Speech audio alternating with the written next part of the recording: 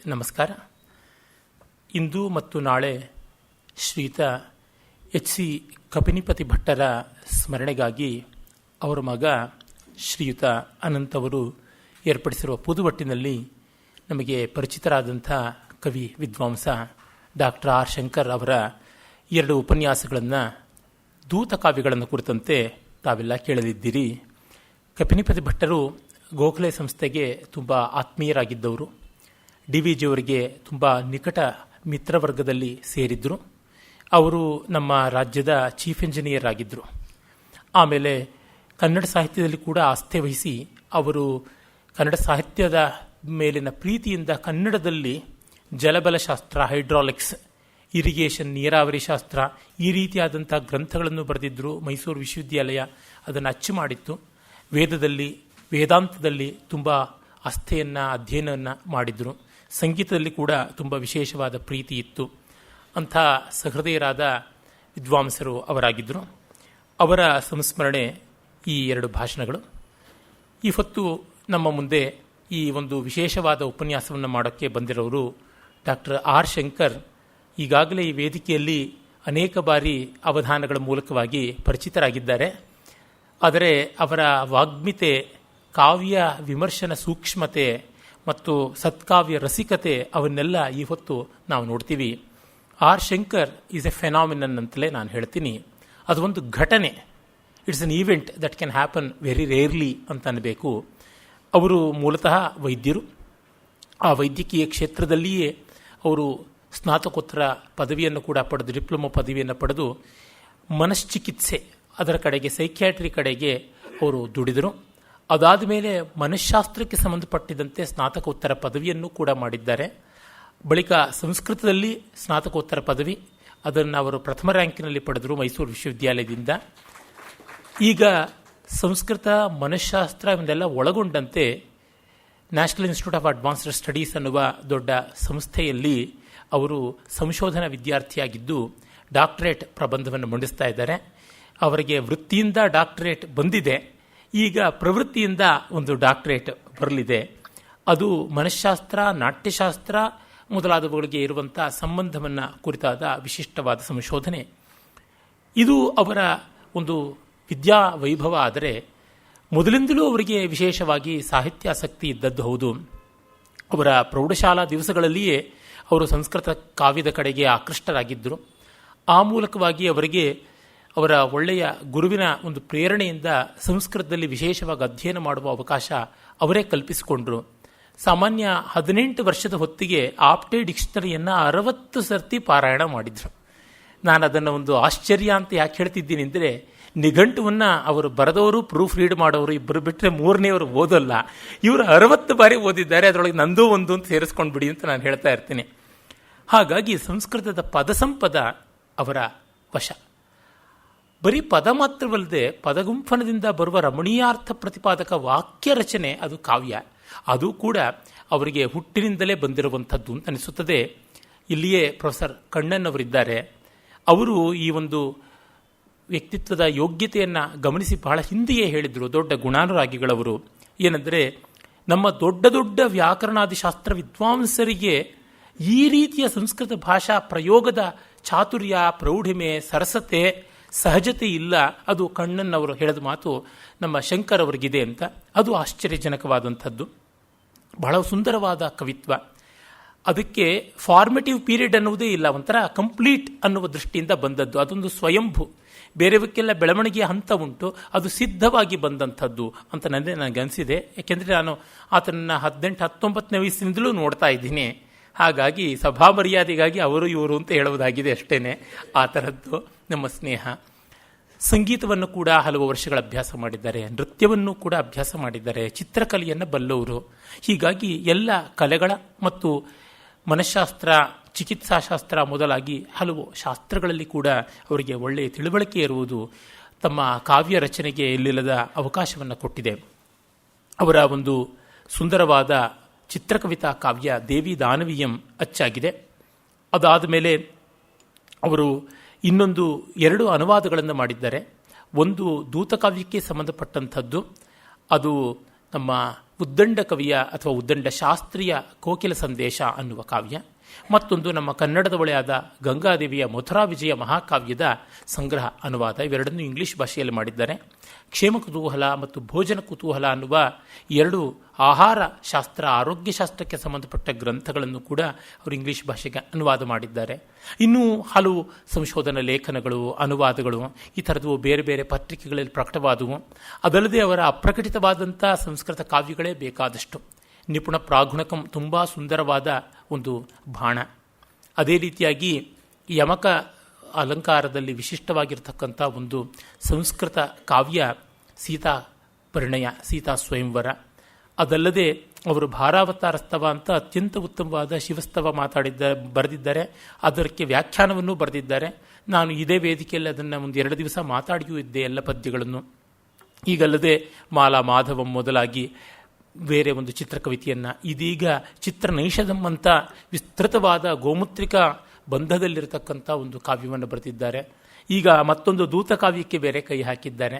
ಹಾಗಾಗಿ ದೂತ ಕಾವ್ಯಗಳ ಬಗ್ಗೆ ದೂತ ಕಾವ್ಯ ಲೇಖಕರೇ ಮಾತಾಡತಕ್ಕಂಥದ್ದು, ಅನುವಾದವನ್ನು ಮಾಡಿರೋರು, ಸ್ವಯಂ ಸರ್ಜನಶೀಲತೆ ಇದ್ದವರು ಒಂದು ವಿಶೇಷ ಅಂತ ಭಾವಿಸಿದ್ದೀನಿ. ಆತನ ಅಭಿಜಾತ ಸಂವೇದನಶೀಲತೆ ತುಂಬ ದೊಡ್ಡದಾದದ್ದು. ಕ್ಲಾಸಿಕಲ್ ರಿಫೈನ್ನೆಸ್, ಫಿನೇಸ್ ಅಂತೀವಲ್ಲ, ಅದು ವಿಶೇಷ, ಅದು ಬಹಳ ವಿರಳವಾದಂಥದ್ದು ಕೂಡ.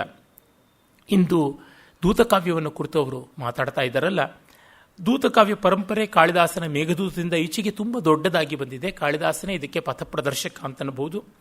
ಆದರೆ ಋಗ್ವೇದದ 5ನೇ ಮಂಡಲದ 61ನೇ ಸೂಕ್ತದಲ್ಲಿಯೇ ನಾವು ಶ್ಯಾವಾಶ್ವ ಅಂತಕ್ಕಂಥ ಒಬ್ಬ ಮಹರ್ಷಿ ತನ್ನ ಪತ್ನಿಗೆ ರಾತ್ರಿ ದೇವತೆಯ ಮೂಲಕವೇ ಸಂದೇಶ ಕಳಿಸ್ಕೊಟ್ಟಂಥದ್ದು ಬರ್ತದೆ. ಹಾಗಲ್ಲದೆ ಕಾಮ ವಿಲಾಪ ಜಾತಕ ಅಂತ ಒಂದು ಪಾಲಿ ಭಾಷೆಯ ಜಾತಕ ಗ್ರಂಥದಲ್ಲಿ, ಜಾತಕಗಳ ಸುಮಾರು ಒಂದು 500ಕ್ಕೂ ಹೆಚ್ಚು ಕಥೆಗಳಿವೆ. ಅಲ್ಲಿ ಒಂದು ಕಥೆಯಲ್ಲಿ ಒಬ್ಬ ವಿರಹಿ ತನ್ನ ಪ್ರೇಯಸಿಗೆ ಕಾಗೆ ಮೂಲಕವಾಗಿ ದೌತ್ಯವನ್ನು ಮಾಡಿಕೊಟ್ಟದ್ದು ಉಂಟು, ಕಾಕದೂತ. ಅದು ಅಲ್ಲಿ ಸಿಗತಕ್ಕಂಥದ್ದು. ಹಾಗಲ್ಲದೆ ನಮಗೆ ಮಹಾಭಾರತದಲ್ಲಿ ಗೊತ್ತಿರತಕ್ಕಂಥದ್ದು ಹಂಸದೂತ, ವಿಖ್ಯಾತವಾದದ್ದು. ರಾಮನಿಗೂ ಹಿಂದೆ ಋತುಪರ್ಣ ಮಹಾರಾಜನ ಕಾಲದಲ್ಲಿ, ಆಮೇಲೆ ಎಷ್ಟೋ ತಲೆಗಳಾದ ಮೇಲೆ ರಾಮ ಬಂದದ್ದು. ಆಗ ಆದದ್ದು ಹನುಮದ್ದೂತ. ಅದು ಸುಂದರಕಾಂಡದಲ್ಲಿ ಸೀತೆಗೆ ಹನುಮಂತ ಕಳಿಸಿಕೊಟ್ಟದ್ದು. ಕಾಳಿದಾಸನ ಮೇಘದೂತಲ್ಲಿ ಅದರ ಉಲ್ಲೇಖ ಕೂಡ ಬರ್ತದೆ, ಸೀತೆಗೆ ಹನುಮಂತ ಸಂದೇಶ ತಂದುಕೊಟ್ಟದ್ದು. ಆಮೇಲೆ ಕಾಳಿದಾಸ ಬರೆದಂಥ ಮೇಘದೂತ ಅದು ದೊಡ್ಡ ಪಥಪ್ರದರ್ಶಕ ಆಚಾರ್ಯ ಕೃತಿಯಾಯಿತು. ಮುಂದೆ ಎಲ್ಲ ಉತ್ತರೋತ್ತರವಾಗಿ ಅದನ್ನೇ ಅವಲಂಬಿಸಿಕೊಂಡು ಬಂದರು. ಅದರೊಳಗೆ ಅತ್ಯಂತ ಪ್ರಾಚೀನವಾದ ಒಂದು ಅನುಕರಣ ಅಂತ ಹೇಳೋದಿದ್ರೆ ಛಂದಸ್ಸು ಮತ್ತು ಶೈಲಿ, ಇತಿವೃತ್ತ ಎಲ್ಲದರೊಳಗೂ ಬಂದ ಅನುಕರಣೆ ಅಂತ ನೋಡೋದಿದ್ರೆ ನಮಗೆ ಜಂಬೂ ಕವಿಯ ಚಂದ್ರದೂತ ಅಂತ ಗೊತ್ತಾಗುತ್ತೆ. ಅದು 10ನೇ ಶತಾಬ್ದದ ಆರಂಭದಲ್ಲಿ. ಅದಾದ ಮೇಲೆ ವೇದಾಂತ ದೇಶಿಕರು 13ನೇ ಶತಮಾನದಲ್ಲಿ ಬರೆದ ಹಂಸ ಸಂದೇಶ. ಈಚೆಗೆ 20ನೇ ಶತಮಾನ 21ನೇ ಶತಮಾನದಲ್ಲಿ ನಮ್ಮ ಮೇಲುಕೋಟೆ ಅರೈರ್ ಶ್ರೀರಾಮ ಶರ್ಮರು ಹಂಸ ಪ್ರತಿಸಂದೇಶ ಅಂತ ಕೂಡ ಬರೆದಿದ್ದಾರೆ. ಹಂಸಕ್ಕೆ ಮತ್ತೆ ಅದೇ ಹಂಸದ ಮೂಲಕವಾಗಿ ಸೀತೆ ರಾಮನಿಗೆ ಪ್ರತಿಸಂದೇಶ ಕಳಿಸುವಂತೆ. ಹಾಗಲ್ಲದೆ ಚಂದ್ರದೂತ ಅಂತಲೇ ಹಲವು ದೂತಗಳಿವೆ, ಹಲವು ದೂತ ಕಾವ್ಯಗಳು. ವಿನಯ ಪ್ರಭು, ಕೃಷ್ಣಚಂದ್ರ, ವಿನಯ ವಿಜಯಗಣಿ, ಈ ಥರದವರೆಲ್ಲ. ಮತ್ತು ರೂಪಗೋಸ್ವಾಮಿಯ ಹಂಸದೂತ, ಅದನ್ನು ಕುರಿತು ಮಾತಾಡ್ತಾರೆ. ವಾಮನ ಭಟ್ಟಬಾಣ ಅಂತ ಒಬ್ಬ ಆಂಧ್ರ ಪ್ರದೇಶದಲ್ಲಿದ್ದ, ಅವನು ವಿದ್ಯಾರಣ್ಯರ ಶಿಷ್ಯ, ಅವನು ಬರೆದಂಥ ಒಂದು ಹಂಸದೂತ ಇದೆ. ಅದಲ್ಲದೆ ಕೇರಳದಿಂದ ಅಚ್ಚಾಗಿರ್ತಕ್ಕಂಥ ಇನ್ನೊಂದು ಹಂಸದೂತ ಇದೆ, ಅನಾಮಧೇಯ. ಅದರೊಳಗೆ ಶಿವನಿಗೆ ಭಕ್ತ ಕಳಿಸ್ತಕ್ಕಂಥ ಒಂದು ಸಂದೇಶ. ಅದರೊಳಗೆ ಷಟ್ಚಕ್ರಾದಿಗಳೆಲ್ಲ ಮಾರ್ಗದಿಂದ ಯೋಗ ಮಾರ್ಗದಲ್ಲಿ ಸುಷುಮ್ನಾ ನಾಡಿಯ ಮೂಲಕ ಸಂದೇಶ ಕಳಿಸ್ತಕ್ಕಂಥದ್ದು ಅಂತ. ಅದು ಜೀವಹಂಸ ಪರಮಹಂಸನಿಗೆ ಕಳಿಸ್ತಕ್ಕಂಥ ಸಂದೇಶ ಅಂತಕ್ಕಂಥದ್ದು. ಇನ್ನು ಜೈನರಲ್ಲಂತೂ ಯಥೇಷ್ಟವಾಗಿ ಈ ದೂತಕಾವ್ಯದ ಪರಂಪರೆ ಬೆಳೆದಿದೆ.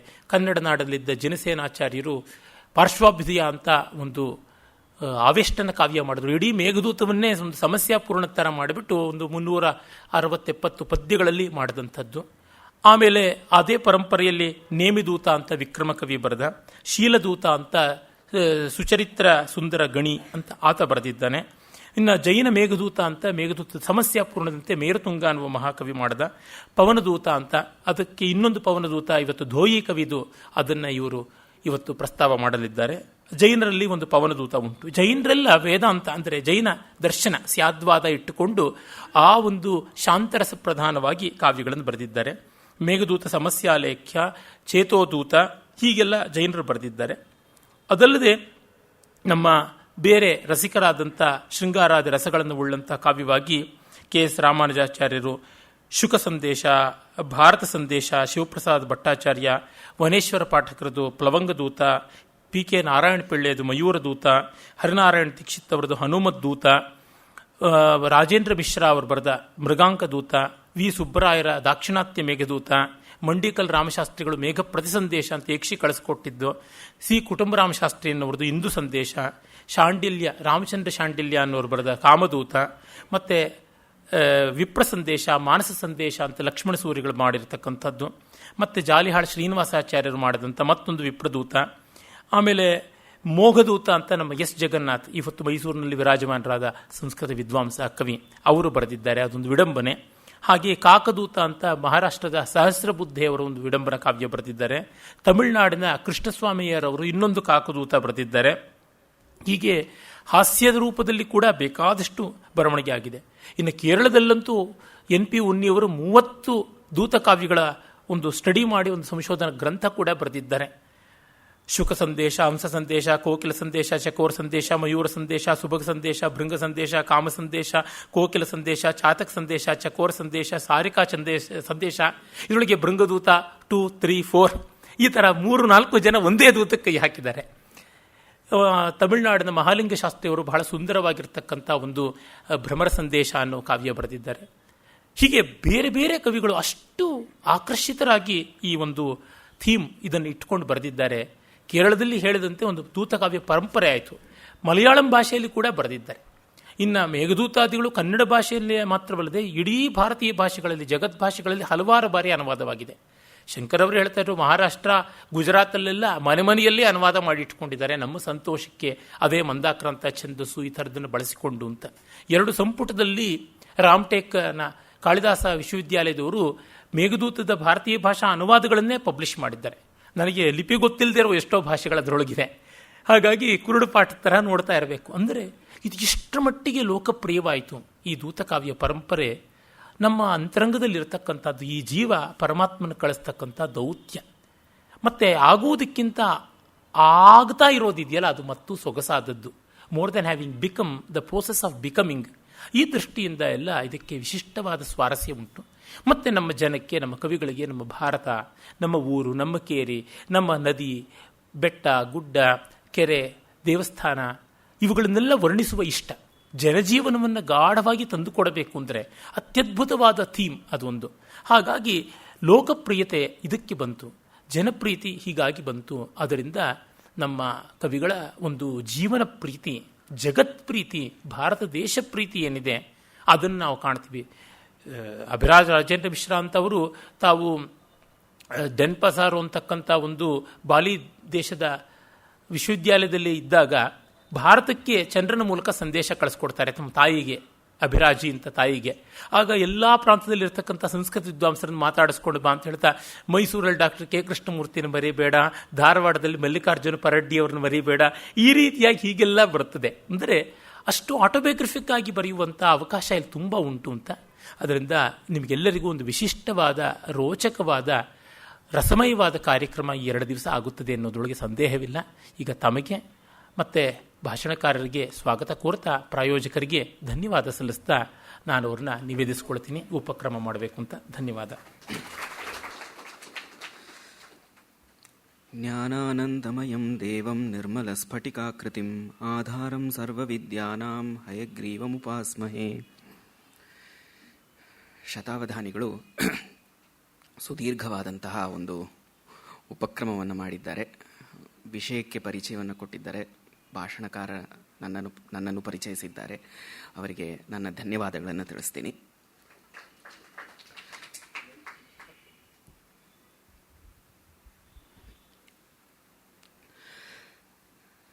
ನಿಮಗೆಲ್ಲರಿಗೂ ತಿಳಿದಿರುವ ಹಾಗೆ ಸಂಸ್ಕೃತ ಸಾಹಿತ್ಯ 3 ವಿಧವಾಗಿ ಅದರ ವಿಭಜನೆಯಾಗಿದೆ. ಪದ್ಯ, ಗದ್ಯ ಹಾಗೂ ಚಂಪು. ಪದ್ಯ ಈ ಪ್ರಕಾರದಲ್ಲಿ ಬರುವಂಥದ್ದು ಮಹಾಕಾವ್ಯ, ಖಂಡಕಾವ್ಯ ಹಾಗೂ ಮುಕ್ತಕಗಳು. ದೂತಕಾವ್ಯಗಳು ಖಂಡಕಾವ್ಯದ ಈ ಪ್ರಕಾರಕ್ಕೆ ಸೇರತ್ವೆ.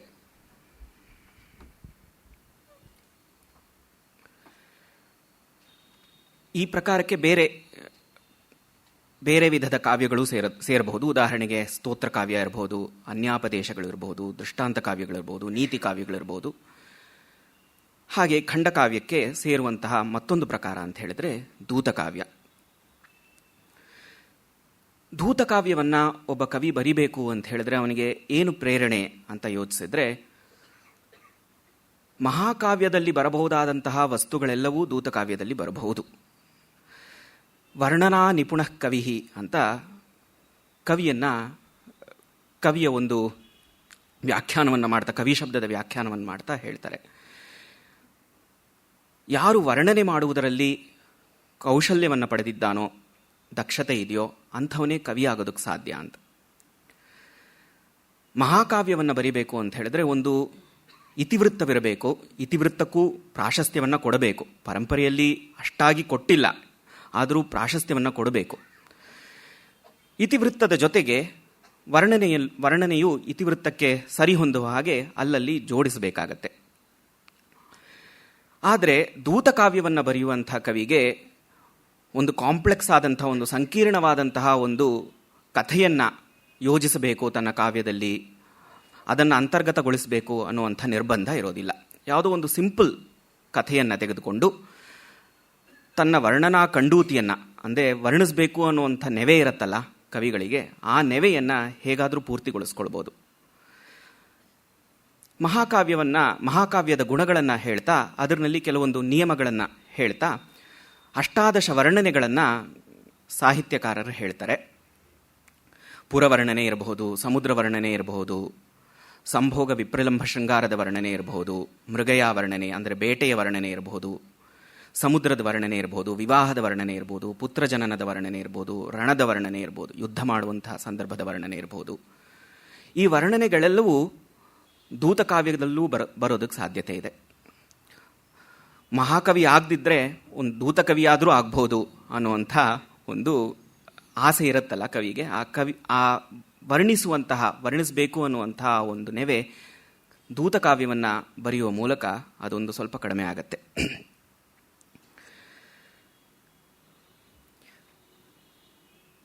ಗಣೇಶ್ ಅವರು ದೂತಕಾವ್ಯದ ಒಂದು ಇತಿಹಾಸವನ್ನು ಈಗಾಗಲೇ ಒಂದಿಷ್ಟು ಹೇಳಿದ್ದಾರೆ. ವೇದಗಳಲ್ಲಿಯೇ ಇಂದ್ರ ಪಣಿ ಅನ್ನುವಂತಹ ಒಂದು ಗುಂಪಿನ ಬಳಿ ಸರಮ ಅನ್ನುವಂತಹ ತನ್ನ ನಾಯನ್ನು ದೂತಿಯಾಗಿ ಕಳಿಸ್ತಾನೆ. ಆ ಗುಂಪಿಗೆ ಸೇರುವಂಥವರು ಇಂದ್ರನ ಗೋವುಗಳನ್ನು ಅಪಹರಣ ಮಾಡಿಬಿಟ್ಟಿರ್ತಾರೆ. ಅದನ್ನು ವಾಪಸ್ ಕಳಿಸ್ಬೇಕು ಅಂತ ತನ್ನ ನಾಯಿಯಾದಂತಹ ಸರಮೆಯನ್ನು ಕಳಿಸಿರ್ತಾನೆ. ಜೊತೆಗೆ ಮಹಾಭಾರತದಲ್ಲಿ ಬರುವಂತಹ ನಲೋಪಾಖ್ಯಾನದಲ್ಲಿ ನಳನೇ ತಾನೇ ದೂತನಾಗೂ ಹೋಗ್ತಾನೆ. ನಂತರ ಮಹಾಭಾರತದ ಖಿಲ ಭಾಗವಾಗಿರುವಂತಹ ಹರಿವಂಶದಲ್ಲಿ ಶುಚಿಮುಖಿ ಅನ್ನುವಂತಹ ಒಂದು ಹಂಸಿ ಪ್ರದ್ಯುಮ್ನ ಹಾಗೂ ಪ್ರಭಾವತಿಯರ ಮಧ್ಯೆ ದೌತ್ಯವನ್ನು ವಹಿಸ್ತಾಳೆ. ಆ ಒಂದು ಹಂಸಿ, ಹೀಗೆ ಆ ಒಂದು ಪರಂಪರೆ ಇದೆ. ಕಾಳಿದಾಸನ ನಂತರ ನಮಗೆ ದೊರೆಯುವಂತಹ ಆಲ್ಮೋಸ್ಟ್ ಮೊಟ್ಟ ಮೊದಲನೆಯ ದೂತಕಾವ್ಯ ಅಂತ ಹೇಳಿದ್ರೆ ಧೋಯಿ ಕವಿ ರಚಿಸಿರುವಂತಹ ಪವನದೂತ. ಧೋಯಿ ಕವಿ ಪಾಲವಂಶ ರಾಜರ ಪಾಲ ಅಂತ ಒಂದು ವಂಶ ಇತ್ತು ಬೆಂಗಾಲ್ನಲ್ಲಿ. ಆ ವಂಶದ ರಾಜನ ಆಸ್ಥಾನದಲ್ಲಿ ಲಕ್ಷ್ಮಣಸೇನ ಅನ್ನುವಂತಹ ಒಬ್ಬ ರಾಜನ ಆಸ್ಥಾನದಲ್ಲಿ ಆಸ್ಥಾನ ಕವಿಯಾಗಿದ್ದ. ಇವನು ತನ್ನ ಪವನದೂತದಲ್ಲಿ ಒಂದು ಪವನ ಅಂತ ಹೇಳಿದ್ರೆ ಇಲ್ಲಿ ಬರೀ ಗಾಳಿ ಅಂತಲ್ಲ, ಮಲೆಯ ಪವನ, ಮಲಯಾನಿಲ. ಮಲಯ ಅಂತ ಹೇಳಿದ್ರೆ ವೆಸ್ಟರ್ನ್ ಘಾಟ್ಸ್, ಯಾವುದನ್ನು ನಾವು ವೆಸ್ಟರ್ನ್ ಘಾಟ್ಸ್ ಅಂತ ಹೇಳ್ತೀವೋ ಅದು. ಅಲ್ಲಿ ಗಂಧರ್ವರ ಒಂದು ರಾಜಧಾನಿ ಇರುತ್ತೆ ಅಂತ, ಒಂದು ಕಾಲ್ಪನಿಕ ರಾಜಧಾನಿ ಇರುತ್ತೆ. ಆ ಗಂಧರ್ವ ರಾಜನ ಮಗಳು ಕನಕನಗರಿ ಅಂತ ಆ ರಾಜಧಾನಿಯ ಹೆಸರು. ಆ ರಾಜನ ಮಗಳ ಹೆಸರು ಕುವಲಯವತಿ ಅಂತ. ಅವಳು ವಸಂತದ ಆರಂಭವಾಗುವಾಗ ಮಲೆಯ ಪವನವನ್ನು ಅಂತ ಹೇಳಿದ್ರೆ ಆ ಬೆಟ್ಟದಿಂದ ಶ್ರೀಗಂಧದ ಒಂದು ಸುವಾಸನೆಯನ್ನು ಹೊತ್ತು ಹೋಗುವಂತಹ ಆ ಗಾಳಿಗೆ ಸಂಸ್ಕೃತದಲ್ಲಿ ಮಲೆಯ ಪವನ ಅಂತ ಕರೀತಾರೆ, ಮಲಯಾನಿಲ ಅಂತ ಕರೀತಾರೆ. ವಸಂತಾರಂಭದಲ್ಲಿ ಅದು ದಕ್ಷಿಣದಿಂದ ಉತ್ತರದ ಕಡೆಗೆ ಹೋಗುತ್ತೆ. ಆ ಒಂದು ಮಲೆಯ ಪವನವನ್ನು ದೂತನಾಗಿ ಕಳಿಸ್ತಾಳೆ ಈ ಕುವಲಯವತಿ. ಯಾರಿಗೆ ಕಳಿಸ್ತಾಳೆ ಅಂತ ಹೇಳಿದ್ರೆ ಲಕ್ಷ್ಮಣಸೇನ ಅನ್ನುವಂತಹ ರಾಜನಿಗೆ ಕಳಿಸ್ತಾಳೆ. ಲಕ್ಷ್ಮಣಸೇನ ಬೆಂಗಾಲಿನವನು, ಅಲ್ಲಿ ವಿಜಯಪುರ ಅಂತ ಅವನ ರಾಜಧಾನಿ, ಅಲ್ಲಿರ್ತಾನೆ. ಅವನು ದಿಗ್ವಿಜಯ ಯಾತ್ರೆಗೆ ಹೊರಟಿರ್ತಾನೆ. ಹೊರಟಾಗ ದಕ್ಷಿಣ ದೇಶಕ್ಕೆ ಬಂದಾಗ ಅಲ್ಲಿ ಕುವಲಯವತಿ ಅವನನ್ನು ನೋಡಿರ್ತಾಳೆ. ನೋಡಿದ ತಕ್ಷಣ ಚಕ್ಷುರಾಗ ಅಂತ ಹೇಳ್ತೀವಿ, ನಮ್ಮ ನೋಡಿದ ತಕ್ಷಣ ಲವ್ ಅಟ್ ಫಸ್ಟ್ ಸೈಟ್ ಅಂತ ಹೇಳ್ತೀವಲ್ಲ, ಅದು ಶುರುವಾಗ್ಬಿಡುತ್ತೆ. ಆದರೆ ಅವಳು ತನ್ನ ಮನಸ್ಸಿನಲ್ಲಿ ಉಂಟಾದಂತಹ ಈ ಅನುರಾಗವನ್ನು ಯಾರ ಬಳಿಯೂ ಹೇಳ್ಕೊಂಡಿರೋದಿಲ್ಲ. ರಾಜನ ಬಳಿಯಂತೂ ಹೇಳ್ಕೊಳಕ್ಕೆ ಸಾಧ್ಯವೇ ಇಲ್ಲ, ಲಜ್ಜೆ ಇರುವ ಕಾರಣ. ಅವನು ಹೊರಟು ಬಿಡ್ತಾನೆ. ಅದಾದ ಮೇಲೆ ಇವಳು ವಿರಹದಿಂದ ನರಳ್ತಾಳೆ. ಸಖಿಯರಿಗೂ ತನ್ನ ಈ ಒಂದು ಅವಸ್ಥೆಯನ್ನು ಹೇಳ್ಕೊಳ್ಳೋದಕ್ಕೆ ಹೇಳ್ಕೊಡುವ ಸ್ಥಿತಿಯಲ್ಲಿರೋದಿಲ್ಲ ಅವಳು. ವಸಂತ ಆಗಮನವಾದಾಗ, ವಸಂತ ಋತು ಪ್ರಾರಂಭವಾದಾಗ ಅವಳ ಆ ವಿರಹವಸ್ಥೆ ಉಲ್ಬಣವಾಗತ್ತೆ. ಮಲೆಯ ಪವನವನ್ನು ಅವಳು ಅದನ್ನು ಸಂಬೋಧಿಸಿ, ನೀನು ಈ ನನ್ನ ಅವಸ್ಥೆಯನ್ನು ಹೋಗಿ, ಈ ವಿರಹಾವಸ್ಥೆಯನ್ನು ಇದರ ಬಗ್ಗೆ ನೀನು ಹೋಗಿ ಪಾಲವಂಶದ ಒಡೆಯನಾದಂತಹ ಸೇನವಂಶದ ಒಡೆಯನಾದಂತಹ ಲಕ್ಷ್ಮಣಸೇನನ ಬಳಿ ನೀನು ಇದನ್ನು ಹೋಗಿ ತಿಳಿಸಬೇಕು ಅಂತ ದೂತನಾಗಿ ಕಳಿಸ್ತಾಳೆ ಮಲಯಾನಿಲವನ್ನು. ಅದು ಒಂದು ಕಾವ್ಯವನ್ನು ನಾನಿವತ್ತು ಚರ್ಚಿಸ್ತೀನಿ ಅದ್ರ ಬಗ್ಗೆ. ಅದರ ನಂತರ ರೂಪಗೋಸ್ವಾಮಿಯವರು ಬರೆದಿರುವಂತಹ 2 ದೂತ ಕಾವ್ಯಗಳು. ರೂಪಗೋಸ್ವಾಮಿಯವರು ಬೆಂಗಾಲಿಗೆ ಸೇರಿದವರು, ಗೌಡೀಯ ವೈಷ್ಣವ ಸಂಪ್ರದಾಯಕ್ಕೆ ಸೇರಿದಂತಹ ಆ ಸಂಪ್ರದಾಯದಲ್ಲಿ ತುಂಬ ವಿಶಿಷ್ಟ ಸ್ಥಾನವನ್ನು ಹೊಂದಿದಂತಹ ಒಬ್ಬ ಕವಿ ಹಾಗೂ ಸಂತ. ಅವರು ಅನೇಕ ಕಾವ್ಯಗಳನ್ನು ಬರೆದಿದ್ದಾರೆ. ಉಜ್ವಲ ನೀಲಮಣಿ ಅಂತ ಸಾಹಿತ್ಯ ಗ್ರಂಥವನ್ನು, ಅದು ತುಂಬ ಪ್ರಸಿದ್ಧವಾದಂಥ ಒಂದು ಸಾಹಿತ್ಯ ಗ್ರಂಥವನ್ನು ಬರೆದಿದ್ದಾರೆ. ಹಾಗೆ 2 ದೂತ ಕಾವ್ಯಗಳನ್ನು ಬರೆದಿದ್ದಾರೆ. ಒಂದು ಹಂಸದೂತ ಮತ್ತು ಇನ್ನೊಂದು ಉದ್ಧವ ಸಂದೇಶ ಅಂತ. ಹಂಸದೂತದಲ್ಲಿ ರಾಧೆಯ ಸಖಿ ಆದಂತಹ ಲಲಿತೆ ಹಂಸವನ್ನು ವೃಂದಾವನದಿಂದ ಮಥುರೆಗೆ ಕಳಿಸ್ತಾಳೆ. ಕೃಷ್ಣನ ಬಳಿ ರಾಧೆಯ ಒಂದು ಸ್ಥಿತಿಯನ್ನು ಹೇಳು ಅಂತ ಕಳಿಸ್ತಾಳೆ. ಆ ಸಂದೇಶವನ್ನು ಕಳಿಸ್ತಾಳೆ ಹಂಸದ ಮೂಲಕ. ಉದ್ಧವ ಸಂದೇಶದಲ್ಲಿ ಕೃಷ್ಣ ತನ್ನ ಕಸಿನ್ ಆದಂತಹ ಉದ್ಧವನನ್ನು, ನೀನು ವೃಂದಾವನಕ್ಕೆ ಹೋಗಿ ನಾನು ಮತ್ತೆ ಬರ್ತೀನಿ ಅಂತ ಒಂದು ಆಶ್ವಾಸನೆಯನ್ನು ಕೊಟ್ಟು ಗೋಪಿಯರಿಗೆ ಮತ್ತೆ ಬಾ ಅಂತ ಒಂದು ಸಂದೇಶವನ್ನು ಕಳಿಸ್ತಾನೆ. ಈ 2 ಸಂದೇಶ ಕಾವ್ಯಗಳನ್ನು ರೂಪಗೋಸ್ವಾಮಿಯವರು ಬರೆದಿದ್ದಾರೆ. ಈ 3 ಸಂದೇಶ ಕಾವ್ಯಗಳನ್ನು ಇವತ್ತು ಪ್ರಾಯಶಃ ಇವುಗಳ ಬಗ್ಗೆ ಚರ್ಚೆ ಮಾಡ್ತೀನಿ. ನಾಳೆ ಇನ್ನು 4 ಸಮಯವಿದ್ದರೆ 4 ದೂತ ಕಾವ್ಯಗಳನ್ನು ನಾಳೆ ಚರ್ಚೆ ಮಾಡ್ತೀನಿ. 2 ದೂತ ಕಾವ್ಯಗಳು ಕೇರಳದ ದೂತ ಕಾವ್ಯಗಳು. ಒಂದು ಶುಕ ಸಂದೇಶ, ಲಕ್ಷ್ಮೀದಾಸ ಅನ್ನೋ ಬರೆದಿರುವಂತಹ ಶುಕ ಸಂದೇಶ, ಹಾಗೂ ಉದ್ದಂಡ ಶಾಸ್ತ್ರಿ ಬರೆದಿರುವಂತಹ ಕೋಕಿಲ ಸಂದೇಶ. ವೇದಾಂತ ದೇಶಿಕರು ಬರೆದಿರುವಂತಹ ಹಂಸ ಸಂದೇಶ, ಹಾಗೂ ಮಹಾಲಿಂಗ ಶಾಸ್ತ್ರಿ, ಇತ್ತೀಚಿನವರಾದಂತಹ ಮಹಾಲಿಂಗ ಶಾಸ್ತ್ರಿ ಅವರು ಬರೆದಿರುವಂತಹ ಭ್ರಮರ ಸಂದೇಶ. ಈ 4 ಸಂದೇಶ ಕಾವ್ಯಗಳನ್ನು ನಾಳೆ ಮುಗಿಸೋದಕ್ಕೆ ಪ್ರಯತ್ನ ಮಾಡ್ತೀನಿ. ಸಂದೇಶ ಕಾವ್ಯಗಳ ಒಂದು ವಿಷಯ ವಿಂಗಡಣೆ, ಅದ್ರ ಬಗ್ಗೆ ಚರ್ಚೆ ಮಾಡ್ತಾ ಶುಕ ಸಂದೇಶದ ಒಬ್ಬ ವ್ಯಾಖ್ಯಾನಕಾರ ಆ ವಿಷಯವನ್ನು ಹೀಗೆ ಡಿವೈಡ್ ಮಾಡ್ಬೋದು ಅಂತ ಹೇಳ್ತಾನೆ. ಆದಿವಾಕ್ಯ ಅಂತ ಹೇಳಿದ್ರೆ ಕಾಂಟೆಕ್ಸ್ಟ್ ಆಫ್ ಸೆಪರೇಷನ್, ಆ ವಿರಹದ ಒಂದು ಸನ್ನಿವೇಶ ಹೇಗುಂಟಾಯಿತು ಅನ್ನೋದರ ಒಂದು ಡಿಸ್ಕಷನ್ ಇರುತ್ತೆ. ಅದರ ನಂತರ ದೌತ್ಯ ಯೋಜನ, ಸೂಕ್ತವಾದಂತಹ ದೂತನನ್ನು ಹುಡುಕೋದು, ಆ ದೂತನಲ್ಲಿರುವಂತಹ ವಿಶಿಷ್ಟವಾದ ಗುಣಗಳನ್ನು ಸ್ಮರಿಸ್ಕೊಳ್ಳೋಂಥದ್ದು, ಆ ದೌತ್ಯದ ಕೆಲಸ ಮಾಡೋದಕ್ಕೆ ಅವನು ಯಾಕೆ ಸಮರ್ಥನಾಗಿದ್ದಾನೆ ಅಂತ ಹೇಳೋದು, ಮತ್ತು ನೀನು ನನಗಾಗಿ ದೂತನಾಗಬೇಕು ಅಂತ ಯಾಚನೆ ಮಾಡಿಕೊಳ್ಳುವಂಥದ್ದು. ಇದು ದೌತ್ಯ ಯೋಜನ. 3ನೇದಾಗಿ ವ್ರಜ್ಯಾಂಗ ದೇಶನ, ಅಂದರೆ ದಾರಿಯ ವರ್ಣನೆ, ನೀನು ಹೋಗಬೇಕಾದಂತಹ ದಾರಿ ಯಾವುದು ಅಂತ ಹೇಳುವಂಥದ್ದು ವ್ರಜ್ಯಾಂಗ ದೇಶನ. ಯಾವ ಪ್ರಾಂತ್ಯಗಳನ್ನು ನೀನು ದಾಟಿ ಹೋಗಬೇಕು ಅನ್ನೋದು. ಪ್ರಾಪ್ಯ ದೇಶ ವರ್ಣನ, ನೀನು ಹೋಗಿ ಸೇರಬೇಕಾದಂತಹ ನನ್ನ ಪ್ರಿಯನೋ ಅಥವಾ ಪ್ರಿಯತಮೆಯೋ ಇರುವಂತಹ ಆ ಸ್ಥಳವನ್ನು ವರ್ಣಿಸುವಂಥದ್ದು ಪ್ರಾಪ್ಯ ದೇಶ ವರ್ಣನ. ಉದಾಹರಣೆಗೆ ಇಲ್ಲಿ ಕುವಲಯವತಿ ಮಲೆಯ ಪರ್ವತದಿಂದ ಬೆಂಗಾಲಿಗೆ ಕಳಿಸ್ತಾ ಇದ್ದಾಳೆ, ತನ್ನ ವಿಜಯಪುರಕ್ಕೆ ಕಳಿಸ್ತಾ ಇದ್ದಾಳೆ ಪವನವನ್ನು. ಸೊ ಆ ವಿಜಯಪುರ ಅನ್ನೋದು ಪ್ರಾಪ್ಯ ದೇಶ ಆಗುತ್ತೆ. ಆ ಪ್ರಾಪ್ಯ ದೇಶದ ವರ್ಣನೆ ಬರುತ್ತೆ. ಮಂದಿರಾಭಿಜ್ಞಾನ, ಅಲ್ಲಿಗೆ ಹೋದ ಮೇಲೆ ತನ್ನ ಪ್ರಿಯನೋ ಅಥವಾ ಪ್ರಿಯತಮೆಯೋ ಅವಳ ಮನೆಯನ್ನು ಗುರುತಿಸುವುದು ಹೇಗೆ ಅನ್ನೋದು ಮಂದಿರಾಭಿಜ್ಞಾಪನ. ಪ್ರಿಯಾ ಸನ್ನಿವೇಶ ವಿಮರ್ಶನ, ಪ್ರಿಯ ಅಥವಾ ಪ್ರಿಯತಮನಲ್ಲಿ ಇರುವಂತಹ ಗುಣವಿಶೇಷಗಳು, ಅವರ ಸೌಂದರ್ಯದ ವರ್ಣನೆ. ಅನ್ಯರೂಪತಾಪತ್ತಿ ಸಂಭಾವನಾ ಅಂತ ಹೇಳಿದ್ರೆ ವಿರಹದಿಂದ ಅವರಿಗೆ ಅವರ ರೂಪದಲ್ಲಿರ್ಬೋದು, ಸೌಂದರ್ಯದಲ್ಲಿರ್ಬೋದು, ಅವರ ಚಟುವಟಿಕೆ ಇರ್ಬೋದು, ಅದರಲ್ಲಿ ಏನೋ ಒಂದು ವ್ಯತ್ಯಾಸ ಬಂದಿರುತ್ತೆ. ಆ ವ್ಯತ್ಯಾಸವನ್ನು ವರ್ಣಿಸುವಂಥದ್ದು ಅನ್ಯರೂಪತಾಪತ್ತಿ ಸಂಭಾವನಾ. ಅವಸ್ಥಾಕಲ್ಪನ, ಅವರ ಮಾನಸಿಕ ಸ್ಥಿತಿ ಹೇಗಿದೆ, ಪ್ರಿಯತಮನೋ ಅಥವಾ ಪ್ರಿಯತಮೆಯೋ ಅವಳ ಸ್ಥಿತಿ ಹೇಗಿದೆ ಅನ್ನೋದನ್ನು ವರ್ಣಿಸುವಂಥದ್ದು ಅವಸ್ಥಾಕಲ್ಪನ. ವಚನಾರಂಭ, ಸಂದೇಶವನ್ನು ಹೇಳುವುದನ್ನು ಮೊದಲು ಮಾಡುವಂಥದ್ದು. ಸಂದೇಶ ವಚನ, ಸಾಕ್ಷಾತ್ ಸಂದೇಶವನ್ನೇ ಹೇಳುವಂಥದ್ದು. ಪ್ರಮೇಯ ಪರಿನಿಷ್ಠಾಪನ, ತನ್ನ ಕೆಲಸವನ್ನು ಮಾಡದಂತಹ ಆ ದೂತನಿಗೆ ಧನ್ಯವಾದವನ್ನು ಹೇಳಿ ಅವನನ್ನು ಬೀಳ್ಕೊಡುವಂಥದ್ದು. ಇವು ಆ ಒಂದು ವಿಷಯ ಸಾಮಗ್ರಿಯನ್ನು ಹೀಗೆ ನಾವು ವಿಂಗಡಿಸಬಹುದು ಅಂತ ಆ ವ್ಯಾಖ್ಯಾನಕಾರ ಹೇಳ್ತಾನೆ. ಈಗ ಮೊದಲನೇದಾಗಿ ನಾವು ಧೋಯಿ ಬರೆದಿರುವಂತಹ ಪವನದೂತ ಆ ಕಾವ್ಯವನ್ನು ಪರಿಶೀಲಿಸೋಣ. ಧೋಯಿ 12ನೇ ಶತಮಾನಕ್ಕೆ ಸೇರಿದವನು, ಜಯದೇವನ ಸಮಕಾಲೀನ. ಜಯದೇವ ತನ್ನ ಗೀತಗೋವಿಂದದಲ್ಲಿ ಅವನನ್ನು ಸ್ಮರಿಸ್ತಾನೆ. ಬೇರೆ ಮೂರನೆಯದೋ ಅಥವಾ 4ನೇ ಪದ್ಯದಲ್ಲೇ ಸ್ಮರಿಸ್ತಾನೆ. ಶೃಂಗಾರೋತ್ತರ ಸತ್ಪ್ರಮೇಯ ವಚನೈರ್ ಆಚಾರ್ಯ ಗೋವರ್ಧನ ಸ್ಪರ್ಧಿ ಕೋಪಿನ ವಿಶ್ರುತ ಶ್ರುತಿಧರೋ ಧೋಯಿ ಕವಿಕ್ಷ್ಮಾಪತಿ. ಅವನಿಗೆ ಕವಿಕ್ಷ್ಮಾಪತಿ ಅಂತ ಒಂದು ಬಿರುದಿತ್ತು, ಲಕ್ಷ್ಮಣಸೇನ ಕೊಟ್ಟಂತಹ ಬಿರುದು. ಇದರ ಬಗ್ಗೆ ತಾನು ಧೋಯಿ ತನ್ನ ಕಾವ್ಯದಲ್ಲಿಯೇ ಕೊನೆಯ ಒಂದು 2-3 ಪದ್ಯಗಳಲ್ಲಿ ಹೇಳ್ಕೊಳ್ತಾನೆ ಲಕ್ಷ್ಮಣಸೇನ ಅವನಿಗೆ ಮಾಡಿದಂತಹ ಸನ್ಮಾನದ ಬಗ್ಗೆ.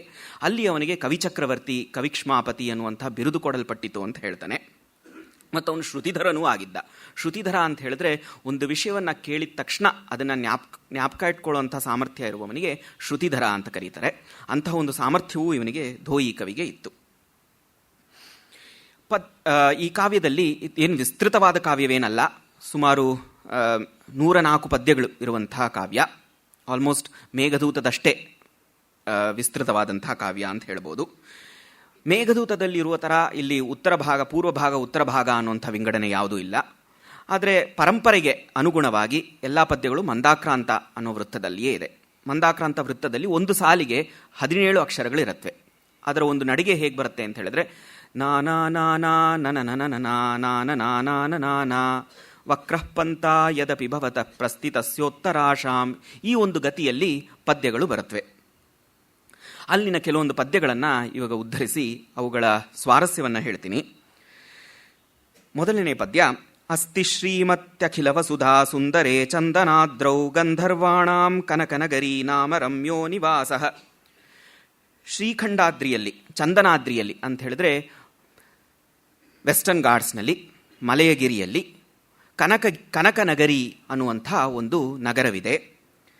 ಯಾರ ನಗರ ಅದು ಅಂತ ಹೇಳಿದ್ರೆ ಗಂಧರ್ವಾಣ. ಗಂಧರ್ವ ಅಂತ ಒಂದು ದಿವ್ಯ ಜಾತಿ. ಅದು ದೇವತೆಗಳು, ಕಿನ್ನರರು ಇರುವ ಹಾಗೆ, ಯಕ್ಷರು ಇರುವ ಹಾಗೆ ಆ ಒಂದು ಜಾತಿಗೆ ಸೇರದಂತಹ ಒಂದು ಗಂಧರ್ವ ಜಾತಿಗೆ ಸೇರದಂತಹ ಒಂದು ಅವರಿಗೆ ಸಂಬಂಧಪಟ್ಟಂತಹ ಒಂದು ನಗರಿ ಅಲ್ಲಿದೆ, ಕನಕನಗರಿ ಅನ್ನುವಂಥ ನಗರಿ. ಸುಂದರವಾದ ಅವರ ಒಂದು ಆವಾಸ ಸ್ಥಾನ ಅದು, ಅವರು ನೆಲೆಸಿರುವಂತಹ ಸ್ಥಾನ. ಆ ಸ್ಥಾನ ಎಷ್ಟು ಸುಂದರವಾಗಿದೆ ಅಂತ ಹೇಳಿದ್ರೆ, ಹೈಮೈರ್ಲೀಲಾ ಭವನ ಶಿಖರೈರಂಬರಂ ವ್ಯಾಲಿಖದ್ಭಿಃ ದತ್ತೇ ಶಾಖಾ ನಗರ ಗಣನಾಂ ಯಸ್ಸುರಾಣಾಂ ಪುರಸ್ಯ. ಈ 2 ಸಾಲುಗಳಿಗೆ 2 ಅರ್ಥವನ್ನು ಮಾಡಬಹುದು. ಅಲ್ಲಿರುವಂತಹ ಮಹಲುಗಳು ಎಷ್ಟು ಉತ್ತುಂಗವಾಗಿವೆ, ಎಷ್ಟು ಎತ್ತರವಾಗಿವೆ ಅಂತ ಹೇಳಿದ್ರೆ, ಆ ಮಹಲುಗಳ ಶಿಖರಗಳು ಸ್ವರ್ಗವನ್ನು ಗೀಚುತ್ತವೆ. ವ್ಯಾಲಿಖದ್ಭಿಹಿ, ಅಂಬರಂ ವ್ಯಾಲಿಖದ್ಭಿಹಿ, ಆಕಾಶವನ್ನು ಗೀಚುತ್ತವೆ. ಆ ಗೀಚುವ ಮೂಲಕ ಅವುಗಳು ಏನು ಮಾಡ್ತಾ ಇವೆ ಅಂತ ಹೇಳಿದ್ರೆ, ಸ್ವರ್ಗದ ಶಾಖಾನಗರಗಳ ಗಣನೆಯನ್ನು ಮಾಡ್ತಾ ಇವೆ. ಸ್ವರ್ಗದ ಸಬರ್ಬ್ಸ್ ಇವೆಯಲ್ವಾ, ಒಂದು ಸಿಟಿಗೆ ಸಬರ್ಬ್ಸ್ ಇರುತ್ತೆ, ಬಡಾವಣೆಗಳು. ಸ್ವರ್ಗದ ಬಡಾವಣೆಗಳ ಗಣನೆಯನ್ನು ಆ ಮನೆಗಳು ಮಾಡ್ತಾ ಇವೆ. ಈ ನಗರಿಯಲ್ಲಿರುವಂತಹ ಮಹಲುಗಳು ಸ್ವರ್ಗದ ಬಡಾವಣೆಗಳ ಗಣನೆಯನ್ನು ಮಾಡ್ತಾ ಇವೆ ಅಂತ ಹೇಳಿದ್ರೆ, ಇಲ್ಲಿರುವ ಒಂದು ಮನೆ ಅಲ್ಲಿರುವ ಒಂದು ಬಡಾವಣೆಗೆ ಸಮಾನ ಅಂತ ಆ ಒಂದು ಅರ್ಥ ಬರ್ಬೋದು. ಅಥವಾ ಇನ್ನೊಂದು ಅರ್ಥ ಏನು ಅಂತ ಹೇಳಿದ್ರೆ, ಯಶ್ ಶಾಖಾ ನಗರ ಗಣನಾಂ ಸುರಾಣಾಂ ಪುರಸ್ಯ ದತ್ತೆ ಅಂತ ಹೇಳಿದ್ರೆ, ಇದು ಎಷ್ಟು ಸುಂದರವಾಗಿದೆ ಅಂತ ಹೇಳಿದ್ರೆ, ಇದನ್ನೇ ನಾವು ಬೇಕಂದ್ರೆ ಸ್ವರ್ಗದ ಒಂದು ಬಡಾವಣೆ ಅಂತ ಕರಿಬಹುದು, ಅಷ್ಟು ಚೆನ್ನಾಗಿದೆ ಅಂತ ಆ ಅರ್ಥವೂ ಬರುತ್ತೆ. ಮುಂದಿನ ಪದ್ಯ, ತಸ್ಮಿನ್ನೇಕಾ ಕುವಲಯವತಿ ನಾಮ ಗಂಧರ್ವ ಕನ್ಯಾ ಮನ್ಯೇ ಚೈತ್ರಂ ಮೃದು ಕುಸುಮತೋಪ್ಯಾಯುಧಂ ಯಾ ಸ್ಮರಸ್ಯ. ಅಲ್ಲಿ ಕುವಲಯವತಿ ಅಂತ ಒಬ್ಳು ಗಂಧರ್ವ ಕನ್ಯೆ ಇದ್ದಾಳೆ. ಅವಳು ಮನ್ಮಥನ ಆಯುಧ ಹೂವುಗಳು. ಆದರೆ ಇವಳು ಕುಸುಮತೋಪಿ ಮೃದು ಆಯುಧಂ ಸ್ಮರಸ್ಯ, ಹೂವಿಗಿಂತ ಮೃದುವಾದ ಒಂದು ಆಯುಧ. ಮನ್ಮಥ ಹೂಗಿಂತ ಮೃದುವಾದ ಒಂದು ಆಯುಧವನ್ನು ಬಳಸಬೇಕು ಅಂತ ಅವನಿಗೆ ಆಶಯ ಇದ್ದರೆ, ಆವಾಗ ಯಾರನ್ನು ಬಳಸಬೇಕು ಅಂತ ಹೇಳಿದ್ರೆ ಈ ಕುವಲಯವತಿಯನ್ನೇ ತನ್ನ ಆಯುಧವಾಗಿ ಬಳಸಬೇಕು. ಇವಳು ಹೂವಿಗಿಂತ ಮೃದು ಅಂತ ಹೇಳ್ತಾನೆ. ದೃಷ್ಟ್ವಾ ದೇವಂ ಭುವನ ವಿಜಯೇ ಲಕ್ಷ್ಮಣಂ ಕ್ಷೋಣಿಪಾಲಂ. ಲಕ್ಷ್ಮಣಸೇನ ದಿಗ್ವಿಜಯಕ್ಕೆ ಬಂದಾಗ ಅವಳು ಅವನನ್ನು ನೋಡಿ ಬಾಲಾ ಸದ್ಯ ಕುಸುಮಧನುಷ ಸಂವಿಧೇಯಿ ಬಭೂವ. ತಕ್ಷಣ ಅವಳು ಮನ್ಮಥನ ವಶಕ್ಕೆ ಬಂದುಬಿಡ್ತಾಳೆ. ಅಂದರೆ ಅವಳ ಮನಸ್ಸಿನಲ್ಲಿ ಮನ್ಮಥ ಅಂಕುರವಾಗತ್ತೆ, ಪ್ರೀತಿ ಅಂಕುರವಾಗತ್ತೆ, ಅನುರಾಗ ಅಂಕುರವಾಗತ್ತೆ. ಅವನನ್ನು ನೋಡಿದ ತಕ್ಷಣ ಮೊದಲ ಭೇಟಿಯಲ್ಲಿಯೇ ಅವಳಿಗೆ ಮನಸ್ಸಿನಲ್ಲಿ ಅನುರಾಗ ಉತ್ಪತ್ತಿಯಾಗತ್ತೆ. ಆದರೆ ಅವಳು ಅದನ್ನು ಯಾರ ಬಳಿಯೂ ಹೇಳ್ಕೊಂಡಿರೋದಿಲ್ಲ. ಬಾಲ್ಯೇ ಶ್ವಾಲಿಷ್ವಪಿ ಮನಸಿಜಂ ಸಾನಭಿವ್ಯಂಜಯಂತಿ ಪಾಂಡುಕ್ಷಾಮ ಕತಿಜಿತನಯತ್ ಕಾತರ ವಾಸರಾಣಿ. ತನ್ನ ಸಖಿಯರಲ್ಲಿಯೂ ಈ ಒಂದು ವಿಷಯವನ್ನು ಹೇಳ್ಕೊಳ್ಳೋದಕ್ಕೆ ಅವಳಿಗೆ ನಾಚಿಕೆ ಉಂಟಾಗ್ತಾ ಇತ್ತು. ಆದರೆ ವಿರಹ ಅವಳನ್ನು ದಿನ ದಿನ ಕ್ಷೀಣ ಮಾಡ್ತಾ ಇತ್ತು. ಆ ವಿರಹದಿಂದ ಅವಳು ಬಿಳಿಸ್ಕೊಂಡ್ಬಿಡ್ತಾ ಇದ್ಲು. ಪಾಂಡುಕ್ಷಾಮ ಕತಿಚಿದನಯತ್ ಕಾತರ ವಾಸರಾಣಿ. ಹೇಗೋ ಕೆಲವೊಂದು ದಿವಸಗಳನ್ನು ಕಳೆದ್ಲು. ಅದಾದ ಮೇಲೆ ವಸಂತಾರಂಭವಾದಾಗ ಅವಳಿಗೆ ಮತ್ತಷ್ಟು ತಡ್ಕೊಳ್ಳೋಕೆ ಸಾಧ್ಯವೇ ಆಗಲಿಲ್ಲ. ಗಂತುಂ ದೇಶಾಂತರಮಥಮಧಾವ್ ಅನ್ಯಥೈವ ಪ್ರವೃತ್ತಂ ಗಾಢೋತ್ಕಂಠ ಮಲಯ ಪವನಂ ಸಪ್ರಣಾಮಂ ಯಯಾಚೆ. ವಸಂತಾರಂಭವಾದಾಗ ಆ ಮಲಯ ಪ್ರದೇಶದಿಂದ ಗಾಳಿಯು ಉತ್ತರ ಕಡೆಗೆ ಪ್ರವಹಿಸಲು ಶುರುವಾದಾಗ, ಉತ್ತರ ಕಡೆಗೆ ಹೋಗಲು ಶುರುವಾದಾಗ ಅವಳು ಆ ಮಲಯ ಪವನಕ್ಕೆ, ಆ ಮಲಯಾನೆಲಕ್ಕೆ ನಮಸ್ಕಾರ ಮಾಡಿ ಹೀಗೆ ಬೇಡ್ಕೊಂಡ್ಳು. ಏನಂತ ಬೇಡ್ಕೊಂಡ್ಳು ಅಂತ ಹೇಳಿದ್ರೆ, ಮೊದಲು ಒಂದು ದೌತ್ಯವನ್ನು ಮಾಡೋದಕ್ಕೆ ಆ ದೂತನಿಗೆ ಇರಬೇಕಾದಂತಹ ಗುಣಗಳೆಲ್ಲ ಇವೆಯಾ, ಒಂದಿಷ್ಟಾದರೂ ಇವೆಯಾ ಅನ್ನೋದನ್ನು ಪರಿಶೀಲಿಸಬೇಕು. ಈ ಗಾಳಿಗೆ ಆ ಗುಣವೆಲ್ಲ ಇದೆ ಅಂತ ಅವಳು ಹೇಳ್ತಾಳೆ. ಯಾಕೆ ಅಂತ ಹೇಳಿದ್ರೆ, ತ್ವತ್ತಃ ಪ್ರಾಣ ಸಕಲ ಜಗತಾಂ, ನಿನ್ನಿಂದಲೇ ಈ ಜೀವರಾಶಿ ಎಲ್ಲ ಬದುಕೋದು. ಗಾಳಿ ಇಲ್ಲದೆ ಯಾರೂ ಬದುಕೋಕ್ಕೆ ಸಾಧ್ಯ ಇಲ್ಲ. ನೀನು ಇಷ್ಟು ಪರೋಪಕಾರಿ, ಇಷ್ಟು ಪರೋಪಕಾರ ನಿನ್ನಿಂದಲೇ ಈ ಜಗತ್ತೆಲ್ಲ ನಡೀತಿರ್ಬೇಕಂದ್ರೆ ನನಗಾಗಿ ಈ ಒಂದು ಉಪಕಾರವನ್ನು ಮಾಡೋದಿಲ್ವಾ ಅನ್ನೋದು ಇಲ್ಲಿ ಅವಳು ಧ್ವನಿಸ್ತಾ ಇರುವಂಥದ್ದು. ದಕ್ಷಿಣಸ್ತ್ವಂ ಪ್ರಕೃತ್ಯ, ನೀನು ಸ್ವಭಾವತಃ ದಕ್ಷಿಣ. ದಕ್ಷಿಣ ಅಂದರೆ ಒಳ್ಳೆ ನಡವಳಿಕೆ ಇರುವವನು ಅಂತ ಒಂದರ್ಥ, ಇನ್ನೊಂದು ದಕ್ಷಿಣ ದೇಶದಲ್ಲಿ ಹುಟ್ಟಿದವನು ಅನ್ನೋದು ಇನ್ನೊಂದರ್ಥ. ಈ ಮಲೆಯ ಪವನವಂತೂ ದಕ್ಷಿಣದ ದಿಕ್ಕಿನಲ್ಲೇ ಹುಟ್ಟೋ ಕಾರಣ ಅದು ದಕ್ಷಿಣವಾಗುತ್ತೆ. ಇನ್ನೊಂದು ಅರ್ಥವೂ ಕೂಡ ಇಲ್ಲಿ ಸಮಂಜಸ. ನೀನು ಒಳ್ಳೆಯವನಾದ ಕಾರಣ, ನಿನ್ನ ನಡವಳಿಕೆ ಒಳ್ಳೆಯದಾದ ಕಾರಣ ನೀನು ನನಗೆ ಈ ಸಹಾಯವನ್ನು ಮಾಡ್ತೀಯಾ ಅನ್ನೋದರಲ್ಲಿ ಯಾವೊಂದು ಸಂಶಯವೂ ಇಲ್ಲ. ಜಂಘಾಲಂ ತ್ವಾಂ ಪವನ ಮನಸೋ ನಂತರಂ ವ್ಯಾಹರಂತಿ. ಇಷ್ಟು ಮಾತ್ರ ಇದ್ರೆ ಸಾಕಾಗತ್ತಾ? ಒಬ್ಬ ದೂತ ವೇಗವಂತನಾಗೂ ಇರಬೇಕು, ವೇಗವಾಗಿ ಚಲಿಸುವಂತನಾಗಿರಬೇಕು. ಇಲ್ಲ ಅಂತ ಹೇಳಿದ್ರೆ ಮೆಸೇಜ್ ರೀಚ್ ಮಾಡೋ ಅಷ್ಟೊತ್ತಿಗೆ ಅವನು ಸತ್ತೋಗ್ಬಿಡ್ತಾರೆ. ಸೊ ಆ ಒಂದು ಗುಣ ಇದೆಯಾ ನಿನಗೆ ಅಂತ ನೋಡಿದ್ರೆ, ಮನಸೋ ನಂತರಂ ತ್ವಾಂ ಜಂಘಾಲಂ ವ್ಯಾಹರಂತಿ. ಮನಸ್ಸಿನ ನಂತರ ಯಾರಾದರೂ ಗಣನೆ ಮಾಡಿದ್ರೆ, ವೇಗವಾದಂತಹ ವಸ್ತುಗಳ ಗಣನೆಯನ್ನು ಮಾಡಿದಾಗ ಮನಸ್ಸಿನ ನಂತರ the next thing they count after mind is you. ಮನಸ್ಸಿನ ನಂತರ ವೇಗವಾಗಿ ಹೋಗುವಂಥದ್ದು ವಸ್ತು ಅಂತ ಹೇಳಿದ್ರೆ ಗಾಳಿನೇ. ಹಾಗಿರೋದ್ರಿಂದ ವೇಗವತ್ತೆ ಅನ್ನುವಂಥ ಗುಣವೂ ನಿನ್ನಲ್ಲಿದೆ. ತಸ್ಮಾದೇವ ತ್ವಯಿ ಖಲು ಮಯ ಸಂಪ್ರಣೀತೋರ್ಥಿ ಭಾವ. ಆ ಕಾರಣದಿಂದನೇ ನಾನು ನಿನ್ನನ್ನು ಬೇಡ್ಕೊಳ್ತಾ ಇದ್ದೀನಿ. ಪ್ರಾಯೋ ಭಿಕ್ಷಾ ಭವತಿ ವಿಫಲಾ ನೈವ ಯುಷ್ಮದ್ವಿದೇಶು. ನಿಮ್ಮಂಥವರಲ್ಲಿ ಯಾಚನೆಯನ್ನು ಮಾಡಿದ್ರೆ ಅದು ಯಾವತ್ತೂ ವಿಫಲವಾಗೋದಿಲ್ಲ. ಇಲ್ಲಿ ನಾವು ಕಾಳಿದಾಸನ ಕೆಲವೊಂದು ಪಂಕ್ತಿಗಳನ್ನು ಸ್ಮರಿಸ್ಬೋದು. ಅಲ್ಲೂ ಕೂಡ ಅವನು ಮೇಘ ಯಾಕೆ ದೂತನಾಗೋದಕ್ಕೆ ಸಮರ್ಥ ಅನ್ನೋದನ್ನು ಒಂದಿಷ್ಟು ಪಂಕ್ತಿಗಳಲ್ಲೇ ಹೇಳ್ತಾನೆ. ಜಾತಂ ವಂಶೇ ಭುವನ ವಿದಿತೆ ಪುಷ್ಕರಾವರ್ತಕಾನಾಮ್ ಅಂತೆಲ್ಲ. ಹಾಗೆಯೇ ಪ್ರಾಯೋ ಭಿಕ್ಷಾ ಭವತಿ ವಿಫಲಾ ನೈವ ಯುಷ್ಮದ್ವಿದೇಶು ಅಂತ ದೋಯಿ ಹೇಳಿರುವ ಥರನೇ ಕಾಳಿದಾಸನು ಹೇಳಿದ್ದಾನೆ. ಯಾಚ್ನಾ ಮೋಘ ವರಮಧಿಗುಣೇ ನಾಧಮೇ ಲಬ್ಧ ಕಾಮ ಅಂತ. ಧೋಯಿಯ ಮೇಲೆ ಕಾಳಿದಾಸನ ಇನ್ಫ್ಲುಯೆನ್ಸ್ ಇರೋದು ಅದೇನು ಇಟ್ಸ್ ನಾಟ್ ವೆರಿ ಸರ್ಪ್ರೈಸಿಂಗ್. ಮುಂದಿನ ಪದ್ಯದಲ್ಲಿ ರಾಮಚಂದ್ರನ ದೂತನಾಗಿ ಆಂಜನೇಯನು ಹೇಗೆ ಹೋದ್ನೋ ಹಾಗೆ ನನಗೆ ನೀನು ಹೋಗಬೇಕು ಅಂತ ಇವಳು ಹೇಳ್ತಾಳೆ.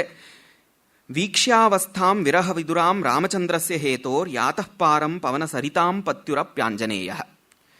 ರಾಮಚಂದ್ರನ ಆ ಒಂದು ವಿರಹಾವಸ್ಥೆಯನ್ನು ನೋಡಿ ಆಂಜನೇಯ ಇಡೀ ವಿಶಾಲವಾದ ಸಮುದ್ರವನ್ನೇ, ಗಂಭೀರವಾದಂತಹ ಗಹನವಾದಂತಹ ಸಮುದ್ರವನ್ನೇ ದಾಟಿಬಿಟ್ಟ.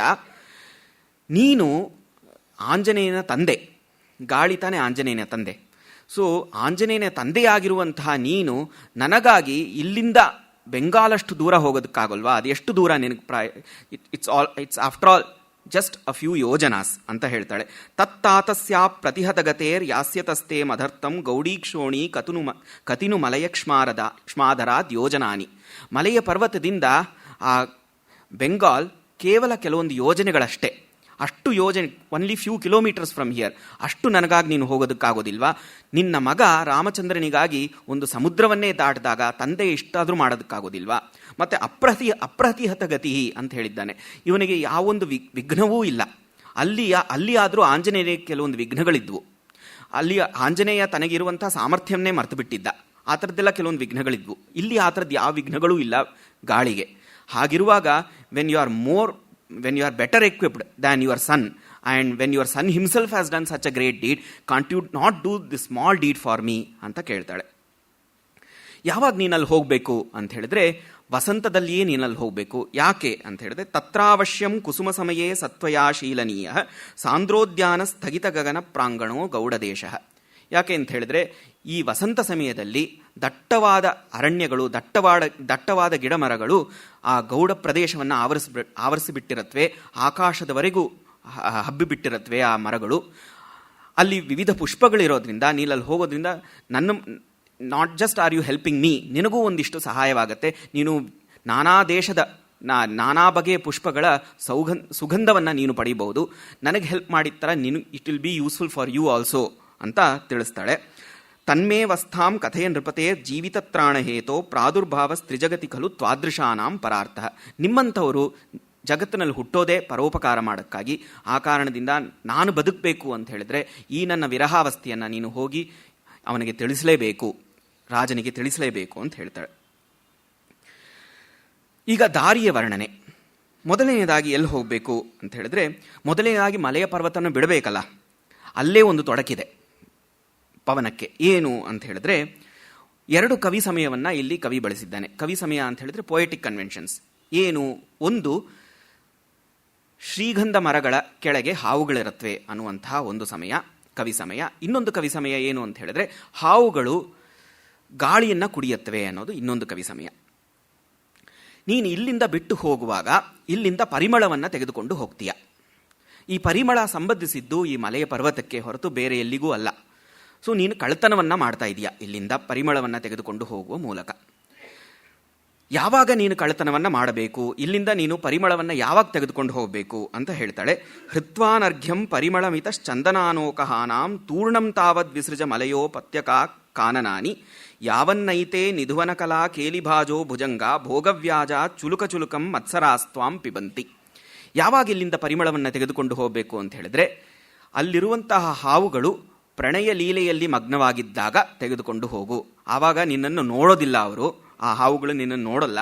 ಆ ಕಾರಣಕ್ಕೆ ನೀನು ಸುಲಭವಾಗಿ ಆವಾಗ ಅಪಹರಿಸ್ಕೊಂಡು ಹೊಟ್ಟೋಗ್ಬಿಡ್ಬೋದು.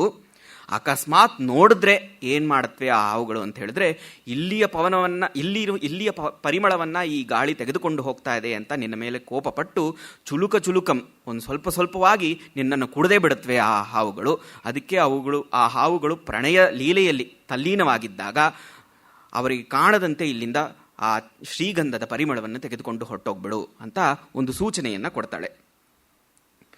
ಆಮೇಲೆ ಎಲ್ಲಿ ಹೋಗಬೇಕು ಅಂತ ಹೇಳಿದ್ರೆ ಉರಗಪುರಕ್ಕೆ ಹೋಗಬೇಕು. ಉರಗಪುರ ಅನ್ನೋದು ಉರಯೂರ್ ಅಂತ ತಮಿಳುನಾಡಿನಲ್ಲಿರುವಂತಹ ಒಂದು ಜಾಗ. ತಿರುಚನಾಪಳ್ಳಿ ಅಂತ ತಿರುಚನಾಪಳ್ಳಿಗೂ ಅದನ್ನು ಸಮೀಕರಿಸಿ ಹೇಳ್ತಾರೆ. ಆ ಉರಗಪುರದ ಒಂದು ಪ್ರಸ್ತಾವ ಕಾಳಿದಾಸನ ರಘುವಂಶದಲ್ಲಿಯೂ ಬರುತ್ತೆ. ಆ ಉರಗಪುರದಲ್ಲಿ ಎಲ್ಲಿಗೆ ಹೋಗಬೇಕು ಅಂತ ಹೇಳಿದ್ರೆ ಆ ಉರಗಪುರದ ಬಳಿಯೇ ರಾಮ ಕಟ್ಟಿದಂತಹ ಸೇತುವೆ ಇದೆ. ರಾಮೇಶ್ವರದ ಆ ಸೇತುವೆ ಇದೆ, ಸಮುದ್ರದ ಮೇಲೆ ಕಟ್ಟಿರುವಂತಹ ಸೇತುವೆ. ಕ್ರೀಡಾಶೈಲಂ ಭುಜಗನಗರಿ ಯೋಷಿತಾಂ ಕೌತುಕಂ ಚೇತ್ ಸೇತುಂ ಯಾಯ ಜಲಧಿಕರಿಣ ಶೃಂಖಲಾಧಾಮ ದೀರ್ಘಂ. ಆ ಸೇತುವೆ ಹೇಗಿದೆ ಅಂತ ಹೇಳಿದ್ರೆ ಅದು ಆಟವಾಡುವಂತಹ ಡಿಬ್ಬ. ಅಲ್ಲಿರುವಂತಹ ದ್ರವಿಡ ಹೆಂಗಸರಿಗೆ ಅದು ಆಟದ ಒಂದು ಶೈಲ ಆ ಸೇತುವೆ. ಸಮುದ್ರ ಅನ್ನೋದು ಒಂದು ಆನೆ ಆದರೆ, ಮದಿಸಿದ ಆನೆ ಆದರೆ ಆ ಆನೆಗೆ ಕಟ್ಟಿರುವಂತಹ ಸಂಕೋಲೆಯೇ ಈ ಸೇತುವೆ. ಜೊತೆಗೆ ಒಂದು ತುಂಬ ಸುಂದರವಾದಂತಹ ಒಂದು ಉತ್ಪ್ರೇಕ್ಷೆಯನ್ನು ಮಾಡ್ತಾನೆ. ಆ ಸೇತುವೆ ಏನು ಅಂತ ಹೇಳಿದ್ರೆ ಭಾತಿ ಸ್ನೇಹಾದ್ ಅವನಿತನಯ ಜೀವಿತಾಶ್ವಾಸ ಹೇತೋರ್ ಲಂಕಾದ್ವೀಪಂ ಪ್ರಹಿತ ಇವಯೋ ಬಾಹುರೇಕ ಪೃಥಿವ್ಯಾಹ. ಲಂಕೆಯಲ್ಲಿ ಸೀತೆ ಇದ್ದಾಳೆ. ಸೀತೆಯ ತಾಯಿ ಪೃಥಿವಿ ಏನು ಮಾಡಿದಾಳೆ ಅಂತ ಪೃಥಿವಿಗೆ ಮಗಳಿಗೆ ಸಾಂತ್ವನ ಹೇಳಬೇಕು ಅಂತ ಮನಸ್ಸಿಗೆ ತೋರಿದೆ. ಆವಾಗ ಅವಳು ಪೃಥ್ವಿ ಚಾಚಿದಂತಹ ಒಂದು ಬಾಹುವಿನಂತೆ ಇದೆ ಆ ಸೇತು ಅಂತ ಹೇಳಿದ್ರೆ ಮಗಳಿಗೆ ಒಂದಿಷ್ಟು ಸಾಂತ್ವನ ಹೇಳೋಣ, ಲಂಕೆಯಲ್ಲಿರುವಂತಹ ತನ್ನ ಮಗಳಿಗೆ ಸಾಂತ್ವನ ಹೇಳೋಣ ಅಂದ್ಬಿಟ್ಟು ಪೃಥ್ವಿಯೇ ಚಾಚಿರುವಂತಹ ತನ್ನ ಬಾಹುವಿನಂತೆ ಕಾಣಿಸ್ತಾ ಇದೆ ಆ ಸೇತುವೆ ಅಂತ ಒಂದು ಸುಂದರವಾದ ಉತ್ಪ್ರೇಕ್ಷೆಯನ್ನು ಮಾಡ್ತಾನೆ. ಅದಾದಮೇಲೆ ರಾಮೇಶ್ವರ ದೇವಾಲಯದಲ್ಲಿ ಶಿವನನ್ನು ನೋಡಬೇಕು. ಅಲ್ಲಿ ಶಿವನಿಗೆ ತಲೆಯಲ್ಲಿ ಚಂದ್ರನಿರುವುದಿಲ್ಲ. ಯಾಕಿರುವುದಿಲ್ಲ ಅನ್ನೋದಕ್ಕೆ ಒಂದು ಕವಿ ಒಂದು ಉತ್ಪ್ರೇಕ್ಷೆಯನ್ನು ಮಾಡ್ತಾನೆ. ಕೃದ್ಯದ್ಗೌರಿ ಕರಕಿಸಲಯ ಕೃಷ್ಣ ಚೂಡಾಸುಧಾಂಶು ಅಂತ. ಯಾವುದೋ ಒಂದು ಕಾರಣಕ್ಕೆ ಗೌರಿಗೂ ಶಿವನಿಗೂ ಮನಸ್ತಾಪವಾಗಿದೆ, ಅವರಿಗೆ ಪ್ರಣಯ ಕಲಹವಾಗಿದೆ. ಆ ಕೋಪದಲ್ಲಿ ಗೌರಿ ಏನು ಮಾಡಿದಾಳೆ, ಶಿವನ ಆ ಜಟಾಜೂಟವನ್ನು ಕೈಯಿಂದ ಎಳೆದಿದ್ದಾಳೆ. ಎಳೆದಾಗ ತಲೆಯಿಂದ ಚಂದ್ರ ಕೆಳಗೆ ಬಿದ್ದೋಗಿದೆ. ಆ ಕಾರಣಕ್ಕೆ ಅಲ್ಲಿರುವ ಶಿವನಿಗೆ ತಲೆಯಲ್ಲಿ ಚಂದ್ರನಿಲ್ಲ ಅಂತ ಕವಿ ಹೇಳ್ತಾನೆ. ಅದಾದಮೇಲೆ ಕಾಂಚೀಪುರಕ್ಕೆ ಹೋಗಬೇಕು. ಕಾಂಚೀಪುರಕ್ಕಂತೂ ನೀನು ಹೋದರೆ ಸುಲಭವಾಗಿ ನಿನ್ನನ್ನು ಅಲ್ಲಿರುವ ಹೆಂಗಸರು ಬಿಟ್ಟು ಕೊಡೋದಿಲ್ಲ. ನೀನು ಹೇಗೋ ತಪ್ಪಿಸ್ಕೊಂಡೇ ಬರಬೇಕಾಗತ್ತೆ, ಇಲ್ಲಾಂದರೆ you can't escape easily from Kanchipuram ಅಂತ ಹೇಳ್ತಾನೆ. ಯಾಕೆ ಅಂತ ಹೇಳಿದ್ರೆ, ಮನ್ಯೇ ಮೋಕ್ಷ ಕಠಿಣ ಸುರತಾಯಾಸ ಲಬ್ಧಸ್ಯ ತೂರ್ಣಂ ದುಷ್ಪ್ರಾಪಸ್ತೆ ಪವನ ಭವಿತ ಚೋಲ ಸೀಮಂತಿನೀಭ್ಯ. ಅಲ್ಲಿರುವ ಚೋಲ ದೇಶದ ಹೆಂಗಸರು ನಿನ್ನನ್ನು ಅಷ್ಟು ಬೇಗ ಕಳಿಸ್ಕೊಡಲ್ಲ. ಯಾಕಂದರೆ ಆವಕ್ತಾನೆ ಅವರ ಪ್ರಣಯ ಕೇಲಿಯ ಕಾರಣ ಅವರು ಸುಸ್ತಾಗ್ಬಿಟ್ಟಿರ್ತಾರೆ, ಬಳಲಿರ್ತಾರೆ. ಅವರ ಮೇಲೆ ನೀನು ಹಾಯ್ದಾಗ ಅವ್ರಿಗೆ ಆಗುವಂತಹ ಸಂತೋಷದ ಕಾರಣ ನಿನ್ನನ್ನು ಬೇಗ ಬಿಟ್ಕೊಡೋದಿಲ್ಲ. ಸೊ ನೀನು ಅವ್ರನ್ನ ತಪ್ಪಿಸ್ಕೊಂಡು ಹೇಗಾದರೂ ಹೊರಗೆ ಬಂದ್ಬಿಡು ಕಾಂಚಿಯಿಂದ ಅಂತ ಹೇಳ್ತಾನೆ. ಕೇವಾ ತಾಸಾಂ ಅಲಕ ರಚನಾ ಲೀನ ನೀಲೀಸನಾಥೆ ಗಂಡಾಭೋಗೆ ಮಲಯಜ ಪಯ ಪಿಚ್ಚಲೇನ ಸ್ಖಲಂತಿ. ಜೊತೆಗೆ ನೀನು ಆ ಚೋಳ ಸೀಮಂತಿನೇರ ಅಂದರೆ ಚೋಳ ಹೆಂಗಸರ ಬಳಿ ಹೋದರೆ ಜಾರ್ ಬೀಳ್ತೀಯಾ ಅನ್ನೋದರಲ್ಲಿ ಸಂಶಯವೇ ಇಲ್ಲ. ಯಾಕೆ ನೀನು ಜಾರ್ ಬೀಳ್ತೀಯಾ ಅಂತ ಹೇಳಿದ್ರೆ, ಇಲ್ಲಿ ಒಂದು ಕಲ್ಚರಲಿ ಇಂಪಾರ್ಟೆಂಟ್ ಆದಂತಹ ಒಂದು ವಿಷಯವನ್ನು ಹೇಳ್ತಾನೆ. ಅಲ್ಲಿರುವ ಹೆಂಗಸರು ತಲೆಗೆ ಹೇರಡೈಯನ್ನು ಹಾಕೊಳ್ತಾ ಇರ್ತಾರೆ. ನೀಲಿ ಇಂಡಿಗೋ ಅದನ್ನು ಹೇರ್ ಡೈಗೆ ಬಳಸ್ತಾ ಇದ್ದಾಗ ಏನಾಗುತ್ತೆ, ನಾವು ಸಾಮಾನ್ಯವಾಗಿ ನೋಡುವಾಗ ದಿನಚರಿ ನೋಡುವಾಗ ಏನು ನಾವು ನೋಡ್ತೀವಿ, ಈ ಥರ ಹೇರ್ ಡೈಯನ್ನು ಹಾಕೊಂಡಿರುವಾಗ ಅಲ್ಲಿಂದ ಕೆಲವೊಂದು ಬಿಂದುಗಳು ಕೆನ್ನೆಯ ಮೇಲೆ ಮುಖದ ಮೇಲೆಲ್ಲ ತೊಟ್ಟಿಕ್ಕತ್ವೆ. ಅಲ್ಲಿರುವ ಚೋಳ ಸೀಮಂತಿನಿಯರು, ಚೋಳ ಹೆಂಗಸರು ಕೂಡ ತಲೆಗೆ ನೀಲಿಯನ್ನು ಹಚ್ಕೊಂಡಾಗ ಅದರಿಂದ ಒಂದಿಷ್ಟು ಬಿಂದುಗಳು ಅವರ ಕೆನ್ನೆಯ ಮೇಲೆ ತೊಟ್ಟಿಕ್ಕಿರತ್ವೆ. ಆ ಕಾರಣದಿಂದ ಅವ ಕೆನ್ನೆಗಳು ಸ್ವಲ್ಪ ಸ್ಮೂತ್ ಆಗಿಬಿಟ್ಟಿರತ್ವೆ, ಒದ್ದೆ ಆಗಿಬಿಟ್ಟಿರತ್ವೆ. ಸೊ ನೀವು ಅವರ ಬಳಿ ಹೋದರೆ ಅವರ ಕೆನ್ನೆಯ ಮೇಲೆ ಕೆನ್ನೆಯ ಮೇಲೆ ಜಾರಿ ಬಿದ್ದೇ ಬೀಳ್ತೀಯಾ, ಅದಕ್ಕೆ ಅವ್ರ ಬಳಿ ಹೋಗಲೇಬೇಡ ಚೋಳ ಸೀಮಂತಿನಿಯರ ಹತ್ರ ಅಂತ ಹೇಳ್ತಾನೆ. ನಂತರ ಕಾವೇರಿಯ ವರ್ಣನೆ ಬರುತ್ತೆ. ಕಾವೇರಿಯ ವರ್ಣನೆ ಹೇಳ್ತಾ ಒಂದು ತುಂಬ ಸುಂದರವಾದ 3 ಉಪಮೆ ಅನ್ನೋದಕ್ಕಿಂತ ಅತಿಶಯೋಕ್ತಿಗಳನ್ನು ಮಾಡ್ತಾನೆ. ಆ ಕಾವೇರಿ ನೀರು ಹೇಗಿದೆ ಅಂತ ಹೇಳಿದ್ರೆ, ಅದರ ಸ್ಪರ್ಶ ತುಂಬ ಸುಖಕರವಾದದ್ದು. ಆ ನೀರು ತುಂಬ ಸ್ವಚ್ಛವಾಗಿದೆ ಮತ್ತು ನೀರು ತುಂಬ ಹಗುರವೂ ಆಗಿದೆ, ಲಘುವಾಗೂ ಆಗಿದೆ. ಹೇಗೆ ಅಂತ ಹೇಳ್ತಾನೆ, ಕಾಂತಾಶ್ಲೇಷಾದಪಿ ಖಲು ಸುಖಸ್ಪರ್ಶಂ. ಪ್ರಿಯನ ಆಲಿಂಗನಕ್ಕಿಂತ ಅದರ ಸ್ಪರ್ಶ ತುಂಬ ಸುಖವಾದದ್ದು. ಎಷ್ಟು ಸ್ವಚ್ಛವಾಗಿದೆ ಆ ನೀರು ಅಂತ ಹೇಳಿದ್ರೆ, ಇಂದುತ್ವಿಷೋಪಿ ಸ್ವಚ್ಛಂ, ಚಂದ್ರನ ಕಿರಣಗಳಿಗಿಂತ ಆ ನೀರು ನಿರ್ಮಲವಾದದ್ದು. ಮತ್ತು 3ನೆಯ ಒಂದು ಅತಿಶಯೋಕ್ತಿ ತುಂಬ ಚೆನ್ನಾಗಿದೆ. ಭಿಕ್ಷಾಪ್ರವಣ ಮನಸೋಪಿ ಅಂಬು ಯಸ್ಯಾಹ ಲಗೀಯ. ಆ ನೀರು ಎಷ್ಟು ಲಘುವಾಗಿದೆ, ಎಷ್ಟು ಹಗುರವಾಗಿದೆ ಅಂತ ಹೇಳಿದ್ರೆ, ಭಿಕ್ಷೆಯನ್ನು ಬೇಡುವವನ ಮನಸ್ಸಿಗಿಂತ ಹಗುರವಾಗಿದೆ ಆ ನೀರು ಅಂತ ಹೇಳ್ತಾನೆ. ನಂತರ ತುಂಬ ಸುಂದರವಾದ ಒಂದು ಸಮಾಸೋಕ್ತಿ ಬಂದಿದೆ. ಸಮಾಸೋಕ್ತಿ ಅಂತ ಹೇಳಿದ್ರೆ, ಇಲ್ಲಿ ಸಮುದ್ರನನ್ನು ಒಂದು ನಾಯಕ ಅಂತ ಮಾಡಿಕೊಂಡು ಆ ನಾಯಕನಿಗೆ ಆ ನದಿಗಳೆಲ್ಲವೂ ಆ ನಾಯಕನ ನಾಯಿಕೆಯರು ಅಂತ ಮಾಡ್ಕೊಂಡಿದ್ದಾನೆ ಕಲ್ಪನೆಯನ್ನು. ಯಾ ಗಂಗೇವ ಪ್ರಕೃತಿ ಸುಭಗ ಜಾಯತೆ ಕೇರಳೀನಾಂ ಕೇಲಿಸ್ನಾನೆ ಮಲಯಜೈ ಪಾಂಡಿಮಾನಂ ದಧಾನ ಶಶ್ವದ್ಗೋತ್ರ ಸ್ಖಲನ ಜನಿತ ತ್ರಾಸಲೋಲಸ್ಯ ಸಿಂಧೋರ್ ಉದ್ವೀಚಿ ಭ್ರೂಶ್ ಚರಣಪತನ ಪ್ರೇಮವಾಚಾಂ ರಸಜ್ಞ. ಇಲ್ಲಿ ಗೋತ್ರಸ್ಖಲನ ಅನ್ನುವಂಥ ಒಂದು ವಿಷಯವನ್ನು ಬಳಸ್ಕೊಂಡಿದ್ದಾನೆ. ಗೋತ್ರಸ್ಖಲನ ಅಂತ ಹೇಳಿದ್ರೆ, ಒಬ್ಬ ನಾಯಕನಿಗೆ ಅನೇಕ ನಾಯಿಕೆಯರಿದ್ದಾಗ ಒಂದು ನಾಯಿಕೆಯನ್ನು ಇನ್ನೊಂದು ನಾಯಿಕೆಯ ಹೆಸರಿಂದ ಕರೆದು ಬಿಡುವಂಥದ್ದಕ್ಕೆ ಗೋತ್ರಸ್ಖಲನ ಅಂತ ಕರೀತಾರೆ. ಇವಳ ಹೆಸರನ್ನು ಹಿಡಿದು ಇನ್ನೊಬ್ಬಳನ್ನು ಕರೆದು ಬಿಡೋದಕ್ಕೆ ಗೋತ್ರಸ್ಖಲನ ಅಂತ ಕರೀತಾರೆ. ಸಮುದ್ರಕ್ಕೆ ಎಷ್ಟೋ ನಾಯಿಕೆಯರು ಉಂಟು. ಸಮುದ್ರ ಒಬ್ಬನೇ ನಾಯಕ, ಆದರೆ ನದಿಗಳೆಲ್ಲವೂ ಅವನ ನಾಯಿಕೆಯರು. ಅದು ಮೊದಲೇ ಒಂದು ಪ್ರಾಬ್ಲಮ್ ಇದೆ. ಇನ್ನೊಂದು ಪ್ರಾಬ್ಲಮ್ ಅದ್ರ ಮೇಲೊಂದು ಸೇರ್ಕೊಂಡ್ಬಿಟ್ಟಿದೆ. ಏನು ಅಂತ ಹೇಳಿದ್ರೆ, ಕಾವೇರಿ ಸ್ವಲ್ಪ ಕಪ್ಪು ಅಥವಾ ಸುವರ್ಣಾಪಗ ಅಂತ ಹೇಳ್ತಾರೆ, ಸ್ವಲ್ಪ ಬಂಗಾರದ ಛಾಯೆ ಇರುವಂಥ ನದಿ, ಪೊನ್ನಿ ಅಂತ ಕರೀತಾರೆ. ಈಗೇನಾಗ್ಬಿಟ್ಟಿದೆ ಅಂತ ಹೇಳಿದ್ರೆ, ಆ ಕಾವೇರಿಯಲ್ಲಿ ಕೇರಳೀಯರು ಸ್ನಾನ ಮಾಡುವ ಮೂಲಕ ಅವರ ದೇಹದಿಂದ ಉಜ್ಜಿ ನೀರಿಗೆ ಸೇರದಂತಹ ಶ್ರೀಗಂಧವು ಏನು ಮಾಡಿಬಿಟ್ಟಿದೆ, ಆ ನೀರನ್ನು ಬಿಳಿ ಮಾಡಿಬಿಟ್ಟಿದೆ. ಬಿಳಿ ಆಗಿರೋದ್ರಿಂದ ಏನಾಗಿದೆ, ಕಾವೇರಿಯ ರಿಯಲ್ ಕಲರ್ ಆ ಗೋಲ್ಡನ್ ಕಲರ್ ಹೊರಟೋಗಿ ಬಿಳಿಯಾಗಿರೋದ್ರಿಂದ ಅವಳು ಗಂಗೆ ಥರ ಕಾಣಿಸ್ತಾ ಇದ್ದಾಳೆ. ಗಂಗೆ ಥರ ಕಾಣಿಸೋದ್ರಿಂದ ಮೊದಲೇ ಅವನಿಗೆ ಎಷ್ಟೋ ಹೆಂಡತಿರು ಸಮುದ್ರಕ್ಕೆ, ಈಗ ಕಾವೇರಿ ಗಂಗೆ ಥರ ಕಾಣಿಸ್ತಾ ಇದ್ದಾಳೆ. ಆದ್ದರಿಂದ ಅವನು ಕಾವೇರಿ ಅವಳನ್ನು ಕೂಡಕ್ಕೆ ಬಂದಾಗ ಅವಳನ್ನು ಕಾವೇರಿಯನ್ನು ಹೋಗಿ ಗಂಗೆ ಅಂತ ಕರೆದು ಬಿಡ್ತಾನೆ. ಹೇಗಿದೆಯಾ ಗಂಗೆ ಅಂತ ಕರೆದು ಬಿಡ್ತಾನೆ. ಆವಾಗ ಇಲ್ಲಿ ಗೋತ್ರಸ್ಖಲನ ಅನ್ನೋದಕ್ಕೆ ಮತ್ತೊಂದು ಅರ್ಥ ಇದೆ, ಶ್ಲೇಷದಿಂದ ಒಂದು ಅರ್ಥ. ಗೋತ್ರಸ್ಖಲನ ಅಂದರೆ ಬೆಟ್ಟದ ಮೇಲಿಂದ ಜಾರುವಂಥದ್ದು. ಸಮುದ್ರ ಬೆಟ್ಟದ ಮೇಲಿಂದ ಜಾರ್ತಾನೆ ಇರುತ್ತೆ, ಆವಾಗ ಅದರ ಅಲೆಗಳು ಜಾರ್ತಾನೆ ಇರುತ್ತವೆ. ಸೊ ಅದು ಗೋತ್ರಸ್ಖಲನ ಹೇಗಿದ್ರು ಮಾಡ್ತಾನೆ ಇರುತ್ತೆ.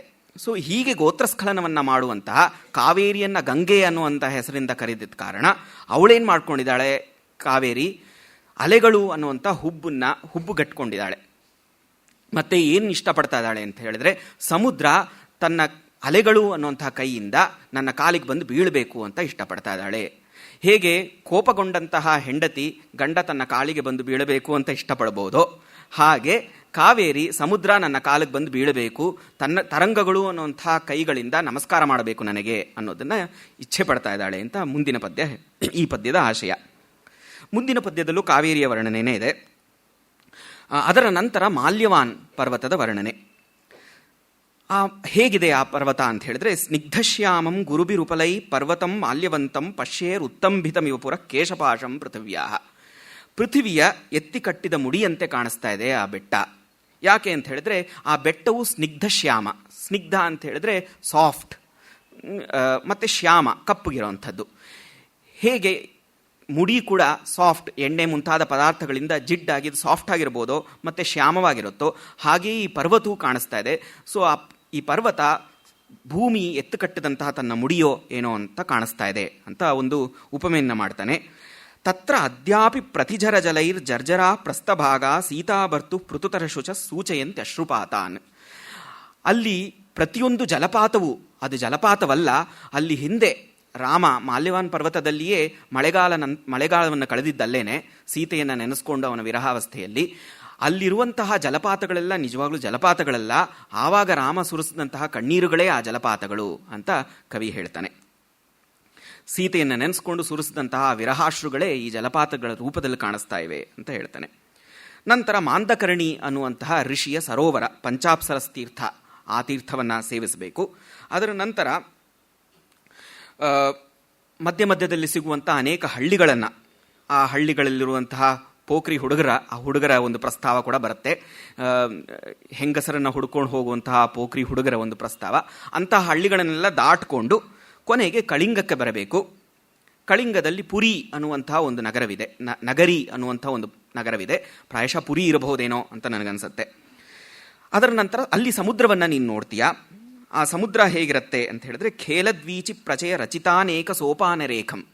ಆ ತರಂಗಗಳು ಹೇಗೆ ಕಾಣಿಸ್ತಾ ಇವೆ ಅಂತ ಹೇಳಿದ್ರೆ, ಆ ಸಮುದ್ರ ಕಟ್ಟಿದಂತಹ ಮೆಟ್ಟಿಲುಗಳ ಸಾಲೋ ಏನೋ ಎಂಬಂತೆ ಕಾಣಿಸ್ತಾ ಇವೆ ಅಂತ ಒಂದು ವರ್ಣನೆ ಬರುತ್ತೆ. ತೀರಂ ಯಾಯ ಫಲಬರ ನಮತ್ ಪೂಗಮಾಲಂ ಪಯೋದೇಹೆ. ಅಡಿಕೆ ಭಾರದಿಂದ ಬಗ್ಗೋಗಿರುವಂತಹ ಮರಗಳು ಇರುವಂತಹ ಆ ಸಮುದ್ರದ ತೀರಕ್ಕೆ ನೀನು ಹೋಗಬೇಕು ಅಂತ ಹೇಳ್ತಾನೆ. ನಂತರ ವಿಂಧ್ಯ ಪರ್ವತದ ಪಾದಕ್ಕೆ, ವಿಂಧ್ಯ ಪರ್ವತದ ತಪ್ಪಲಿಗೆ ಹೋಗಬೇಕು. ಅದರ ನಂತರ ಅಲ್ಲಿಯೇ ನರ್ಮದಾ ನದಿಯನ್ನು ಸೇವಿಸಬೇಕು. ಅದಾದ ಮೇಲೆ ಯಯಾತಿ ನಗರಕ್ಕೆ ಹೋಗಬೇಕು. ಅದು ಈಗಿರುವಂತಹ ಗಂಜಾಂ ಡಿಸ್ಟ್ರಿಕ್ಟ್ನಲ್ಲಿ ಬರುವಂತಹ ಒಂದು ಒರಿಸ್ಸಾ ಆ ಪ್ರಾಂತ್ಯಕ್ಕೆ ಸೇರಿದಂತಹ ಒಂದು ಡಿಸ್ಟ್ರಿಕ್ಟ್. ಅದ್ರ ಜೊತೆಗೆ ಸಮೀಕರಿಸಬಹುದು. ಅಲ್ಲಿ ಮನೆಗಳು ಹೇಗಿರುತ್ತವೆ ಅಂತ ಹೇಳಿದ್ರೆ, ಅಲ್ಲಿ ಮನೆಗಳ ಬಾಲಿಕೆಯರು, ಆ ಮನೆಗಳ ಒಂದು ವಾತಾವರಣ ಹೇಗಿರುತ್ತೆ ಅಂತ ಹೇಳಿದ್ರೆ, ಗಾಢಾಶ್ಲಿಷ್ಟ ಕ್ರಮುಖತರವ ಪ್ರಾಂಗಣೇ ನಾಗವಲ್ಯೋ ಬಾಲಾಂ ಯತ್ರ ಪ್ರಿಯತಮ ಪರೀರಂಭಂ ಅಧ್ಯಾಪಯಂತಿ. ಅಲ್ಲಿ ಮನೆಯಲ್ಲಿ ಬೆಳೆದಿರುವಂತಹ ಅಡಿಕೆ ಮರಗಳು, ಆ ಅಡಿಕೆ ಮರಗಳನ್ನು ಸುತ್ತಿರುವಂತಹ ನಾಗವಲ್ಲಿ ವೀಳೆದೆಳೆಯ ಬಳ್ಳಿಗಳು ಹೇಗೆ ಕಾಣಿಸುತ್ತವೆ ಅಂತ ಹೇಳಿದ್ರೆ, ಅಲ್ಲಿರುವ ಆ ಮನೆಯಲ್ಲಿರುವ ಬಾಲಿಕೆಯರಿಗೆ, ಆ ಕನ್ಯೆಯರಿಗೆ ಪ್ರಿಯನನ್ನು ಹೀಗೆ ಆಲಂಗಿಸಿಕೊಳ್ಳಬೇಕು ಅನ್ನುವಂಥ ಒಂದು ಶಿಕ್ಷಣವನ್ನು ಕೊಡ್ತಾ ಇದೆಯೋ ಏನೋ, ಅಧ್ಯಾಪನವನ್ನು ಮಾಡ್ತಾ ಇದೆಯೋ ಏನೋ ಅನ್ನೋ ಥರ ಕಾಣಿಸುತ್ತೆ. ನಂತರ ಸುಹ್ಮಾ ಅನ್ನುವಂತಹ ದೇಶಕ್ಕೆ ಬರಬೇಕು, ಬಂಗಾಳಕ್ಕೆ ಸೇರಿದಂಥದ್ದು. ಅಲ್ಲಿರುವಂತಹ ಬ್ರಾಹ್ಮಣರ ಹೆಂಗಸರ ಒಂದು ಪ್ರಸ್ತಾವ ಬರುತ್ತೆ. ಶ್ರೋತ್ರ ಕ್ರೀಡಾ ಭರಣ ಪದವೀಂ ಭೂಮಿ ದೇವಾಂಗನಾನಾಂ ತಾಲೀಪತ್ರಂ ನವಶಶಿಕಲಾ ಕೋಮಲಂ ಯತ್ರ ಯಾತಿ. ಅಲ್ಲಿರುವ ಬ್ರಾಹ್ಮಣರ ಹೆಂಗಸರು ತಮ್ಮ ಕಿವಿಗೆ ತಾಳೆಗರಿಯ ಸುರುಳಿಯನ್ನು ಭೂಷಣವಾಗಿ ಮಾಡಿಕೊಂಡಿರ್ತಾರೆ. ಅಂತಹ ಈ ಸುಹ್ಮ ದೇಶಕ್ಕೆ ನೀನು ಹೋಗಬೇಕು. ಆ ಸುಹ್ಮ ದೇಶದಲ್ಲಿಯೇ ಮುರಾರಿಯ ದೇವಸ್ಥಾನ ಒಂದಿದೆ, ಕೃಷ್ಣನ ದೇವಸ್ಥಾನ ಒಂದಿದೆ. ಸೇನಾನ್ವಯ ತಿಲಕ ಅಂತ ಅನ್ಸ್ಕೊಂಡಂತಹ ಈ ಲಕ್ಷ್ಮಣ ಸೇನನೇ ಕಟ್ಟದಂತಹ ಈ ಒಂದು ದೇವಸ್ಥಾನವಿದೆ. ತಸ್ಮಿನ್ ಸೇನಾನ್ವಯ ನೃಪತಿನ ದೇವರಾಜ್ಯಾಭಿಷಿಕ್ತೋ ದೇವ ಸುಹ್ಮೇ ವಸತಿ ಕಮಲಾ ಕೇಲಿಕಾರೋ ಮುರಾರಿಹಿ. ಮುರಾರಿ ಎಂಥವನು ಅಂತ ಹೇಳಿದರೆ ಕಮಲಾ ಕೇಲಿಕಾರ ಅನ್ನುವಂತಹ ಸುಂದರವಾದ ಪದಪ್ರಯೋಗವನ್ನು ಮಾಡಿದ್ದಾನೆ. ಕಮಲೆಗೆ ಅಂದರೆ ಲಕ್ಷ್ಮಿಗೆ ಆಟವಾಡುವುದನ್ನು ತಿಳಿಸಿಕೊಡುವಂತಹ, ಅವಳ ಆಟಗಳಲ್ಲಿ ತನ್ನನ್ನೇ ಮೈಮರೆಯುವಂತಹ ಮುರಾರಿಯ ದೇವಸ್ಥಾನವಲ್ಲಿದೆ. ಆ ದೇವಸ್ಥಾನದಲ್ಲಿ ದೇವನನ್ನು ಅರ್ಚನೆ ಮಾಡೋದಕ್ಕೆ, ಸೇವೆ ಮಾಡೋದಕ್ಕೆ ಅಲ್ಲಿಯ ದೇವದಾಸಿಯರು ಬರ್ತಾ ಇರ್ತಾರೆ. ಪಾಣೌ ಲೀಲಾ ಕಮಲ ಮಸಕೃದ್ ಯತ್ಸಮೀಪೇ ವಹಂತ್ಯೋ ಲಕ್ಷ್ಮೀ ಶಂಕಾಂ ಪ್ರಕೃತಿ ಸುಭಾಃ ಕುರ್ವತೆ ವಾರರಾಮ. ಆ ದೇವದಾಸಿಯರು ಹೇಗೆ ಕಾಣಿಸ್ತಾ ಇರ್ತಾರೆ ಅಂತ ಹೇಳಿದ್ರೆ, ಆ ದೇವದಾಸಿಯರು ತಮ್ಮ ಕೈಯಲ್ಲಿ ಆಟದ ಒಂದು ತಾವರೆಯನ್ನು ಇಟ್ಕೊಂಡಿರ್ತಾರೆ, ಲೀಲಾಕಮಲವನ್ನು ಇಟ್ಕೊಂಡಿರ್ತಾರೆ. ಆ ಲೀಲಾಕಮಲವನ್ನು ಇಟ್ಕೊಂಡು ಅವರು ಆ ಮುರಾರಿಯ ಬಳಿ ಹೋಗ್ತಾ ಇದ್ರೆ ನೋಡುವ ಜನರಿಗೆ ಅನಿಸುತ್ತೆ, ಇದು ಸಾಕ್ಷಾತ್ ಲಕ್ಷ್ಮಿಯೇ ಮುರಾರಿಯ ಸೇವೆ ಮಾಡೋದಕ್ಕೆ ಬಂದಿದ್ದಾಳೋ ಏನೋ ಅನ್ನೋ ಥರ ಅನಿಸುತ್ತೆ. ಅಲ್ಲಿರುವ ಆ ದೇವದಾಸಿಯರು ಲಕ್ಷ್ಮಿಯಂತೆ ಸುಂದರವಾಗಿದ್ದಾರೆ ಅಂತ ಕವಿ ವರ್ಣಿಸ್ತಾನೆ. ಅನಂತರ ಶಿವನ ದೇವಸ್ಥಾನ, ಸೂರ್ಯನ ದೇವಸ್ಥಾನ, ಅರ್ಧನಾರೀಶ್ವರ ದೇವಸ್ಥಾನ ಇವುಗಳ ಪ್ರಸ್ತಾವ ಬರುತ್ತೆ. ಬಲ್ಲಾಲ ಸೇನ ಅವನು ನಿರ್ಮಿಸಿದಂತಹ ಒಂದು ಸೇತುವೆ, ಅದರ ಒಂದು ಪ್ರಸ್ತಾವ ಬರುತ್ತೆ.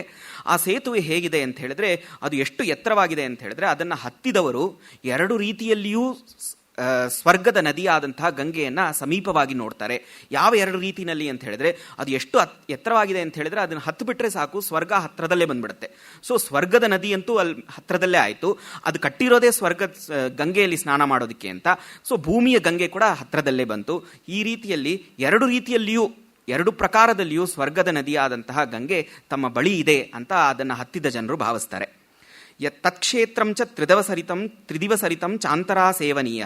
ಸುಹ್ಮದೇಶ ಹಾಗೂ ಗಂಗೆಯ ಮಧ್ಯದಲ್ಲಿರುವಂತಹ ಈ ಒಂದು ಸೇತುವೆಯನ್ನು ನೀನು ಸೇವಿಸಬೇಕು. ಶ್ರೀಬಲ್ಲಾಲ ಕ್ಷಿತಿಪತಿ ಯಶೋ ಬಾಂಧವ ಸೇತು ಬಂಧ ಆರೂಢಾನಾಂ ತ್ರಿದಿವತಟಿನಿ ಸ್ನಾನಹೇತೋ ಜನಾನಾಂ ಯತ್ರ ದ್ವೇಧಾಪಿ. ಎರಡು ರೀತಿಯಲ್ಲಿಯೂ ಅಮರತಟಿನಿ ಸನ್ನಿಕೃಷ್ಟ ವಿಭಾತಿ. ಎರಡು ರೀತಿಯಲ್ಲಿಯೂ ಆ ಗಂಗೆ ಹತ್ತಿರ ಇದೆ ಅಂತ ಅವ್ರಿಗೆ ತೋರುತ್ತೆ. ನಂತರ ತುಂಬ ಸುಂದರವಾದ ಒಂದು ಪದ್ಯ, ತ್ರಿವೇಣಿ ಸಂಗಮದ ಒಂದು ಪದ್ಯ. ಇದು ಹುಗ್ಲಿಯಲ್ಲಿರುವಂತಹ ತ್ರಿವೇಣಿ ಸಂಗಮದ ಪದ್ಯ. ಅಲ್ಲಿ ಗಂಗೆಯನ್ನು ಬಿಟ್ಟು ಹೊರಗೆ ಬರುತ್ತಿರುವಂತಹ ಯಮುನೆಯ ಪ್ರಸ್ತಾವ ಬರುತ್ತೆ. ಯಮುನೆ ಕಪ್ಪಾದ ನದಿ, ಗಂಗೆ ಬಿಳಿಯಾದಂಥ ನದಿ. ಇಲ್ಲಿ ಕವಿ ಏನು ಚಮತ್ಕಾರವನ್ನು ಮಾಡಿದ್ದಾನೆ ಅಂತ ಹೇಳಿದ್ರೆ, ಈ ಯಮುನೆ ಒಂದು ಹಾವಿದ್ದಂತೆ, ಹೆಣ್ಣು ಹಾವಿದ್ದಂತೆ, ಹೆಣ್ಣು ಹಾವು ತನ್ನ ಪೊರೆಯನ್ನು ಕಳಚಿಕೊಂಡು ಹೊರಗೆ ಬರ್ತಾ ಇದ್ದಾಳೋ ಏನೋ ಅನ್ನೋ ಥರ ಕಾಣಿಸುತ್ತೆ. ಗಂಗೆ ಆ ಹಾವಿನ ಪೊರೆ ಇದ್ದಂತೆ, ಆ ಪೊರೆಯನ್ನು ಕಳಚಿಕೊಂಡು ಯಮುನೆ ಅನ್ನುವಂತಹ ಹೆಣ್ಣಾವು ಹೊರಗಡೆ ಬರ್ತಾ ಇದೆ ಅಂತ ಒಂದು ಕಲ್ಪನೆಯನ್ನು ಮಾಡ್ತಾನೆ. ಸಂಸರ್ಪಂತೀಂ ಪ್ರಕೃತಿ ಕುಟಿಲಾಂ. ಮತ್ತು ಯಾಕೆ ಯಮುನೆ ಹಾವಿನ ಥರ ಇರಬೇಕು ಅಂತ ಹೇಳಿದ್ರೆ, ಎರಡಕ್ಕೂ ಸಮವಾದಂಥ ಕೆಲವೊಂದು ವಿಶೇಷಣಗಳನ್ನು ಹೇಳ್ತಾನೆ. ಹಾವು ಕೂಡ ಪ್ರಕೃತಿ ಕುಟಿಲ, ಅಂಕುಡೊಂಕಾಗೆ ಚಲಿಸುವಂಥದ್ದು. ನದಿ ಕೂಡ ಅಂಕುಡೊಂಕಾಗೆ ಚಲಿಸುವಂಥದ್ದು. ದರ್ಶಿತ ಆವರ್ತ ಚಕ್ರಾಮ್. ನದಿಯಲ್ಲಿ ಸುಳಿಗಳಿರುತ್ತವೆ, ಮತ್ತು ಹಾವಿನ ತಲೆಯಲ್ಲಿ ಒಂದು ಮಂಡಲಾಕಾರದ ಒಂದು ಚಿಹ್ನೆ ಇರುತ್ತೆ. ಸೊ ಈ ಸುಳಿ ಆ ಹಾವಿಗೆ ಒಂದು ಚಿಹ್ನೆ ಇದ್ದಂತೆ. ಯಮುನೆಯೇ ಒಂದು ಹಾವಾಗಿದ್ದರೆ ಆ ಸುಳಿಗಳೇ ಆ ಹಾವಿನ ತಲೆಯಲ್ಲಿರುವಂತಹ ಚಿಹ್ನೆಗಳು. ಆ ಯಮುನೆ ಅನ್ನುವಂತಹ ಹಾವು ತ್ರಿದಿವಸರಿತೋ ನಿರ್ಗತಾಂ ಅಂಬುಗರ್ಭಾತ್. ಆ ಗಂಗೆಯ ಒಳಗಿಂದ ಹೊರಗೆ ಬರ್ತಾಳೆ. ಹೊರಗೆ ಬಂದಾಗ ಆ ಒಂದು ಯಮುನೆಯನ್ನು ನೋಡುವಾಗ ನೀನು ಭಯ ಪಡ್ಕೊಳ್ಬೇಡ, ಇದು ಹಾವು ಅಂತ ಭಯ ಪಡಬೇಡ. ಯಾಕೆ ಅಂತ ಹೇಳಿದ್ರೆ, ಸಾಮಾನ್ಯತಃ ಲೋಕದಲ್ಲಿ ಎಲ್ಲರೂ ಹಾವು ಕಂಡ್ರೆ ಭಯ ಪಟ್ಟೇ ಪಡ್ತಾರೆ, ನಿನ್ನಂಥವ್ನು ಭಯ ಪಡದೇ ಇರ್ತಾನಾ ಅಂತ ಹೇಳ್ತಾನೆ. ಯಾಕಂದರೆ ಗಾಳಿ ಹಾವು ಕುಡಿದು ಬಿಡುತ್ತೆ ಅಂತ ಮೊದಲೇ ಹೇಳಿದ್ದೆ. ಸೊ ಎಲ್ಲರೂ ಭಯ ಪಡುವಾಗ ನಿನಗೆ ಮತ್ತಷ್ಟು ಭಯ ಜಾಸ್ತಿ ಆಗೇ ಆಗುತ್ತೆ. ಆದರೆ ಇದು ಹಾವಲ್ಲ, ಇದು ಕೇವಲ ಯಮುನಾ ನದಿಯು ಗಂಗೆ ನದಿ ಒಳಗಿಂದ ಬರ್ತಾ ಇರೋದಷ್ಟೇನೆ. ಮಾ ನಿರ್ಮುಕ್ತಾಸಿತ ಫಣಿವಧೂ ಶಂಕಯ ಕಾತರೋ ಭೂರ್ ಭೀತಃ ಸರ್ವೋ ಭವತಿ ಭುಜಗಾತ್. ಸರ್ವೋ ಭೀತಃ ಭವತಿ, ಎಲ್ಲರಿಗೂ ಭಯ ಆಗತ್ತೆ. ಕಿಂಪುನಃ ಸ್ವಾದೃಶೋಯ, ನಿನ್ನಂಥವ್ನು ಭಯ ಪಡ್ಕೊಳ್ಳೋದಿಲ್ವಾ ಅಂತ ಕವಿ ಹೇಳ್ತಾನೆ. ನಂತರ ವಿಜಯಪುರದ ವರ್ಣನೆ ಬರುತ್ತೆ. ಅದನ್ನು ನಡಿಯಾ ಅನ್ನುವಂತಹ ಡಿಸ್ಟ್ರಿಕ್ಟ್ಗೆ ಸಮೀಕರಿಸಿದ್ದಾರೆ. ಅಲ್ಲೂ ಒಂದು ಸುಂದರವಾದ ಪದ್ಯ ಇದೆ. ಯತ್ ಸೌಧಾನಾಂ ಉಪರಿ. ಅಲ್ಲಿ ದೊಡ್ಡ ದೊಡ್ಡ ಮಹಲ್ಗಳಿವೆ. ಆ ಮಹಲ್ಗಳಲ್ಲಿ ಸ್ತಂಭಗಳ ಮೇಲೆ ಸಾಲಭಂಜಿಕೆಯರನ್ನು, ವಿಗ್ರಹಗಳನ್ನು ಕೆತ್ತಿದ್ದಾರೆ. ಅಲ್ಲಿರುವ ಹೆಂಗಸರು ಕೂಡ ಆ ಸಾಲಭಂಜಿಕೆಯಷ್ಟೇ ಸುಂದರವಾಗಿದ್ದಾರೆ. ಅವರನ್ನು ಕೆತ್ತಿದೆವೆಯೋ ಅನ್ನೋ ಥರ ಅನಿಸುತ್ತೆ. ಶಿಲ್ಪದಲ್ಲಿರುವಂತಹ ಸೌಂದರ್ಯ ಅವ್ರನ್ನಲ್ಲೂ ಕಾಣಿಸುತ್ತೆ. ಸೊ ಅವರಿಗೂ ಸಾಲಭಂಜಿಕೆಯರಿಗೂ ವ್ಯತ್ಯಾಸ ಗೊತ್ತಾಗೋದೇ ಇಲ್ಲ. ಕೆಲವೊಂದು ಸತಿ ಇದನ್ನು ಅಲ್ಲಿರುವಂತಹ ಮಹಿಳೆಯರು ತಮ್ಮ ಅಡ್ವಾಂಟೇಜ್ಗೆ ಬಳಸ್ಕೊಳ್ತಾರೆ. ಹೇಗೆ ಅಂತ ಹೇಳಿದ್ರೆ, ಕೆಲವೊಮ್ಮೆ ತಮ್ಮ ಪ್ರಣಯಿಗಳಿಗೆ, ತಮ್ಮ ಪ್ರಿಯತಮರಿಗೆ ಭ್ರಾಂತಿ ಉಂಟು ಮಾಡೋದಕ್ಕೆ ಏನು ಮಾಡಿಬಿಡ್ತಾರೆ, ಆ ಸಾಲಭಂಜಿಕೆ ಪಕ್ಕದಲ್ಲಿ ಹೋಗಿ ನಿಂತ್ಕೊಂಡಾಗ ಆ ಪ್ರಿಯತಮರಿಗೆ ಇದು ನಿಜವಾದ ಇದೊಂದು ಗೊಂಬೆಯೋ ಅಥವಾ ಜೀವಂತ ಪ್ರಾಣಿಯೋ ಅಂತ ಗೊತ್ತಾಗೋದಿಲ್ಲ, ಜೀವಂತ ಮನುಷ್ಯನೋ ಅಂತ ಗೊತ್ತಾಗೋದಿಲ್ಲ. ಆವಾಗ ಹೇಗೆ ಗೊತ್ತಾಗತ್ತೆ ಅಂತ ಹೇಳಿದ್ರೆ, ಕೇವಲ ಸ್ಪರ್ಶದಿಂದ ಅಷ್ಟೇ. ಈ ಸಾಲಭಂಜಿಕೆಯನ್ನು ಮುಟ್ಟಿದಾಗ ರೋಮಾಂಚವಾಗೋದಿಲ್ಲ, ಹೆಂಗಸರನ್ನು ಮುಟ್ಟದಾಗ ಮಾತ್ರ ರೋಮಾಂಚವಾಗತ್ತೆ. ಇದರಿಂದಷ್ಟೇ ಅವರ ಇಬ್ಬರಲ್ಲಿರುವಂಥ ಭೇದವನ್ನು ಕಂಡುಹಿಡಿಯಬಹುದು ಅಂತ ಕವಿ ಹೇಳ್ತಾನೆ. ತ್ವಯ್ಯಾಸನ್ನೇ ಮನಸಿ ಯತ್ಸೌಧಾನಾಮುಪರಿ ವಲಭೀ ಸಾಲಭಂಜೀಷು ಲೀನಾ ಸುಸ್ನಿಗ್ಧಾಸು ಪ್ರಕೃತಿ ಮಧುರಾ ಕೇಲಿ ಕೌತೂಹಲೇನ ಉನ್ನೀಯಂತೆ ಕಥಮಪಿ ರಹ ಪಾಣಿಪಂಕೇರುಹಾಗ್ರ ಸ್ಪರ್ಶೋದ್ಗಚ್ಚತ್ ಪುಲಕಮುಕುಲ ಸುಭ್ರುವೋ ವಲ್ಲಭೇನ. ಅದರ ನಂತರ ಅಲ್ಲಿರುವಂತಹ ಉಯ್ಯಾಲೆಯಲ್ಲಿ ಆಟವಾಡುತ್ತಿರುವಂತಹ ಹೆಂಗಸರ ಪ್ರಸ್ತಾವ. ಅವ್ರು ಹೇಗಿದ್ದಾರೆ ಅಂತ ಹೇಳಿದ್ರೆ, ಆ ಉಯ್ಯಾಲೆ ಆಕಾಶದ ಕಡೆಗೆ ಮೇಲಿನ ಕಡೆಗೆ ಹೋಗುವಾಗ ಅದು ಹೇಗೆ ಕಾಣಿಸುತ್ತೆ ಅಂತ ಹೇಳಿದ್ರೆ, ಮನ್ಮಥ ಸ್ವರ್ಗದಲ್ಲಿರುವಂತಹ ಹೆಂಗಸರನ್ನ ಗೆಲ್ಲಬೇಕು ಅಂತ ತನ್ನ ಒಂದು ಪಡೆಯನ್ನೇ ನಿರ್ಮಾಣ ಮಾಡ್ತಾ, ತನ್ನ ಒಂದು ಸೇನೆಯನ್ನೇ ಹೆಂಗಸರ ಒಂದು ಸೇನೆಯನ್ನೇ ನಿರ್ಮಾಣ ಮಾಡ್ತಾ ಅವರೆಲ್ಲರನ್ನೂ ಆಕಾಶಕ್ಕೆ ಕಳಿಸ್ತಾ ಇದ್ದಾನೋ, ಸ್ವರ್ಗಕ್ಕೆ ಹೋಗಿ ನೀವು ಅಲ್ಲಿರುವಂತಹ ಅಪ್ಸರೆಯನ್ನ ನಿಮ್ಮ ಸೌಂದರ್ಯದಿಂದ ಗೆಲ್ಲಿ ಅಂತ ಹೇಳೋದಕ್ಕೆ ತನ್ನ ಒಂದು ಪಡೆಯನ್ನೇ ಕಳಿಸ್ತಾ ಇದ್ದಾನೋ ಆ ಕಡೆಗೆ ಅನ್ನೋ ಥರ ಕಾಣಿಸುತ್ತೆ. ತ್ವಯ್ಯಾಸನ್ನೇ ಮನಸಿ ಜಗುರೌ ಯತ್ರ ಸಾರಂಗನೇತ್ರ ಸಂದೃಶ್ಯಂತೆ ರಚಿತ ಚತುರೋದ್ಯಾನ ದೋಲಾವಿಲಾಸ ಅಭ್ಯಸ್ಯಂತ ಸರಭಸಮಿವ ವ್ಯೋಮಕಾಂತಾರಯಾನಂ ಕಂದರ್ಪಸ್ಯ ತ್ರಿದಿವ ಯುವತೀಂ ಜೇತುಕಾಮಸ್ಯ ಸೇನಾಹ. ಮನ್ಮಥನ ಸೇನೆಯಂತೆ ಕಾಣಿಸುತ್ತೆ ಈ ಹೆಂಗಸರ ಒಂದು ಸಮುದಾಯ. ನಂತರ ಲಕ್ಷ್ಮಣಸೇನನ ಭವನ, ಅವನ ಮಂದಿರ ಹೇಗಿದೆ ಅಂತ ಹೇಳಿದ್ರೆ, ಪುಂಜೀಭೂತಂ ಜಗದಿವತತ ಸಪ್ತಕಕ್ಷ್ಯಾನಿವೇಶೈ. ಅದಕ್ಕೆ 7 ಮಹಡಿಗಳಿವೆ. ಜಗತ್ತಿಗೂ, ಈ ವಿಶ್ವದಲ್ಲಿಯೂ ಕೂಡ 7 ಜಗತ್ತು, 7 ಜಗತ್ತುಗಳಿವೆ. ಪಾತಾಳಾದಿ, ಭೂರ್ಭುವಸ್ವಹ ಮುಂತಾದ ಜಗತ್ತುಗಳಿವೆ. ಈ ಭವನಕ್ಕೂ, ಈ ರಾಜನ ಈ ಮಹಲಿಗೂ ಹೀಗೆ 7 ಮಹಡಿಗಳಿರೋದ್ರಿಂದ, is this a smaller version of the world itself? ಜಗತ್ತಿನ ಒಂದು ಸ್ಮಾಲ್ ವರ್ಷನೇನಾ ಈ ರಾಜನ ಮನೆ ಅನ್ನೋ ಥರ ಅನ್ಸುತ್ತೆ. ಪುಂಜೀಭೂತಂ ಜಗದಿವ ತತ ಸಪ್ತಕಕ್ಷ್ಯಾನಿವೇಶೈ ರಮ್ಯಂ ಯಾಯಾ ಭವನಂ ಅವನೀ ಮಂಡಲಾಖಂಡಲಸ್ಯ ಯತ್ಸೌಧಾನಾಂ ಶಿಖರಿ ಸುಹೃದಾಂ ಮೂರ್ಧ್ನಿ ವಿಶ್ರಾಂತ ಮೇಘೆ. ಆ ಮನೆಯ ಒಂದು ಗೋಪುರ, ಆ ಮನೆಯ ಒಂದು ಶಿಖರ ಆಕಾಶದವರೆಗೂ ಆಕಾಶದಷ್ಟೇ ಎತ್ತರವಾಗಿದೆ.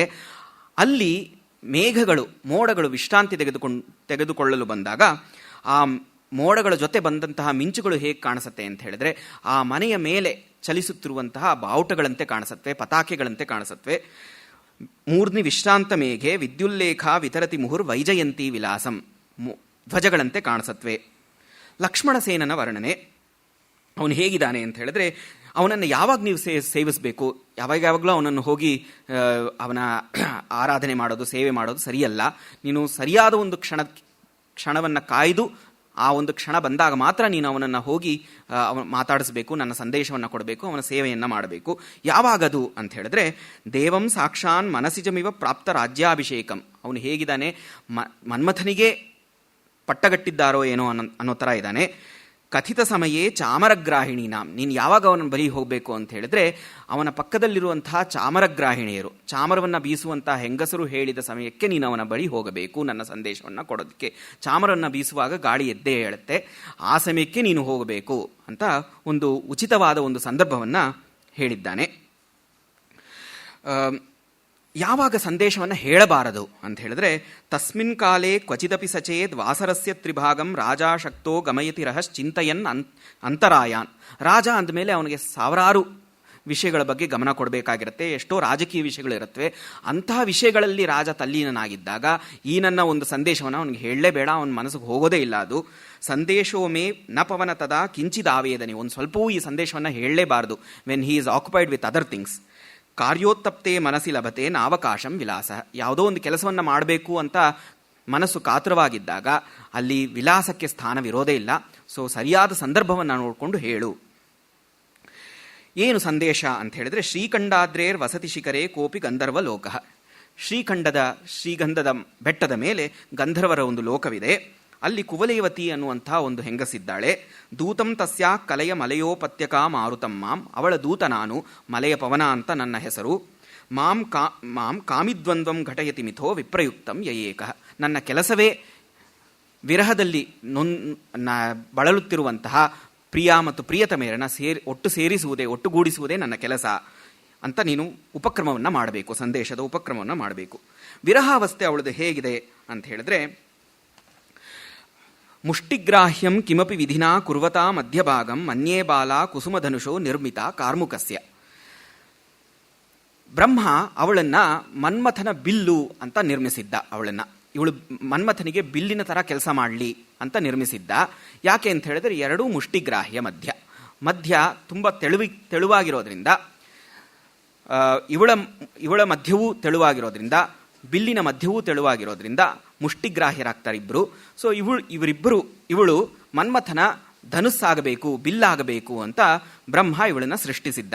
ಆದರೆ ಈಗ ಪರಿಸ್ಥಿತಿ ಏನಾಗ್ಬಿಟ್ಟಿದೆ ಅಂತ ಹೇಳಿದ್ರೆ, ರಾಜನ್ ಉಚ್ಚೈರ್ ವಿರಹಜನಿತ ಕ್ಷಾಮಭಾವಂ ವಹಂತಿ ಜಾತಾ ಸಂಪ್ರತ್ಯ ಸುತನು ಸೈವ ಮೌರ್ವೀಲತೇವ. ಅವಳನ್ನ ಧನುಸ್ಸು ಅಂತ ನಿರ್ಮಿಸಿದ್ದು ಬ್ರಹ್ಮ. ಈಗ ಅವಳು ಎಷ್ಟು ಸೊರಗಿ ಹೋಗಿದ್ದಾಳೆ ಅಂತ ಹೇಳಿದ್ರೆ, ಇವಾಗ ಅವಳು ಬಿಲ್ಲಿನ ತರ ಕಾಣಿಸ್ತಾ ಇಲ್ಲ, ಬಿಲ್ಲಿಗೆ ಕಟ್ಟಿದ ಹೆದೆಯಂತೆ ಕಾಣಿಸ್ತಾ ಇದ್ದಾಳೆ, ಅಷ್ಟು ಸೊರಗಿ ಹೋಗಿದ್ದಾಳೆ ಅವಳು ಅಂತ. ವಿರಹಾವಸ್ಥೆಯ ಮತ್ತೊಂದು ವರ್ಣನೆ. ಅಭ್ಯಸ್ಯಂತಿ ಸರಸಕುಸುಮ ಸ್ವಸ್ತರೋ ಪ್ರಾಂತಸುಪ್ತ ಶುಷ್ಯತ್ ಪಂಕ ಪ್ರಕರ ಶಪರಿ ಸಂಭ್ರಮೋದ್ವರ್ತನಾನಿ ಅನ್ನುವಂಥ ಒಂದು ಸುಂದರವಾದ ಫ್ರೇಸ್ ಅನ್ನು ಬಳಸಿದ್ದಾನೆ. ಅವಳು ಹೇಗೆ ಕಾಣಿಸ್ತಾ ಇದ್ದಾಳೆ ಅಂತ ಹೇಳಿದ್ರೆ, ಒಣಗಿದ ಮರಳಿನಲ್ಲಿ ಹೊರಳಾಡುತ್ತಿರುವ ಮೀನಿನಂತೆ ಕಾಣಿಸ್ತಾ ಇದ್ದಾಳೆ, ಹಾಗಾಗೂ ಇದೆ ಅವಳ ಸ್ಥಿತಿ ಅಂತ ಹೇಳ್ತಾನೆ. ಧಾರಾಬಾಷ್ಪಂ ನಯನ ನಲಿನಿ ನಾಲತಾ ಮಾನಯಂತಿ ಮನ್ಯೇ ಬಾಲ. ಅವಳ ಕಣ್ಣಿಂದ ಸುರಿಯುವಂತಹ ಆ ಅಶ್ರುಧಾರೆ ಹೇಗೆ ಕಾಣಿಸುತ್ತೆ ಅಂತ ಹೇಳಿದ್ರೆ, ಕಣ್ಣೇ ಒಂದು ತಾವರೆಯಾದರೆ ಆ ಅಶ್ರುಧಾರೆ ಆ ತಾವರೆಯ ನಾಳದಂತೆ ಕಾಣಿಸ್ತಾ ಇದೆ ಅಂತ ಹೇಳ್ತಾನೆ. ಈ ಒಂದು ವರ್ಣನೆಯನ್ನು ಜಯದೇವನಲ್ಲೂ ನೋಡ್ತೀವಿ ನಾವು. ಸಜಲ ಕಣಜಾಲಂ ನಯನ ಸಲಿಲಮಿವ ನಯನ ನಲಿನಮಿವ ವಿಗಲಿತನ ಆಲಂ ಅಂತ. ನಂತರ ವಿರಹಾವಸ್ಥೆಯಲ್ಲಿ ಇವಳ ಕಣ್ಣೀರು ಇವಳ ಮೇಲೆ ಏನೇನು ದೌರ್ಜನ್ಯವನ್ನು ಮಾಡ್ತಾ ಇದೆ ಅನ್ನೋದು ಒಂದು ವರ್ಣನೆ ಇದೆ. ಈ ಕಣ್ಣೀರೇ ಇನ್ನೊಂದು ನಾಯಕನ ಥರ ಆಗೋಗ್ಬಿಟ್ಟಿದೆ.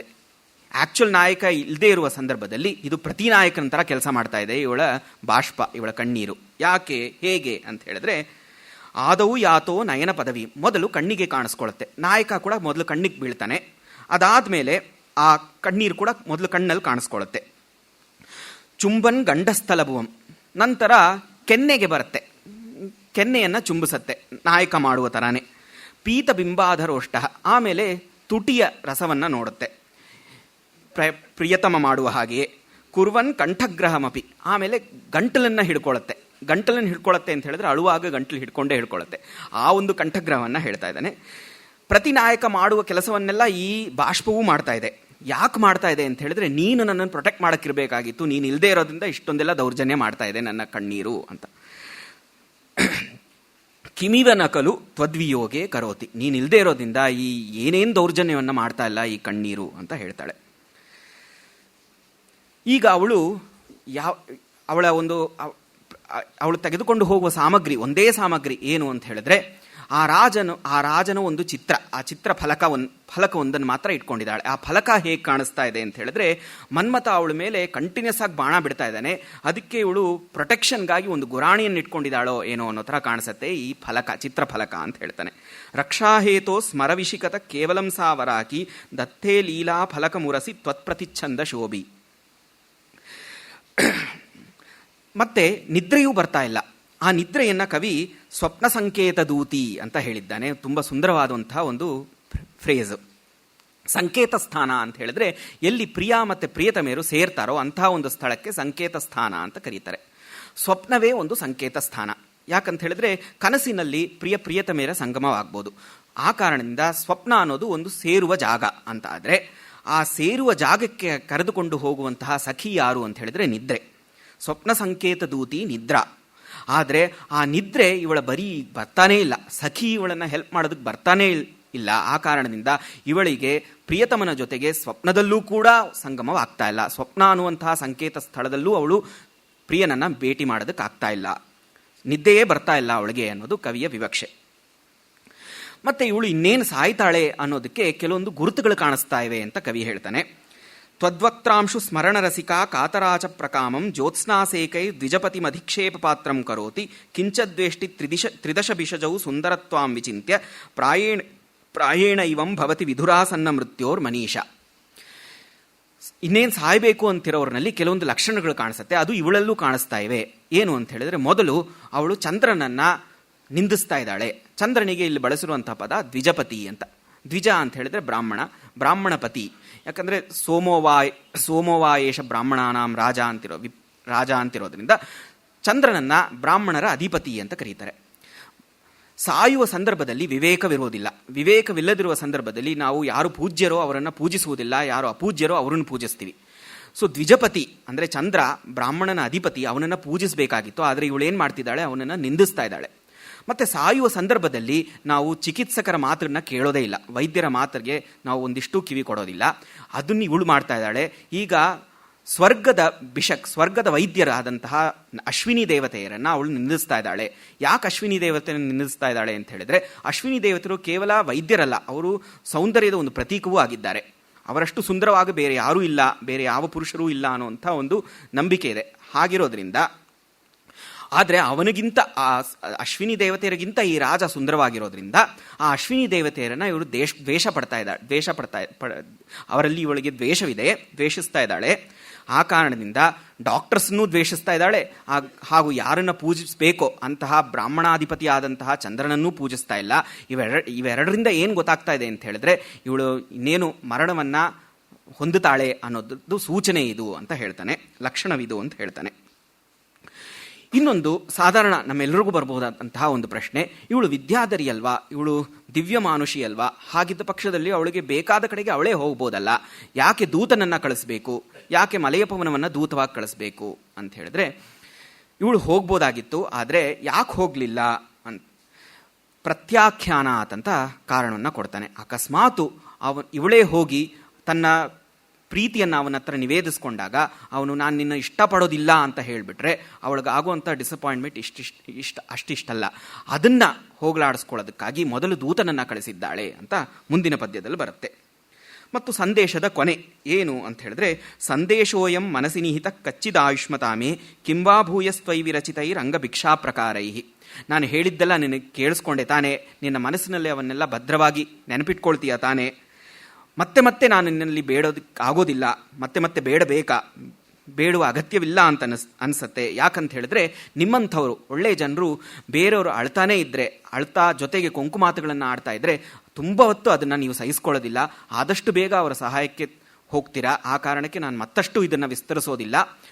ನಿನಗೆ ನನ್ನ ಸಂದೇಶ ಅರ್ಥವಾಯಿತು ಅಂತ ಅನ್ಸತ್ತೆ, ಇದನ್ನು ಹೋಗಿ ನೀನು ರಾಜನ ಬಳಿ ತಲುಪಿಸ್ತೀಯಾ ಅಂತ ಅನ್ಸತ್ತೆ ಅಂತ ಹೇಳಿ ಆ ಸಂದೇಶವನ್ನು ಕೊನೆಗೊಳಿಸ್ತಾಳೆ. ಅದರ ನಂತರ ಒಂದು 3-4 ಪದ್ಯಗಳಲ್ಲಿ ಕವಿ ತನ್ನ ಬಗ್ಗೆ ಹೇಳ್ಕೊಳ್ತಾನೆ. ದಂತಿವ್ಯೂಹಂ ಕನಕಲತಿಕಾಂ ಚಾಮರಂ ಹೈಮದಂಡಂ ಯೋ ಗೌಡೇಂದ್ರಾದ್ ಅಲಭತ ಕವಿಕ್ಷ್ಮಾಭೃತಾಂ ಚಕ್ರವರ್ತಿ ಶ್ರೀಧೋಯೀಕ ಸಕಲ ರಸಿಕ ಪ್ರೀತಿಹೇತೋರ್ಮನಸ್ವಿ ಕಾವ್ಯಂ ಸಾರಸ್ವತಮಿವ ಮಹಾಮಂತ್ರಮೇತಜ್ಜಗಾದ. ಈ ಕಾವ್ಯವನ್ನು ಏನಂತ ಹೇಳ್ಕೊಂಡಿದ್ದಾನೆ ಅಂತ ಹೇಳಿದ್ರೆ, ಇದು ಸಾರಸ್ವತ ಮಂತ್ರದಂತೆ ಅಂತ. ಸಾರಸ್ವತ ಮಂತ್ರ ಅಂತ ಹೇಳಿದ್ರೆ ಸರಸ್ವತಿಗೆ ಸಂಬಂಧಪಟ್ಟಂತಹ ಮಂತ್ರ. ಈ ಮಂತ್ರವನ್ನು ಜಪಿಸುವುದರಿಂದ ಪ್ರತಿಭೆ ಉಂಟಾಗತ್ತೆ, ಕವಿತ್ವ ಶಕ್ತಿ ಉಂಟಾಗತ್ತೆ.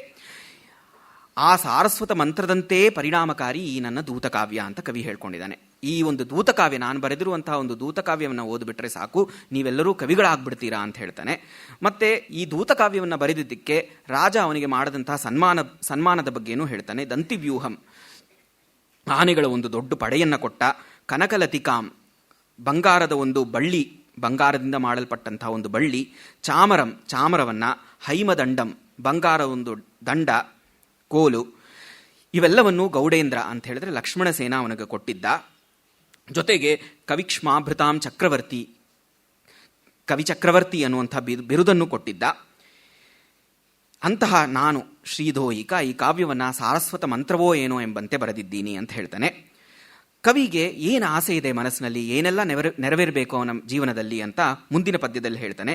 ಗೋಷ್ಠಿ ಬಂದ ಸಕಲ ಕವಿಬಿಹಿ, ಎಲ್ಲ ಒಳ್ಳೆಯ ಕವಿಗಳ ಜೊತೆಗೆ ಮತ್ತೆ ಮತ್ತೆ ಗೋಷ್ಠಿಗಳಾಗ್ತಾ ಇರಬೇಕು.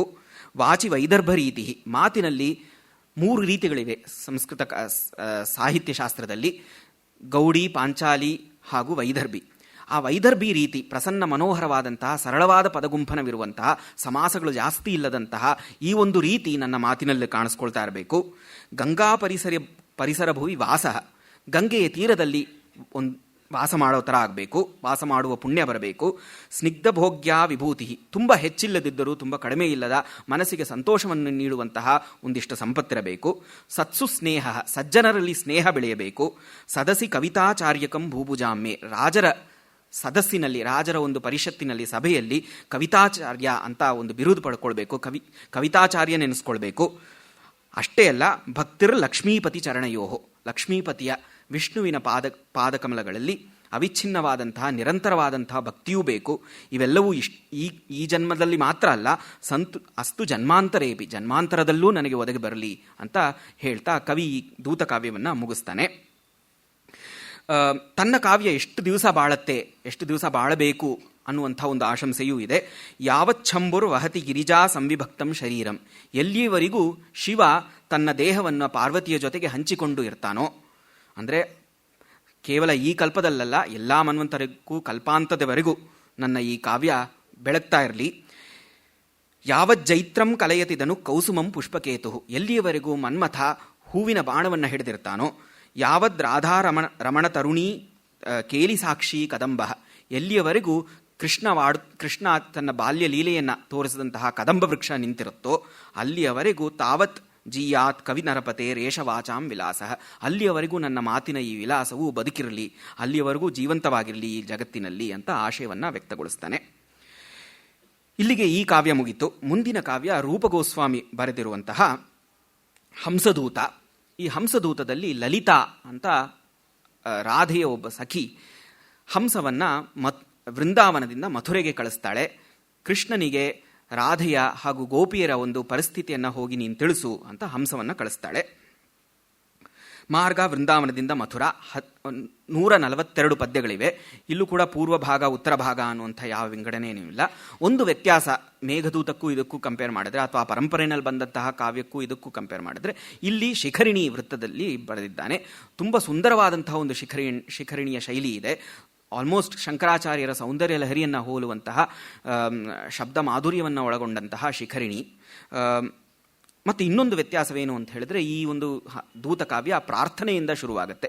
ಸಾಧಾರಣ ಯಾವ ದೂತಕಾವ್ಯವು ಪ್ರಾರ್ಥನೆಯಿಂದ ಶುರುವಾಗೋದಿಲ್ಲ, ಕಥೆಯಿಂದಲೇ ಶುರುವಾಗುತ್ತೆ. ಇಲ್ಲಿ ಒಂದು ಮಂಗಲಾಶಂಸೆ ಇದೆ, ಪ್ರಾರ್ಥನೆಯಿಂದ ಶುರುವಾಗುತ್ತೆ. ಸಾಧಾರಣವಾದಂಥ ಪ್ರಾರ್ಥನಾ ಪದ್ಯ ಅಷ್ಟೇ. ದುಕೂಲಂ ಬಿಭ್ರಾಣೋ ದಲಿತ ಹರಿತಾಲದ್ಯುತಿಹರಂ ಜವಾಪುಷ್ಪಶ್ರೇಣಿ ರುಚಿರುಚಿರ ಪಾದಾಂಬುಜತಲಃ ತಮಾಲಶ್ಯಾಮಾಂಗೋ ದರಹಸಿತ ಲೀಲಾಂಚಿತ ಮುಖ ಪರಾನಂದಾಭೋಗ ಸ್ಫುರತು ಹೃದಿಮೆ ಕೋಪಿ ಪುರುಷ. ನನ್ನ ಮನಸ್ಸಿನಲ್ಲಿ ಕೃಷ್ಣ ಯಾವಾಗಲೂ ಬೆಳಗ್ತಿರಲಿ.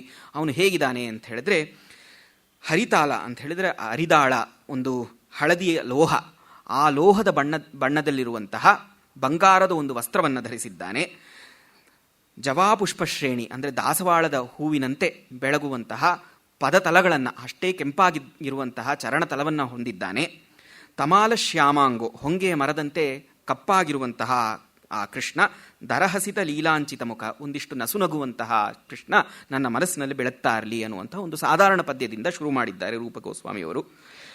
ಆಮೇಲೆ ಕಥೆ ಶುರುವಾಗತ್ತೆ. ಯದಾ ಯಾತೋ ಗೋಪಿ ಹೃದಯ ಮದನೋ ನಂದಸದನಾಥ್, ಯಾವಾಗ ಗೋಪಿಯರ ಹೃದಯಕ್ಕೆ ಮದನನಂತಿರುವಂತಹ ಮನ್ಮಥನಂತಿರುವಂತಹ ಕೃಷ್ಣ ನಂದಗೋಪನ ಮನೆಯನ್ನು ಬಿಟ್ಟು ಮಥುರೆಗೆ ಹೋದ್ನೋ. ಗಾಂಧಿನ್ಯಾಸ್ತನಯಂ ಅನುವಿಂದನ್, ಅಕ್ರೂರನನ್ನು ಹಿಂಬಾಲಿಸಿ ಒಡನೆ ಯಾವಾಗ ಮಥುರೆಗೆ ಹೋದನು.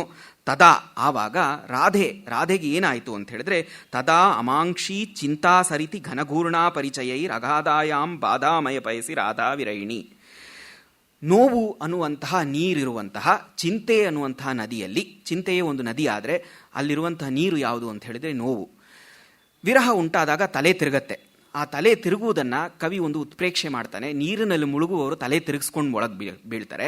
ಇವಳು ತಲೆ ತಿರುಗಿಸ್ತಾ ಇರೋದು ರಾಧೆ ಯಾಕೆ ಅಂತ ಹೇಳಿದ್ರೆ, ಚಿಂತೆ ಅನ್ನುವಂತಹ ನದಿಯೊಳಗೆ ಅವಳು ಮುಳುಗ್ತಾ ಇದ್ದಾಳೆ. ನೋವು ಅನ್ನುವ ನೀರು ಇರುವಂತಹ ಚಿಂತೆ ಅನ್ನುವಂತಹ ನದಿಯೊಳಗೆ ರಾಧೆ ತಲೆ ಗಿರಗಿರನೆ ತಿರುಗುವಾಗ ಅವಳು ಅದರೊಳಗೆ ಬೀಳ್ತಾ ಇದ್ದಾಳೋ ಏನೋ, ನೀರಿನೊಳಗೆ ಮುಳುಗ್ತಾ ಇದ್ದಾಳೋ ಏನೋ ಅನ್ನೋ ಥರ ಅನಿಸುತ್ತೆ. ಅಂಥ ಒಂದು ಸ್ಥಿತಿಯಲ್ಲಿ ರಾಧೆ ಇದ್ದಾಳೆ. ಒಮ್ಮೆ ರಾಧೆ ಆ ವಿರಹಾಗ್ನಿಯನ್ನು ಶಮನಗೊಳಿಸ್ಕೊಳ್ಳೋದಕ್ಕೆ ಯಮುನೆಯ ಬಳಿ ಬರ್ತಾಳೆ. ಆದರೆ ಯಮುನೆಯ ಬಳಿ ಬರೋದ್ರಿಂದ ಅವಳ ವಿರಹದ ನೋವು ಮತ್ತಷ್ಟು ಜಾಸ್ತಿ ಆಗ್ಬಿಡತ್ತೆ. ಯಾಕೆ ಅಂತ ಹೇಳಿದ್ರೆ, ಚಿರಾದಸ್ಯಾಶ್ಚಿತ್ತಂ ಪರಿಚಿತ ಕುಟೀರಾವಕಲನಾಥ್, ಎಷ್ಟೋ ದಿವಸದಿಂದ ಆ ಯಮುನೆಯ ತೀರದಲ್ಲಿದ್ದಂತಹ ಆ ಒಂದು ಲತಾ ಮಂದಿರವನ್ನು, ಆ ಲತಾಗೃಹವನ್ನು ಅವಳು ನೋಡೇ ಇರಲಿಲ್ಲ. ಆದರೆ ಇಷ್ಟು ದಿವಸದ ನಂತರ ಒಮ್ಮೆಲೇ ಅದು ಕಣ್ಣಿಗೆ ಕಾಣಿಸ್ಕೊಂಡಾಗ ಹಳೆಯ ನೆನಪುಗಳೆಲ್ಲ ಮನಸ್ಸಿಗೆ ಬಂದು, ಕೃಷ್ಣನೊಂದಿಗೆ ಕಳೆದಂತಹ ಆ ದಿನಗಳ ನೆನಪು ಬಂದು ಅವಳು ಮೂರ್ಛಿತಳಾಗ್ಬಿಡ್ತಾಳೆ. ಮೂರ್ಛೆ ಅಂತ ಕವಿ ಹೇಳಿಲ್ಲ, ಸುಷುಪ್ತೆ ಪ್ರಿಯ ಸಖಿ. ಆ ಅವಸ್ಥೆ ಯಾವುದು ಅಂತ ಹೇಳಿದ್ರೆ ಸುಷುಪ್ತಿಯ ಸಖಿ ಅನ್ನುವಂಥ, ಸುಷುಪ್ತಿ ಅಂತ ಹೇಳಿದ್ರೆ ಗಾಢ ನಿದ್ರೆಯನ್ನು ಹೋಲುವಂತಹ ಒಂದು ಸ್ಥಿತಿಗೆ ಅವಳು ಹೊರಟಳು ಅಂತ ಹೇಳಿದ್ರೆ ಅವಳಿಗೆ ಮೂರ್ಛೆ ಉಂಟಾಯಿತು ಅಂತ ಹೇಳ್ತಾನೆ. ಆದರೆ ಆ ಮೂರ್ಛೆಯಲ್ಲೂ ಕೂಡ ಆ ಮೂರ್ಛೆಯ ಒಂದು ವರ್ಣನೆ ಒಂದು 3-4 ಪದ್ಯಗಳಲ್ಲಿದೆ. ತದಾ ನಿಷ್ಪಂದಾಂಗಿ ಕಲಿತ ನಲಿನಿ ಪಲ್ಲವ ಕುಲೈಹಿ, ಅವಳ ಸುತ್ತಲೂ ಅವಳ ಸಖಿಯರಿದ್ದರು, ಕೈಯಲ್ಲಿ ತಾವರೆಯ ದಳಗಳನ್ನು ಹಿಡ್ಕೊಂಡಿದ್ರು, ಅವಳಿಗೆ ಬೀಸುವ ಮೂಲಕ ಅವಳ ವಿರಹದ ಶಮನವನ್ನು ಮಾಡೋದಕ್ಕೆ ಅಂತ. ಅವಳು ಹೇಗಿದ್ಲು ಅಂತ ಹೇಳಿದ್ರೆ, ದೃಗಂಭೋ ಗಂಭೀರೀಕೃತ ಮಿಹಿರಪುತ್ರೀ ಲಹರಿಬಿಹಿ, ಅವಳ ಕಣ್ಣೀರಿನಿಂದ ಆ ಯಮುನೆಯ ಪ್ರವಾಹ ದ್ವಿಗುಣವಾಗಿಬಿಡ್ತಾ ಇತ್ತು, ಎಷ್ಟೋ ಪಟ್ಟು ಜಾಸ್ತಿ ಆಗಿಬಿಡ್ತಾ ಇತ್ತು. ಅವಳ ಕಣ್ಣೀರು ಆ ಯಮುನೆ ಜೊತೆಗೆ ಸೇರಿ ಯಮುನೆ ಮತ್ತಷ್ಟು ಅದರ ಪ್ರವಾಹ ಉಕ್ಕಿ ಏರ್ತಾ ಇತ್ತು ಅನ್ನೋ ಥರ ಅನಿಸ್ತಾ ಇತ್ತು. ಅವಳು ವಿಲೀನಾ ಧೂಲೀನಾಮುಪರಿ, ಅಲ್ಲಿರುವಂತಹ ಧೂಳಿನ ಮೇಲೆ ಹೊರಳಾಡ್ಕೊಂಡು ಅಳ್ತಾ ಇದ್ಲು, ಹಂಗೆ ಬಿದ್ದಿದ್ಲು ಅಲ್ಲಿ ಅಂತ ಪದ್ಯ ಬರುತ್ತೆ. ಅವಳಿಗೆ ಈ ಮೂರ್ಛೆ ಉಂಟಾದಾಗ ಸಖಿಯರು ಮಾಡುವ ಉಪಚಾರದಿಂದ ಅವಳಿಗೆ ಒಂದಿಷ್ಟು ಚೈತನ್ಯ ಬರುತ್ತೆ. ತತಸ್ತಾಂ ನ್ಯಸ್ತಾಂಗಿ ಮುರಸಿ ಲಲಿತಾಯ ಕಮಲಿನಿ ಪಲಾಶೈ ಕಾಲಿಂದಿ ಸಲಿಲ ಶಿಶಿರೈರ್ ವೀಜಿತತನು, ಅವಳಿಗೆ ಆ ಮೂರ್ಛೆಯಿಂದ ಒಂದು ಸ್ವಲ್ಪ ಚೈತನ್ಯ ಬರುವಂತಹ ಸ್ಥಿತಿಯನ್ನು ಚೆನ್ನಾಗಿ ವರ್ಣಿಸಿದ್ದಾರೆ. ಪರಾವೃತ್ತ ಶ್ವಾಸಾಂಕುರ ಚಲಿತ ಕಂಠೀಂ, ಮೂರ್ಛೆ ಹೋಗಿ ಒಂದಿಷ್ಟು ಉಸಿರಾಡಕ್ಕೆ ಶುರು ಮಾಡಿದಾಗ ಗಂಟಲಿನಲ್ಲಾಗುವಂತಹ ಸ್ಪಂದನದಿಂದ ಆ ಸಖಿಯರಿಗೆ ಗೊತ್ತಾಯಿತು, ಇವಳು ಇನ್ನೂ ಬದುಕಿದ್ದಾಳೆ, ಇವಳು ಮರಣ ಹೊಂದಿಲ್ಲ ಅನ್ನೋದು ಗೊತ್ತಾಯಿತು. ಈ ಒಂದು ಚಿಹ್ನೆಯಿಂದ ಇವಳು ಬದುಕಿದ್ದಾಳೆ ಅಂತ ತಿಳಿದುಕೊಂಡು ಆ ಸಖಿಯರೆಲ್ಲರೂ ಸಂತೋಷದಿಂದ ಕೂಗಿದ್ರು. ಪ್ರಮದ ಭರಶಾಲಿ ಧ್ವನಿರಬೂತ್, ಆ ಸಂತೋಷದ ಒಂದು ಧ್ವನಿ ಉಂಟಾಯಿತು, ಅಲ್ಲಿ ಕಲಕಲ ಉಂಟಾಯಿತು ಅಂತ ಹೇಳ್ತಾರೆ. ಲಲಿತೆ ನಂತರ ಯಮುನೆಯ ಬಳಿ ಹೋಗ್ತಾಳೆ. ರಾಧೆಯನ್ನು ಒಂದು ತಾವರೆಯ ಒಂದು ಹಾಸಿಗೆ ಮೇಲೆ ಮಲಗಿಸಿ ನೀರನ್ನು ತೆಗೆದುಕೊಂಡು ಬರೋದಕ್ಕೆ ಯಮುನೆಯ ಬಳಿ ಹೋಗ್ತಾಳೆ. ಅಲ್ಲಿ ಒಂದು ಹಂಸವನ್ನು ನೋಡ್ತಾಳೆ. ಮಧುರ ವಿರುತಂ ಶ್ವೇತಗರುತಂ, ಸುಂದರವಾಗಿ ಕಲಕಲ ಧ್ವನಿಯನ್ನು ಮಾಡುತ್ತಿರುವಂಥ ಹಂಸವನ್ನು ನೋಡ್ತಾಳೆ. ಅದನ್ನು ನೋಡಿದ ತಕ್ಷಣ ಅವಳಿಗೆ ಒಂದು ಆಶ್ವಾಸನೆ ಬರುತ್ತೆ, ಓಹೋ, ಇದನ್ನು ನಾನು ದೂತನಾಗಿ ಕಳಿಸಬಹುದು ಕೃಷ್ಣನ ಬಳಿ ಅಂತ. ತದಾಲೋಕ ಸ್ತೋಕೋಚ್ಛ್ವಸಿತ ಹೃದಯ ಸಾದರಮಸೌ ಪ್ರಣಾಮಂ ಶಂಸಂತಿ ಲಘು ಲಘು ಸಮಾಸಾದ್ಯ ಸವಿದಂ, ಒಡನೆ ತ್ವರೆಯಿಂದ ವೇಗವಾಗಿ ಅದರ ಬಳಿ ಹೋದ್ಲು. ಅದೆಲ್ಲಿ ಹಾರ್ಬಿಡುತ್ತೋ ಅನ್ನೋ ಒಂದು ಔತ್ಸುಕ್ಯದಿಂದ.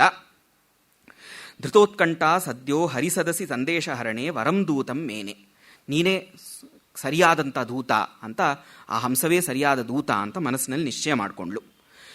ಮತ್ತೆ ಯಥಾವತ್ತಾಗಿ ಎಲ್ಲ ದೂತಕಾವ್ಯಗಳಲ್ಲಿಯೂ ದೂತ ಯಾಕೆ ಉಚಿತ, ದೂತ ಯಾಕೆ ಸಮರ್ಥ ಅನ್ನೋದನ್ನು ಹೇಳಬೇಕಾಗತ್ತೆ. ಇಲ್ಲೂ ಆ ದೂತನ ಸಾಮರ್ಥ್ಯವನ್ನು ತಿಳಿಸುವಂತಹ ಒಂದು ಪದ್ಯ ಇದೆ.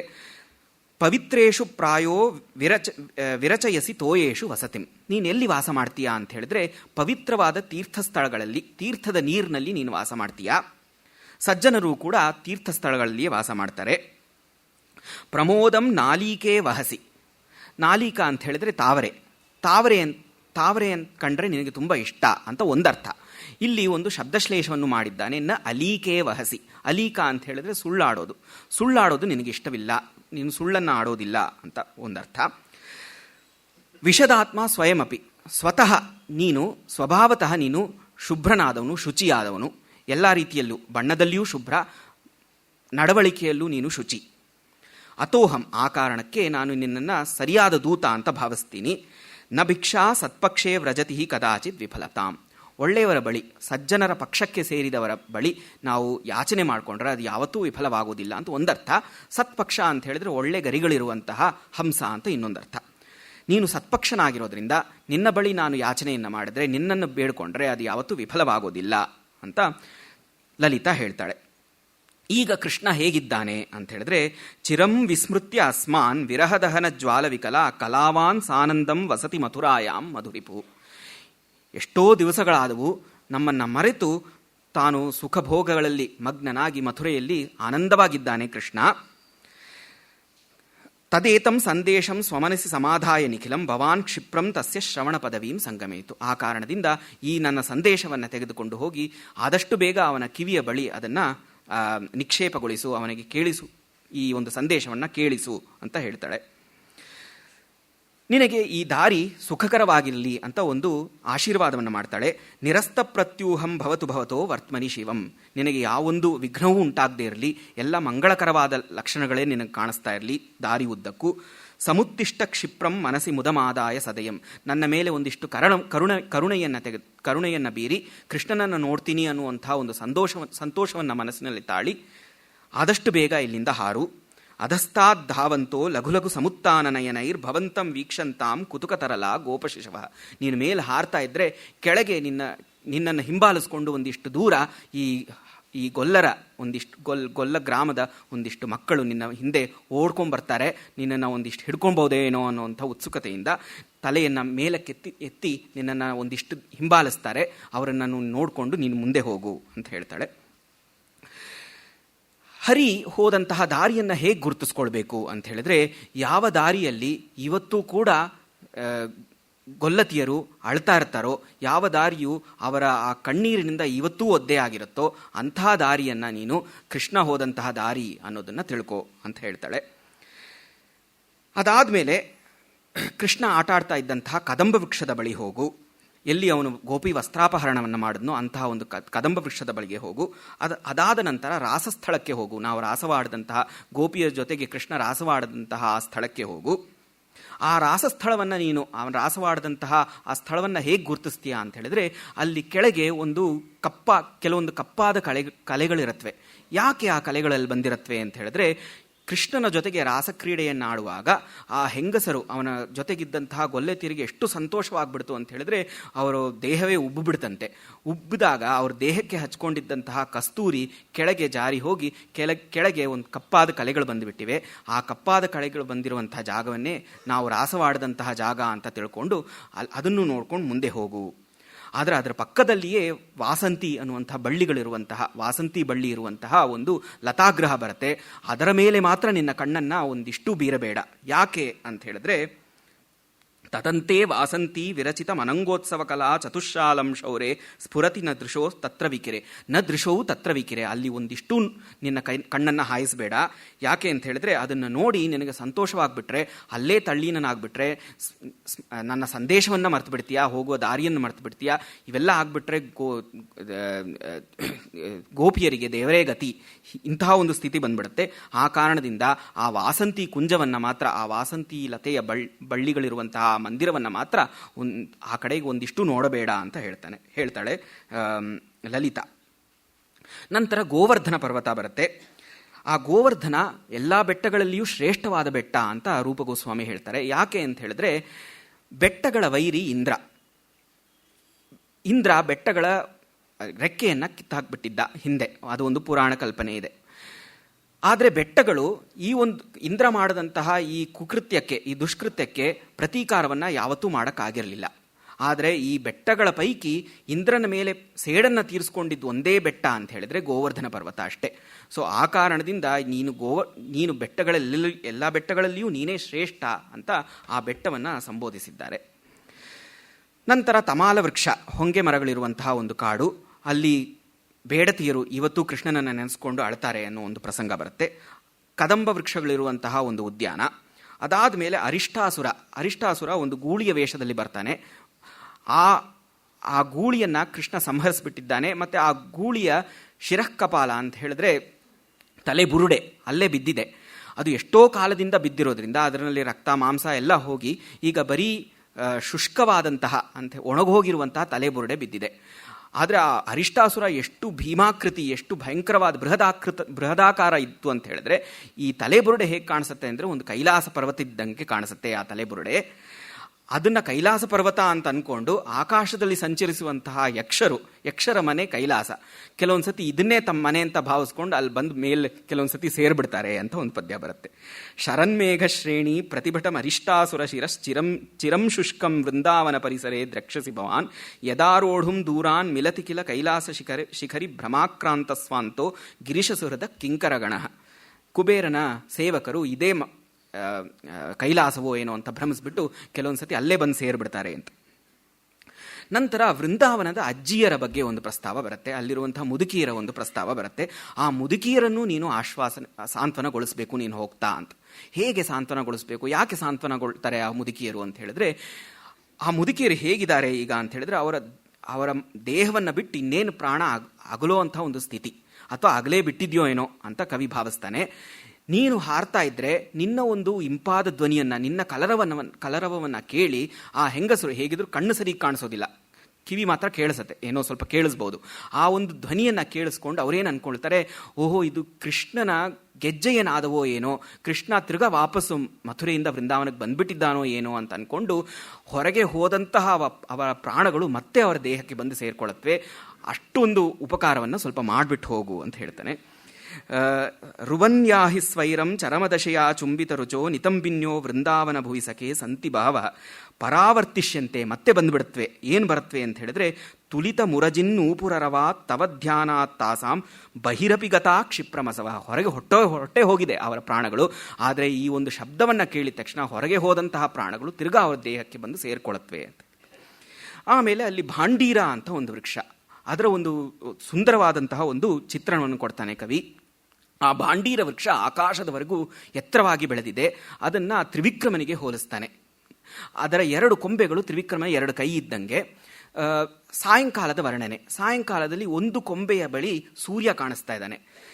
ಕವಿ ಹೇಳ್ತಾನೆ, ನೀನು ಇನ್ನೊಂದು ಕೊಂಬೆಯ ಮೇಲೆ ಕೂತ್ಕೊಂಡಾಗ ಹೇಗೆ ಅನ್ಸತ್ತೆ ಅಂತ ಹೇಳಿದ್ರೆ, ಆಕಾಶದವರೆಗೂ ಬೆಳೆದಂತಹ ತ್ರಿವಿಕ್ರಮ ತನ್ನ ಒಂದು ಕೈಯಲ್ಲಿ ಹಂಸದಂತಿರುವಂತಹ ಶಂಖವನ್ನು, ಇನ್ನೊಂದು ಕೈನಲ್ಲಿ ಸೂರ್ಯನಂತಿರುವಂತಹ ಚಕ್ರವನ್ನು ಹಿಡಿದಿದ್ದಾನೋ ಏನೋ ಅನ್ನೋ ಥರ ಕಾಣಿಸತ್ತೆ ಅಂತ ಒಂದು ವರ್ಣನೆಯನ್ನು ಮಾಡ್ತಾನೆ.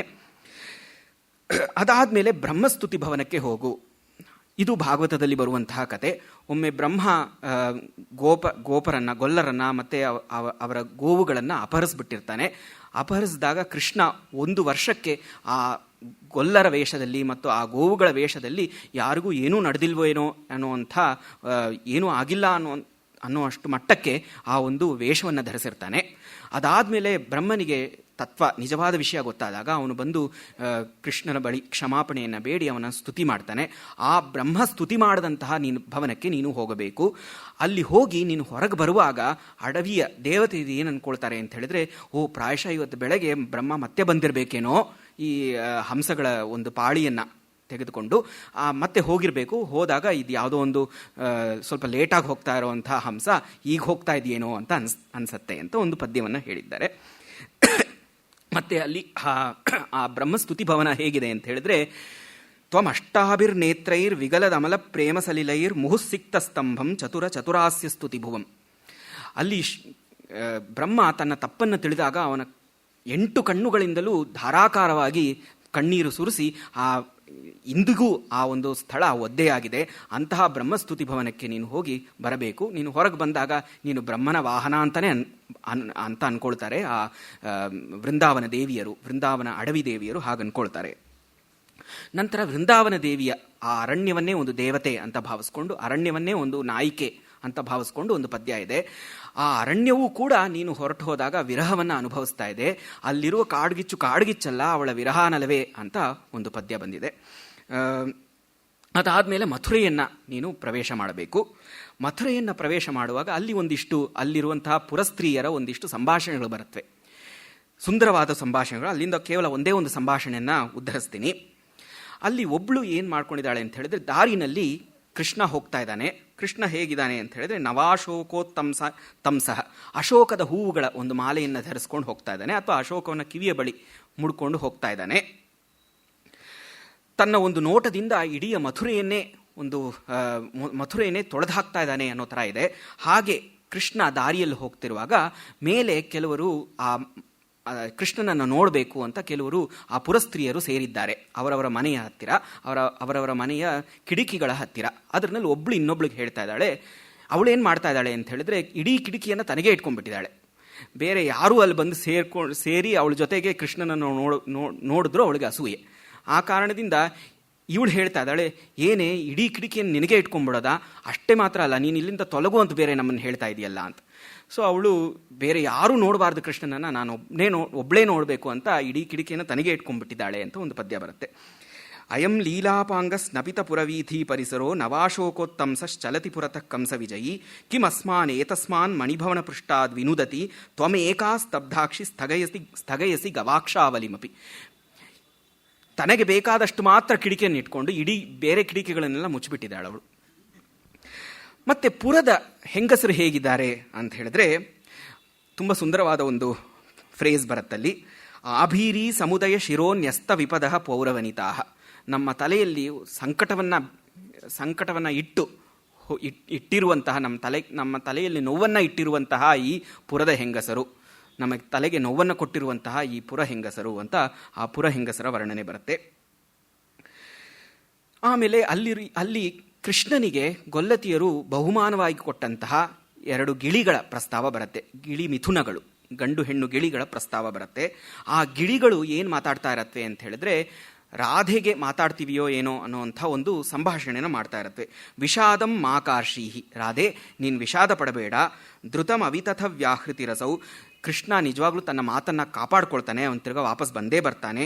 ಸಮಾಗಂಥ ರಾಧೆ ಧೃತ ನವಶಿಖಂಡ ಸ್ತವ ಸಖ, ನಿನ್ನ ಸ್ನೇಹಿತ, ತಲೆಯಲ್ಲಿ ನವಿಲುಗುರಿಯನ್ನು ಮುಡಿದಿರುವಂತಹ ನಿನ್ನ ಸ್ನೇಹಿತ ವಾಪಸ್ ಬಂದೇ ಬರ್ತಾನೆ ಅಂತ ಈ 2 ಗಿಳಿಗಳನ್ನು ಉದ್ಧವನ ಬಳಿ ಈ ಗೊಲ್ಲತಿಯರು ಕೊಟ್ಟು ಕಳಿಸಿದ್ರು. ಇದನ್ನ ಕೃಷ್ಣನಿಗೆ ಬಳುವಳಿಯಾಗಿ ಕೊಡಿ ಅಂತ. ಆ 2 ಗಿಳಿಗಳು ರಾಧೆಯ ಸಖಿಯರ ಮಾತನ್ನ ಇಲ್ಲಿ ಉದ್ಧರಿಸ್ತಾ ಇವೆ. ಈ ಮಾತುಗಳನ್ನು ನೀನು ಅಲ್ಲಿಗೆ ಹೋದಾಗ ಆ ಗಿಳಿಗಳ ಮಾತನ್ನು ಕೂಡ ನೀನು ಕೇಳಬಹುದು ಅಂತ ಹೇಳ್ತಾನೆ. ಆಮೇಲೆ ಹರಿಯನ್ನ ನೀನು ನೋಡ್ತೀಯ, ಆದರೆ ಅವನ ಬಳಿ ಹೋಗಿ ಸಂದೇಶವನ್ನು ಹೇಳಬೇಕು ಅಂದರೆ ಸರಿಯಾದ ಒಂದು ಸಮಯಕ್ಕೆ ಕಾಯಬೇಕು, ನಿರೀಕ್ಷಿಸಬೇಕು ಅಂತ ಹೇಳ್ತಾನೆ. ನಂತರ ಹರಿಯ ಒಂದು ಚಿತ್ರಣ ಬರುತ್ತೆ, ತುಂಬ ಸುಂದರವಾದಂತಹ ಒಂದು ಸ್ವಭಾವೋಕ್ತಿ. ನಿವಿಷ್ಟ ಪರ್ಯಂಕೆ ಮೃದುಲತರ ತೂಲಿ ಧವಲಿತೆ, ಹಂಸತೂಲಿಕಾ ತಲ್ಪದಲ್ಲಿ ಕೃಷ್ಣ ಮಲಗಿದ್ದಾನೆ. ದರಸಾಚೀಕೃತತನು, ದೇಹವನ್ನು ಒಂದಿಷ್ಟು ಪಕ್ಕಕ್ಕೆ ಬಗ್ಗಿಸಿಕೊಂಡು ಮಲಗಿದ್ದಾನೆ, ಪಕ್ಕಕ್ಕೆ ತಿರುಗಿಸಿಕೊಂಡು ಮಲಗಿದ್ದಾನೆ. ಅವನ ಮುಂದೆ ಒಂದು ದಿಂಬಿದೆ. ಪೂರ್ಣೇಂದು ಪ್ರತಿಮಂ ಉಪಧಾನಂ, ಚಂದ್ರನಂತೆ ದಪ್ಪಗಿರುವಂತಹ ಒಂದು ದಿಂಬನ್ನು ಮುಂದೆ ಇಟ್ಕೊಂಡಿದ್ದಾನೆ. ಆ ದಿಂಬಿನ ಮೇಲೆ ತನ್ನ 2 ಕೈಗಳನ್ನು ಸಪೋರ್ಟ್ ಇಟ್ಕೊಂಡು ಪ್ರಮುದಿತೋ ನಿಧಾಯಾಗ್ರೇ ತಸ್ಮಿನ್ ಉಪಹಿತ ಕಫೋಣಿದ್ವಯಭರ, ತನ್ನ 2 ಕೈಯ ಭಾರವನ್ನು ಅದರ ಮೇಲೆ ಹಾಕಿ ಮಲ್ಕೊಂಡಿದ್ದಾನೆ. ಅಂತಹ ಕೃಷ್ಣನನ್ನು ನೀನು ನೋಡಬೇಕು. ಅವನ ಪರಿಷತ್ತಿನಲ್ಲಿ ಬೇರೆ ಯಾರೆಲ್ಲ ಇದ್ದಾರೆ ಅಂತ ಹೇಳಿದರೆ, ಈ ಯಾದವ ಕುಲಕ್ಕೆ ವೃದ್ಧರಾದಂತಹ ವಿಕದ್ರು ಮುಂತಾದವರಿದ್ದಾರೆ. ಮತ್ತು ಅಕ್ರೂರ ಅಂತ ಹೇಳಲ್ಲ ಇವಳು, ಆಭೀರಿ ಗಣ ಭಯದ ನಾಮ, ಯಾರ ಹೆಸರು ನಮ್ಮ ಗೊಲ್ಲರೆಲ್ಲರಿಗೂ ದುಃಖವನ್ನುಂಟು ಮಾಡುತ್ತೋ ಭಯವನ್ನುಂಟು ಮಾಡುತ್ತೋ ಅಂಥವನಿದಾನಲ್ಲಿ ಅಂತ ಹೇಳಿದ್ರೆ ಅಕ್ರೂರ ಇದ್ದಾನೆ ಅಂತ. ಮತ್ತು ಅವನ 2 ಬದಿಯಲ್ಲಿಯೂ ಸಾತ್ಯಕಿ ಮತ್ತು ಕೃತವರ್ಮರಿದ್ದಾರೆ. ಅವನ ಕಾಲನ್ನು ಉದ್ಧವ ಒತ್ತುತ್ತಾ ಇದ್ದಾನೆ. ಅವನ ಸ್ವಲ್ಪ ಮುಂದೆನೇ ಗರುಡ ತನ್ನ 2 ಕೈಯನ್ನು ಜೋಡಿಸ್ಕೊಂಡು ಇವನ ಆಜ್ಞೆಗಾಗಿ ಕಾಯ್ತಾ ಇದ್ದಾನೆ ಅಂತ ಗರುಡನ ಒಂದು ಸುಂದರವಾದ ಒಂದು ವರ್ಣನೆ ಬರುತ್ತೆ. ಇದಕ್ಕೆ ಒಂದು ಪೌರಾಣಿಕ ಹಿನ್ನೆಲೆ ಇದೆ. ಗರುಡ ತನ್ನ ರೆಕ್ಕೆಯನ್ನು ಬಡಿದಾಗ ಅದರಿಂದ ಸಾಮವೇದದ ಉತ್ಪತ್ತಿ ಆಯಿತು ಅನ್ನುವಂಥ ಒಂದು ಕಥೆ ಇದೆ.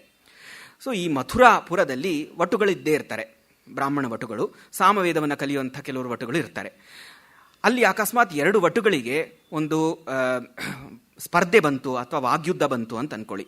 ನೀನು ಸರಿಗೆ ಉಚ್ಚಾರಣೆ ಮಾಡ್ತಾ ಇದೆಯಾ ಅಂತ, ನಾನು ಸರಿಗೆ ನೀನು ಸರಿಗೆ ಉಚ್ಚಾರಣೆ ಮಾಡ್ತಾ ಇಲ್ಲ, ಆ ಥರದ್ದೇನೋ ಒಂದು ಕಲಹ ಬಂತು ಅಂತ ಹೇಳಿದ್ರೆ, ಆ ಕಲಹ ಯಾವಾಗ ನಿಲ್ಲತ್ತೆ ಅಂತ ಹೇಳಿದ್ರೆ, ಒಂದು ಸತಿ ಗರುಡ ತನ್ನ ರೆಕ್ಕೆಯನ್ನು ಬಡಿದು ಬಿಟ್ರೆ ಸಾಕು, ಸಾಮವೇದಗಳೆಲ್ಲ ಹೊರಗೆ ಬಂದು ಇವರು ಏನು ತಪ್ಪು ಮಾಡ್ತಾ ಇದ್ದಾರೆ ಅಂತ ಗೊತ್ತಾಗ್ಬಿಡತ್ತೆ ಅಂತ ವರ್ಣನೆ ಬರುತ್ತೆ.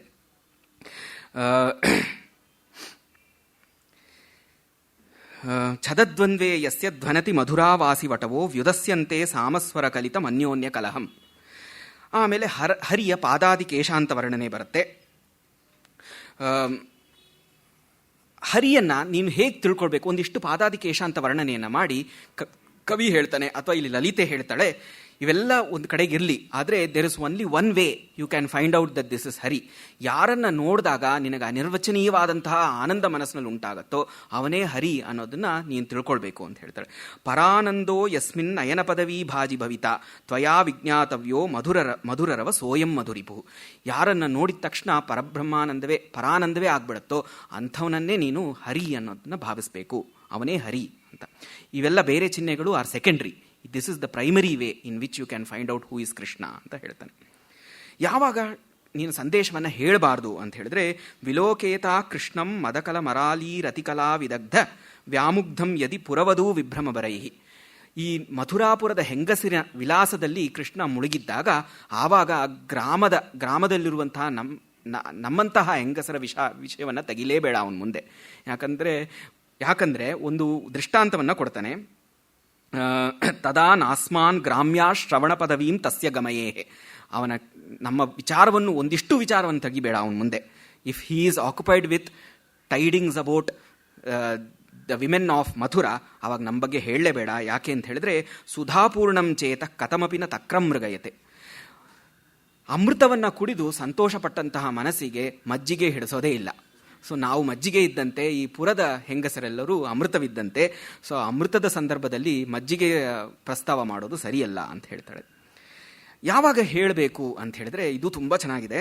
ಯದಾ ವೃಂದಾರಣ್ಯ ಸ್ಮರಣಲಹರಿ ಹೇತು ರಮಣಂ ಪಿಕಾನಾಂ ವೇವೇಷ್ಟಿ ಪ್ರತಿಹರಿತ ಮುಚ್ಚೈ ಕುಹೃತಂ. ಯಾವಾಗ ಎಲ್ಲ ದಿಕ್ಕುಗಳಲ್ಲಿಯೂ ಕೋಗಿಲೆಗಳ ನಾದ ಕೇಳಿ ಬರುತ್ತೋ ಆ ಸಮಯದಲ್ಲಿ ಅವನ ಮನಸ್ಸು ಆ ಕಡೆಗೆ ಹೋಗುತ್ತೆ, ವೃಂದಾವನದ ಕಡೆಗೆ ಹೋಗುತ್ತೆ, ನಮ್ಮ ಮನೆಯ ಕಡೆಗೆ ಬರುತ್ತೆ. ಆವಾಗ ನೀನು ಸಂದೇಶವನ್ನು ಹೇಳಬೇಕು. ವಹಂತೆ ವಾವಾತ ಸ್ಫುರಿತ ಗಿರಿಮಲ್ಲೀ ಪರಿಮಲಾಹ. ಬೆಟ್ಟ ಮಲ್ಲಿಗೆಯ ಒಂದು ಸೌರಭವನ್ನು ಹೊತ್ತಿರುವಂತಹ ಗಾಳಿಗಳು ಅವನ ಬಳಿ ಬಂದಾಗ, ಆ ಗಾಳಿಗಳ ಒಂದು ಸ್ಪರ್ಶವಾದಾಗ ಆ ಸಮಯದಲ್ಲಿ ನಮ್ಮ ನೆನಪನ್ನು ಮಾಡಿಸ್ಬೇಕು, ಬೇರೆ ಸಂದರ್ಭದಲ್ಲಿ ಮಾಡಿಸ್ಬೇಡ. ಹಾಗಾದಾಗ ಅವನ ಮನಸ್ಸು ವೃಂದಾವನದ ಕಡೆಗೆ ಹೋಗುತ್ತೆ, ಗೊಲ್ಲತಿಯರ ಕಡೆಗೆ ಬರುತ್ತೆ ಅಂತ ಹೇಳ್ತಾಳೆ. ಸಂದೇಶಾರಂಭ ಹೇಗೆ ಅಂತ ಹೇಳಿದ್ರೆ ಇದು ತುಂಬ ಚೆನ್ನಾಗಿದೆ. ಪುರಾ ತಿಷ್ಠನ್ ಗೋಷ್ಠಾನ್ ನಿಖಿಲ ರಮಣೀಭ್ಯ ಪ್ರಿಯತೆಯ ಭವಾನ್ ಯಸ್ಯಾಂ ಗೋಪೀ ರಮಣ ವಿದದೆ ಗೌರವಪದಂ ಸಖೀ ತಸ್ಯಾ ವಿಜ್ಞಾಪಯತಿ ಲಲಿತಾ ಧೀರಲಲಿತಂ ಪ್ರಣಮ್ಯ ಶ್ರೀಪಾದಾಂಬುಜ ಕನಕಪೀಠೀ ಪರಿಸರೆ. ಇವಳು ತುಂಬ ಒಂಥರ ಪುರಕ್ಕೆ ತಕ್ಕಂತಹ ಒಂದು ಭಾಷೆಯನ್ನು ಬಳಸ್ತಾ ಇದ್ದಾಳೆ. ಶ್ರೀಪಾದಾಂಬುಜ ಕನಕಪೀಠೀ ಪರಿಸರೆ, ಶ್ರೀಪಾದದ ಬಳಿ ಈ ಒಂದು ಸಂದೇಶವನ್ನು ನಾವು ನಿವೇದನೆಗೊಳಿಸ್ತೀವಿ ಅಂತ ಹೇಳ್ತಾ ಇದ್ದಾಳೆ. ಯಾರ ಬಗ್ಗೆ ಅಂತ ಹೇಳಿದ್ರೆ, ಎಷ್ಟೋ ಗೊಲ್ಲತಿಯರಿದ್ದರು, ಅಷ್ಟು ಗೊಲ್ಲತಿಯರ ಮಧ್ಯದಲ್ಲಿ ಯಾವುದೋ ಒಬ್ಬಳು ಗೊಲ್ಲತಿ ಇದ್ದಳು, ಅವಳ ಮೇಲೆ ನೀನು ಎಲ್ಲ ಗೌರವನ್ನೂ ತಾಳಿದ್ದೆ. ಅಂತಹ ಗೊಲ್ಲತಿಯ ಸಂದೇಶವನ್ನು ನಾನು ಈಗ ಹೇಳ್ತಾ ಇದ್ದೀನಿ ಅಂತ ಹೇಳು. ರಾಧೆ ಅಂತ ಡೈರೆಕ್ಟಾಗಿ ಹೇಳೋದಿಲ್ಲ, ಆ ಗೊಲ್ಲತಿಯರ ಪೈಕಿ ಯಾರ ಮೇಲೆ ನಿನಗೆ ತುಂಬ ಪ್ರೀತಿ ಇತ್ತೋ ಅಂತಹ ಗೊಲ್ಲತಿಯ ಸಂದೇಶ ಇದು ಅಂತ ಹೇಳ್ತಾನೆ. ಆಮೇಲೆ ಇನ್ನೊಂದು ಕಡೆಗೆ ರಾಧೆ ಅನ್ನುವಂತಹ ಈ 2 ಕೃಪಣ ಅಕ್ಷರಗಳು ಜ್ಞಾಪಕ ಇದೆಯಾ ಅಂತ ಕೇಳ್ತಾನೆ. ಈ ಪಾಪ ಮಾಡಿದಂತಹ ದೀನವಾದಂತಹ ಈ ಸಾಧು ಈ 2 ಅಕ್ಷರಗಳನ್ನು ನೀನು ಜ್ಞಾಪಿಸ್ಕೊಳ್ತೀಯಾ ಯಾವತ್ತಾದರೂ ಅನ್ನೋ ಒಂದು ವಾಕ್ಯವು ಮುಂದೆ ಬರುತ್ತೆ. ಆದರೆ ಇವೆಲ್ಲ ಹೇಳೋದಕ್ಕಿಂತ ಮುಂಚೆ ಒಂದು ಸಾಧಾರಣ ಒಂದು ಕುಶಲ ಪ್ರಶ್ನೆಗಳೆಲ್ಲ ಇದ್ದೇ ಇರುತ್ತಲ್ಲ, ಆ ಕುಶಲ ಪ್ರಶ್ನೆಗಳು ಒಂದಿಷ್ಟು ಬರುತ್ತೆ. ನೀನು ಬೆಳೆಸಿದ್ದೆಲ್ಲ ಒಂದು ಕರು, ಆ ಕರು ಈಗ ತುಂಬು ಕೆಚ್ಚಲಿನ ಹಸುವಾಗಿ ಮೊದಲನೇ ಬಾರಿಗೆ ಕರುವನ್ನು ಹೆತ್ತಿದೆ ಅನ್ನುವಂಥ ಒಂದು ವಿಷಯ ಬರುತ್ತೆ. ಪ್ರಯತ್ನಾದ ಆಬಾಲ್ಯಂ ನವಕಮಲಿನಿ ಪಲ್ಲವ ಕುಲೈಹಿ. ಯಾವ ಕರುವನ್ನು ನೀನು ಬಾಲ್ಯದಿಂದ ಹಿಡಿದು ನವಕಮಲಿನಿ ಹೊಸದಾದಂತಹ ತಾವರೆಗಳ ದಳದ ಆಹಾರವನ್ನು ಕೊಟ್ಟು ಬೆಳೆಸಿದ್ದೀಯೋ, ಆ ಕರು ಈಗ ಹಸುವಷ್ಟೇ ಆಗಿಲ್ಲ, ತುಂಬು ಕೆಚ್ಚಲಿನ ಹಸುವಾಗಿ ಮೊದಲನೆಯ ಬಾರಿಗೆ ಕರುವನ್ನು ಹೆತ್ತಿದೆ ಅನ್ನುವಂಥ ವಿಷಯವನ್ನು ನೀನು ತಿಳಿಸ್ಬೇಕು ಅಂತ ಮೊದಲೇ ಹೇಳ್ತಾಳೆ. ಪ್ರಯತ್ನಾದ ಆಬಾಲ್ಯಂ ನವಕಮಲಿನಿ ಪಲ್ಲವಕುಲೈ ಸ್ವಯಾ ಭೂಯೋ ಯಸ್ಯಾ ಕೃತಮಹಃ ಸಂವರ್ಧನಮಭೂತ್ ಚಿರಾದ್ ಊಧೋಭಾರ ಸ್ಫುರಣ ಗರಿಮಾಕ್ರಾಂತ ಜಗನ ಬಭೂವ ಪ್ರಸ್ಥೌಹಿ ಮುರಮಥನ ಸೇಯಂ ಕಪಿಲಿಕ. ಈ ಕಪಿಲಾ ಗೌ ಯಾವುದನ್ನು ನೀನು ಬೆಳೆಸಿದ್ಯೋ ಅದು ಈಗ ಕರುವನ್ನು ಹೆತ್ತಿದೆ. ಆದರೆ ನೀನು ಈಗ ವೃಂದಾವನದ ಕಡೆಗೆ ಬರಲೇಬೇಡ. ಯಾಕೆ ಅಂತ ಹೇಳಿದ್ರೆ ವೃಂದಾವನದ ಪರಿಸರ ಈಗ ವಿಷಮಯವಾಗೋಗ್ಬಿಟ್ಟಿದೆ. ಯಾಕೆ ಅಂತ ಹೇಳಿದ್ರೆ ತ್ವಯಾನ್ ಆಗಂತವ್ಯಂ, ಬರಲೇಬಾರ್ದು ವೃಂದಾವನದ ಕಡೆಗೆ. ಯಾಕಂದರೆ ವೃಂದಾವನದ ಬಳ್ಳಿಗಳೆಲ್ಲ ವಿಷಮಯವಾಗೋಗ್ಬಿಟ್ಟಿದೆ. ಯಾಕೆ ವಿಷಮಯವಾಗೋಗ್ಬಿಟ್ಟಿದೆ ಅಂತ ಹೇಳಿದ್ರೆ ಆ ಬಳ್ಳಿಗಳಿಂದ ಬರುವಂತಹ ಗಾಳಿ ಮುಟ್ಟಿದ್ರೆ ಸಾಕು ನಮ್ಮ ಗೊಲ್ಲತಿಯರೆಲ್ಲ ಮೂರ್ಛೆ ಬಿದ್ದು ಕೆಳಗೆ ಬಿದ್ದೋಗ್ತಾ ಇದ್ದಾರೆ. ಆ ಕಾರಣಕ್ಕೆ there is something wrong with the ಪರಿಸರ ಆಫ್ ವೃಂದಾವನ. ಈಗ ಆ್ಯಕ್ಚುಲಿ ಏನಾಗುತ್ತೆ ಅಂತ ಹೇಳಿದ್ರೆ ಆ ಮೃದುಲವಾದಂತಹ ಗಾಳಿಯ ಸ್ಪರ್ಶವಾಗಿದ್ದ ತಕ್ಷಣ ಅವರಿಗೆ ಕೃಷ್ಣನ ನೆನಪು ಬಂದು, ಕೃಷ್ಣನ ವಿಯೋಗದ ನೆನಪು ಬಂದು ಅವರು ಮೂರ್ಛೆ ಹೋಗ್ತಾರೆ. ಆದರೆ ಅದನ್ನು ಹೇಳುವ ರೀತಿ ಬೇರೆ ಥರ ಇದೆ. ಅಲ್ಲಿ ಏನೋ ವಿಷಮಯವಾಗಿಬಿಟ್ಟಿರಬೇಕು ವಾತಾವರಣ, ಆ ಕಾರಣಕ್ಕೆ ನೀನು ಅಲ್ಲಿ ಬರಬೇಡ ಅಂತ ಒಂದು ಎಚ್ಚರಿಕೆ ಮಾತನ್ನು ಅಥವಾ ವ್ಯಂಗ್ಯವಾಗಿ ಒಂದು ಮಾತನ್ನು ಹೇಳಿದ್ದಾನೆ. ಆ ಹಿಂದಿನ ಕಾಲ ಹೊರಟೆ ಹೋಯ್ತು. ಈಗ ಯಾವ ಕಾಲ ಅಂತ ಹೇಳಿದ್ರೆ, ಯಾವಾಗ ನೀನು ಈಗ ನಿನಗೆ ಪುರವನಿತೆಯರು ನಿನ್ನ ಸೇವೆಯನ್ನು ಮಾಡೋದಕ್ಕಿದ್ದಾರೆ, ರಾಜಕನ್ಯೆಯರು ನಿನ್ನ ಸೇವೆಯನ್ನು ಮಾಡ್ತಾ ಇದ್ದಾರೆ. ಹಿಂದೆ ಒಂದು ಕಾಲ ಇತ್ತು, ಅದನ್ನು ನೆನಪಿಸ್ಕೊ. ಆವಾಗ ನೀನು ಗೊಲ್ಲತಿಯರ ಮನೆಯ ಹೊರಗಡೆ ಇರುವಂತಹ ಮರಗಳ ಅಂಧಕಾರದಲ್ಲಿ ಆ ಗೊಲ್ಲತಿಯರ್ಗ ಕಾಯ್ತಾ ಇದ್ದು ಅವ್ರು ಬರೋವರೆಗೂ ತಡಪಡಿಸ್ತಾ ಇದ್ದಂತಹ ಒಂದು ಕಾಲವನ್ನು ಮರೆತು ಬಿಟ್ಟಿಯಾ ನೀನು ಅಂತ ಹೇಳ್ತಾರೆ. ಕಥಂ ಸಂಗೋಸ್ಮಾಭಿ ಸಹ ಸಮುಚಿತ ಸಂಪ್ರತಿಹರೆ. ನಮ್ಮಂತಹ ಸಂಘ ನಿನಗೆ ಯಾಕೆ ಬೇಕೀಗ? ವಯಂ ಗ್ರಾಮ್ಯಾಹ, ನಾವು ಗ್ರಾಮದ ಹೆಂಗಸರು. ತ್ವಮಸಿ ನೃಪಕನ್ಯಾರ್ಚಿತ ಪದ, ನೀನು ನೃಪಕನ್ಯೆಯರು, ರಾಣಿಯರು ನಿನ್ನ ಸೇವೆಯನ್ನು ಮಾಡ್ತಾರೆ. ಅಂತಹ ಸ್ಥಿತಿಯಲ್ಲಿ ನೀನಿದ್ದೀಯಾ. ಗತಃಕಾಲೋ, ಆ ಸಮಯ ಹೊರಟೆ ಹೋಯಿತು. ಯಾವ ಸಮಯ ಅಂತ ಹೇಳಿದ್ರೆ, ಯಸ್ಮಿನ್ ಪಶುಪರಮಣಿ ಸಂಗಮ ಕೃತೆ ಭವಾನ್ ವ್ಯಗ್ರಸ್ತಸ್ಥೌ ತಮಸಿ ಗೃಹವಾಟಿ ವಿಟಪಿನಿ. ಯಾವಾಗ ನಮಗಾಗಿ ಬಚ್ಚಿಟ್ಕೊಂಡು ಯಾವಾಗ ನಾವು ಬರ್ತೀವಿ ಅಂತ ಕಾಯ್ತಾ ಇದೆಯಲ್ಲ, ಆ ಸಮಯ ಈಗ ಹೊರಟೆ ಹೋಯಿತು ಅಂತ ಹೇಳ್ತಾಳೆ. ಇದು ಸಂದೇಶದ ಪೂರ್ವರಂಗ ಅಂತ ಹೇಳ್ತಾಳೆ. ಆಮೇಲೆ ನಿಜವಾದ ಸಂದೇಶ ಬರುತ್ತೆ. ಕಿಂ ರಾಧಾಂ ಸ್ಮರಸಿ, ರಾಧೆಯನ್ನು ನೀನು ಜ್ಞಾಪಿಸ್ಕೊಳ್ತೀಯಾ ಅಂತ ಹೇಳಿ, ಕಿಮಾಹೋ ರಾಧೇತಿ ಸ್ಮರಸಿ ಕೃಪಣಂ ವರ್ಣಯುಗಲಂ, ರಾಧಾ ಅನ್ನುವಂಥ ಈ ಎರಡಕ್ಷರ ನಿನಗೆ ಯಾವಾಗಾದರೂ ಸ್ಮರಿಸ್ಕೊಳ್ತೀಯಾ ನೀನು ಅಂತ ಕೇಳ್ತಾಳೆ.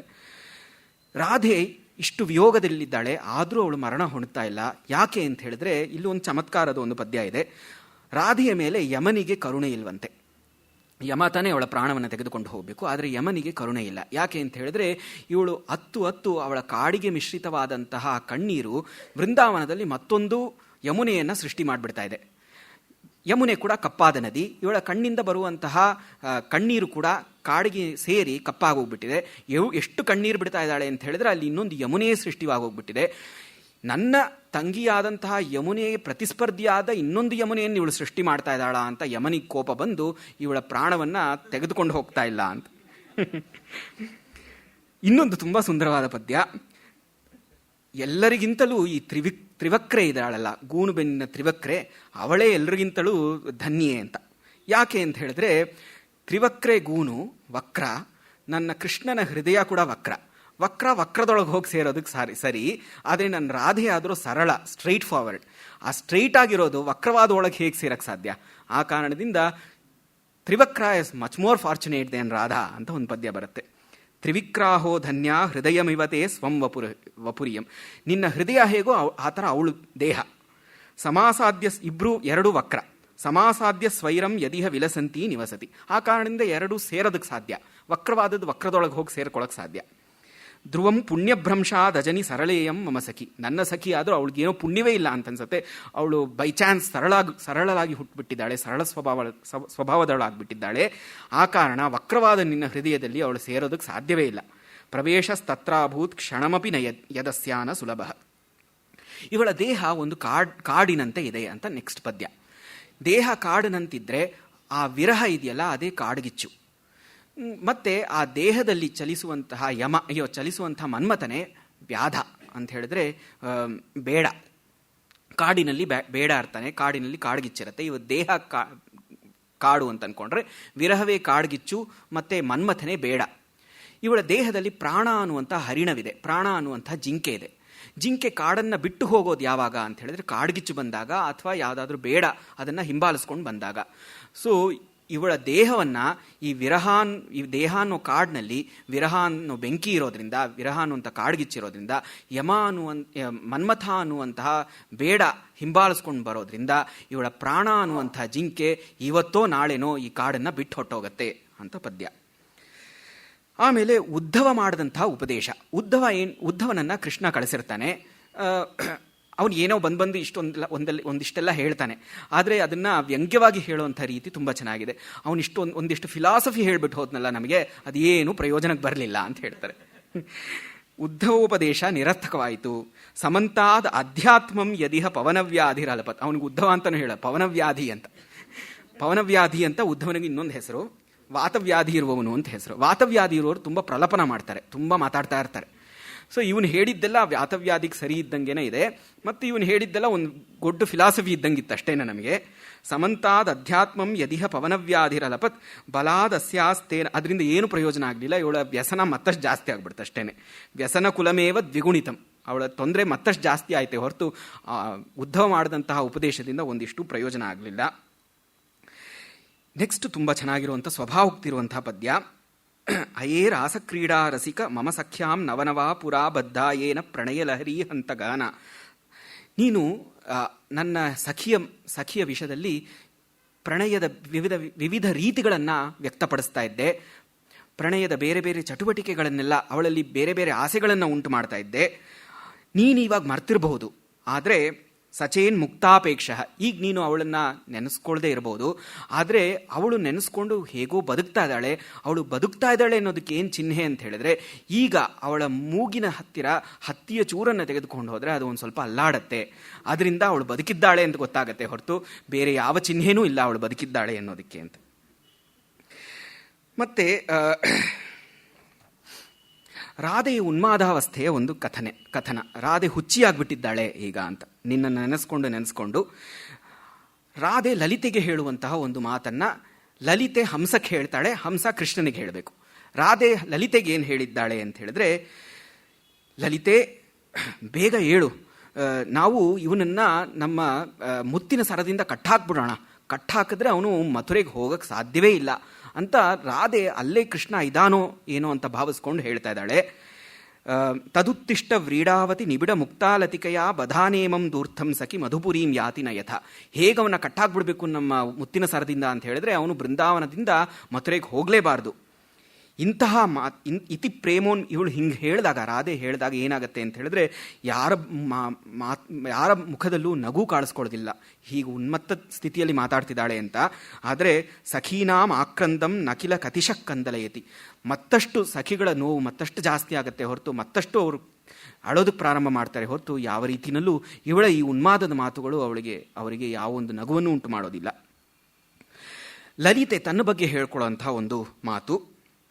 ಲಲಿತೆ ಹೇಳ್ತಾ ಇದ್ದಾಳೆ, ಯಾವಾಗ ತಾನೇ ಆ ಕಾಲ ಬರುತ್ತೆ, ಯಾವ ಕಾಲದಲ್ಲಿ ನಾನು ರಾಧೆ ಮತ್ತು ಕೃಷ್ಣರನ್ನು ಮತ್ತೆ ಸೇರುವಂತೆ ಮಾಡಬಹುದು, ಅಂತಹ ಕಾಲಕ್ಕೆ ನಾನು ಕಾಲವನ್ನು ಅಪೇಕ್ಷಿಸ್ತಿದ್ದೀನಿ, ಅಂಥ ಕಾಲಕ್ಕಾಗಿ ನಾನು ಕಾಯ್ತಾ ಇದ್ದೀನಿ ಅಂತ.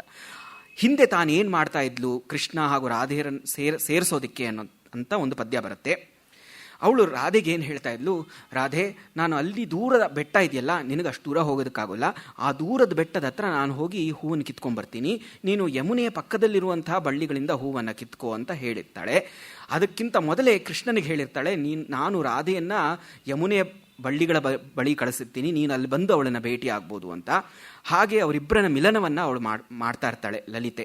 ಹಾಗೆ ಮತ್ತೆ ನಿಮ್ಮಿಬ್ಬರನ್ನ ಸೇರಿಸುವಂತಹ ಸೌಭಾಗ್ಯ ನನಗೆ ಯಾವಾಗ ಬರುತ್ತೆ ಅಂತ ಲಲಿತೆ ಕೇಳ್ತಾಳೆ. ವಿದೂರಾದ ಆಹರ್ತುಂ ಕುಸುಮಂ ಉಪಯಾಮಿ ತ್ವಮಧುನಾ ಪುರಸ್ತೀರೇ ತೀರೇ ಕಲಯಲವಲೀ ಪಲ್ಲವಮಿದಂ ಇತಿ ವ್ಯಾಜಾದೇನಾಂ ವಿದಿತ ಭವದೀಯ ಸ್ಥಿತಿರಹಂ ಕದಾ ಕುಂಜೆ ಗೋಪೀರಮಣ ಗಮಯಿಷ್ಯಾಮಿ ಸಮಯೇ. ನಂತರ ಅವನ ಭೂಷಣಗಳೆಲ್ಲವನ್ನು, ಅವನ ಹಾಕ್ಕೊಂಡಿರುವಂಥ ಅಲಂಕಾರವೆಲ್ಲವನ್ನು ಕ್ಷೇಮ ಕೇಳುವಂಥ, ಇದು ತುಂಬ ನೂತನವಾದಂಥ ಒಂದು ಕಲ್ಪನೆ. ಕೃಷ್ಣ ಹಾಕ್ಕೊಂಡಿರೋ ಭೂಷಣಗಳನ್ನೂ ನೀನು ಕ್ಷೇಮವಾಗಿದೆಯಾ ಅಂತ ಕೇಳುವಂಥ ಒಂದು ಕಲ್ಪನೆ. ಮೊದಲು ವನಮಾಲ, ಕೃಷ್ಣ ಧರಿಸಿರುವಂತಹ ಆ ಮಾಲೆ, ಅದಕ್ಕೆ ವನಮಾಲ ಅಂತ ಕರೀತಾರೆ. ಆ ವನಮಾಲೆಗೆ ಕುಶಲವನ್ನು ಕೇಳುವಂತ, ಆ ವನಮಾಲೆಗೆ ರಾಧಾ ನಿಜವಾಗ್ಲೂ ನೆನಪಿರ್ತಾಳೆ ಅಂತ ಕವಿಯ ಒಂದು ಆಶಯ. ಯಾಕೆ ಅಂತ ಹೇಳಿದ್ರೆ, ವನಮಾಲ ಹೇಗೆ ಕೃಷ್ಣನ ಎದೆಯ ಮೇಲೆ ವಿಲಾಸವಾಡ್ತಾ ಇದೆಯೋ, ಹಿಂದೆ ರಾಧೆ ಕೂಡ ಅವನ ಎದೆಯ ಮೇಲೆ ಮಲಗ್ತಿದ್ಲು. ಆ ಕಾರಣಕ್ಕೆ ವನಮಾಲೆಗೂ ರಾಧೆಗೂ ಒಂದು ಸಖ್ಯ ಬೆಳೆದಿತ್ತು. ಆ ಸಖ್ಯವನ್ನು ವನಮಾಲ ಅಷ್ಟು ಬೇಗ ಮರೆಯೋದಿಲ್ಲ. ಆ ಕಾರಣಕ್ಕೆ ಮೊದಲು ವನಮಾಲೆಯನ್ನು ಕೇಳು, ನಿನ್ನ ಸಖಿ ರಾಧಾ ನಿನಗೆ ಜ್ಞಾಪಕ ಇದ್ದಾಳ ಅಂತ. ಮಿಲದ್ಭೃಂಗೀಂ ಹಂಸೀರಮಣ ವನಮಾಲಾಂ ಪ್ರಥಮತೋ ಮುದಾಕ್ಷೇಮಂ ಪೃಚ್ಛನ್ ಇದಂ ಉಪಹರೇಥಾ ಮಮವಚ ಚಿರಂ ಕಂಸಾರಾತೇ ಉರಸಿ ಸಹವಾಸ ಪ್ರಣಯಿನಿ. ನಿನ್ನ ಜೊತೆಗೇ ಇರ್ತಾ ಇದ್ಲು. ಒಂದು ಕಡೆ ವನಮಾಲೆ ಆದರೆ ಕೃಷ್ಣನ ಎದೆಯ ಮೇಲೆ ಮಲ್ಕೊಂಡಿರೋದು ಇನ್ನೊಂದು ಅಂತ ಹೇಳಿದ್ರೆ ರಾಧೆ. ಕಿಂ ಏನಾಂ ಏಣಾಕ್ಷೀಂ ಗುಣವತಿ ವಿಸಸ್ಮಾರ ಭವತಿ, ನೀನೇನು ಮರ್ತು ಬಿಟ್ಟಿದ್ದೆ ಅವಳನ್ನ ಅಂತ ಮೊದಲು ವಿಚಾರಿಸು ವನಮಾಲೆಯನ್ನ. ಆನಂತರ ಕೃಷ್ಣನ ಕರ್ಣ ಮಕರ ಕುಂಡಲಗಳನ್ನು ಕ್ಷೇಮ ವಿಚಾರಿಸಬೇಕು ಅಂತ ಹೇಳಿ, ಅದು ಪರವಾಗಿಲ್ಲ, ಕ್ಷೇಮ ವಿಚಾರಿಸದಿದ್ರೂ ಪರವಾಗಿಲ್ಲ, ಅದು ಕ್ಷೇಮವಾಗೇ ಇರುತ್ತೆ ಅಂತ ಒಂದು ಕಲ್ಪನೆಯನ್ನು ಮಾಡ್ತಾನೆ. ಯಾಕೆ ಕ್ಷೇಮವಾಗಿರುತ್ತೆ ಅಂತ ಹೇಳಿದ್ರೆ, ಆ ಕುಂಡಲ ಒಂದು ನಾಯಿಕೆ ಇದ್ದಂತೆ. ಅದು ಏನು ಮಾಡ್ತಾ ಇರತ್ತೆ ಅಂತ ಹೇಳಿದ್ರೆ, ಆವಾಗವಾಗ ಕೃಷ್ಣನ ಕೆನ್ನೆಯನ್ನು ಮುತ್ಕೊಡ್ತಾ ಇರತ್ತೆ. ತತಃ ಸಂಭಾಷೇತ ಶ್ರುತಿಮಕರ ಮುದ್ರಾಮಿತಿ ಮುದಾ ಭವತ್ಯಾಂ ಕರ್ತವ್ಯ ಕಿಮಿತಿ ಕುಶಲ ಪ್ರಶ್ನ ಜಡಿಮ ರುಚಿಸ್ಮೇರಾಯಾತ್ವಂ ರಚಯಸಿ ಸದಾ ಚುಂಬನ ಕಲಾಂ ಅಪಾಂಗೇನ ಸ್ಪೃಷ್ಟ ಸಖಿ ಮುರರಿಪೋರ್ ಗಂಡಮುಕುರೆ.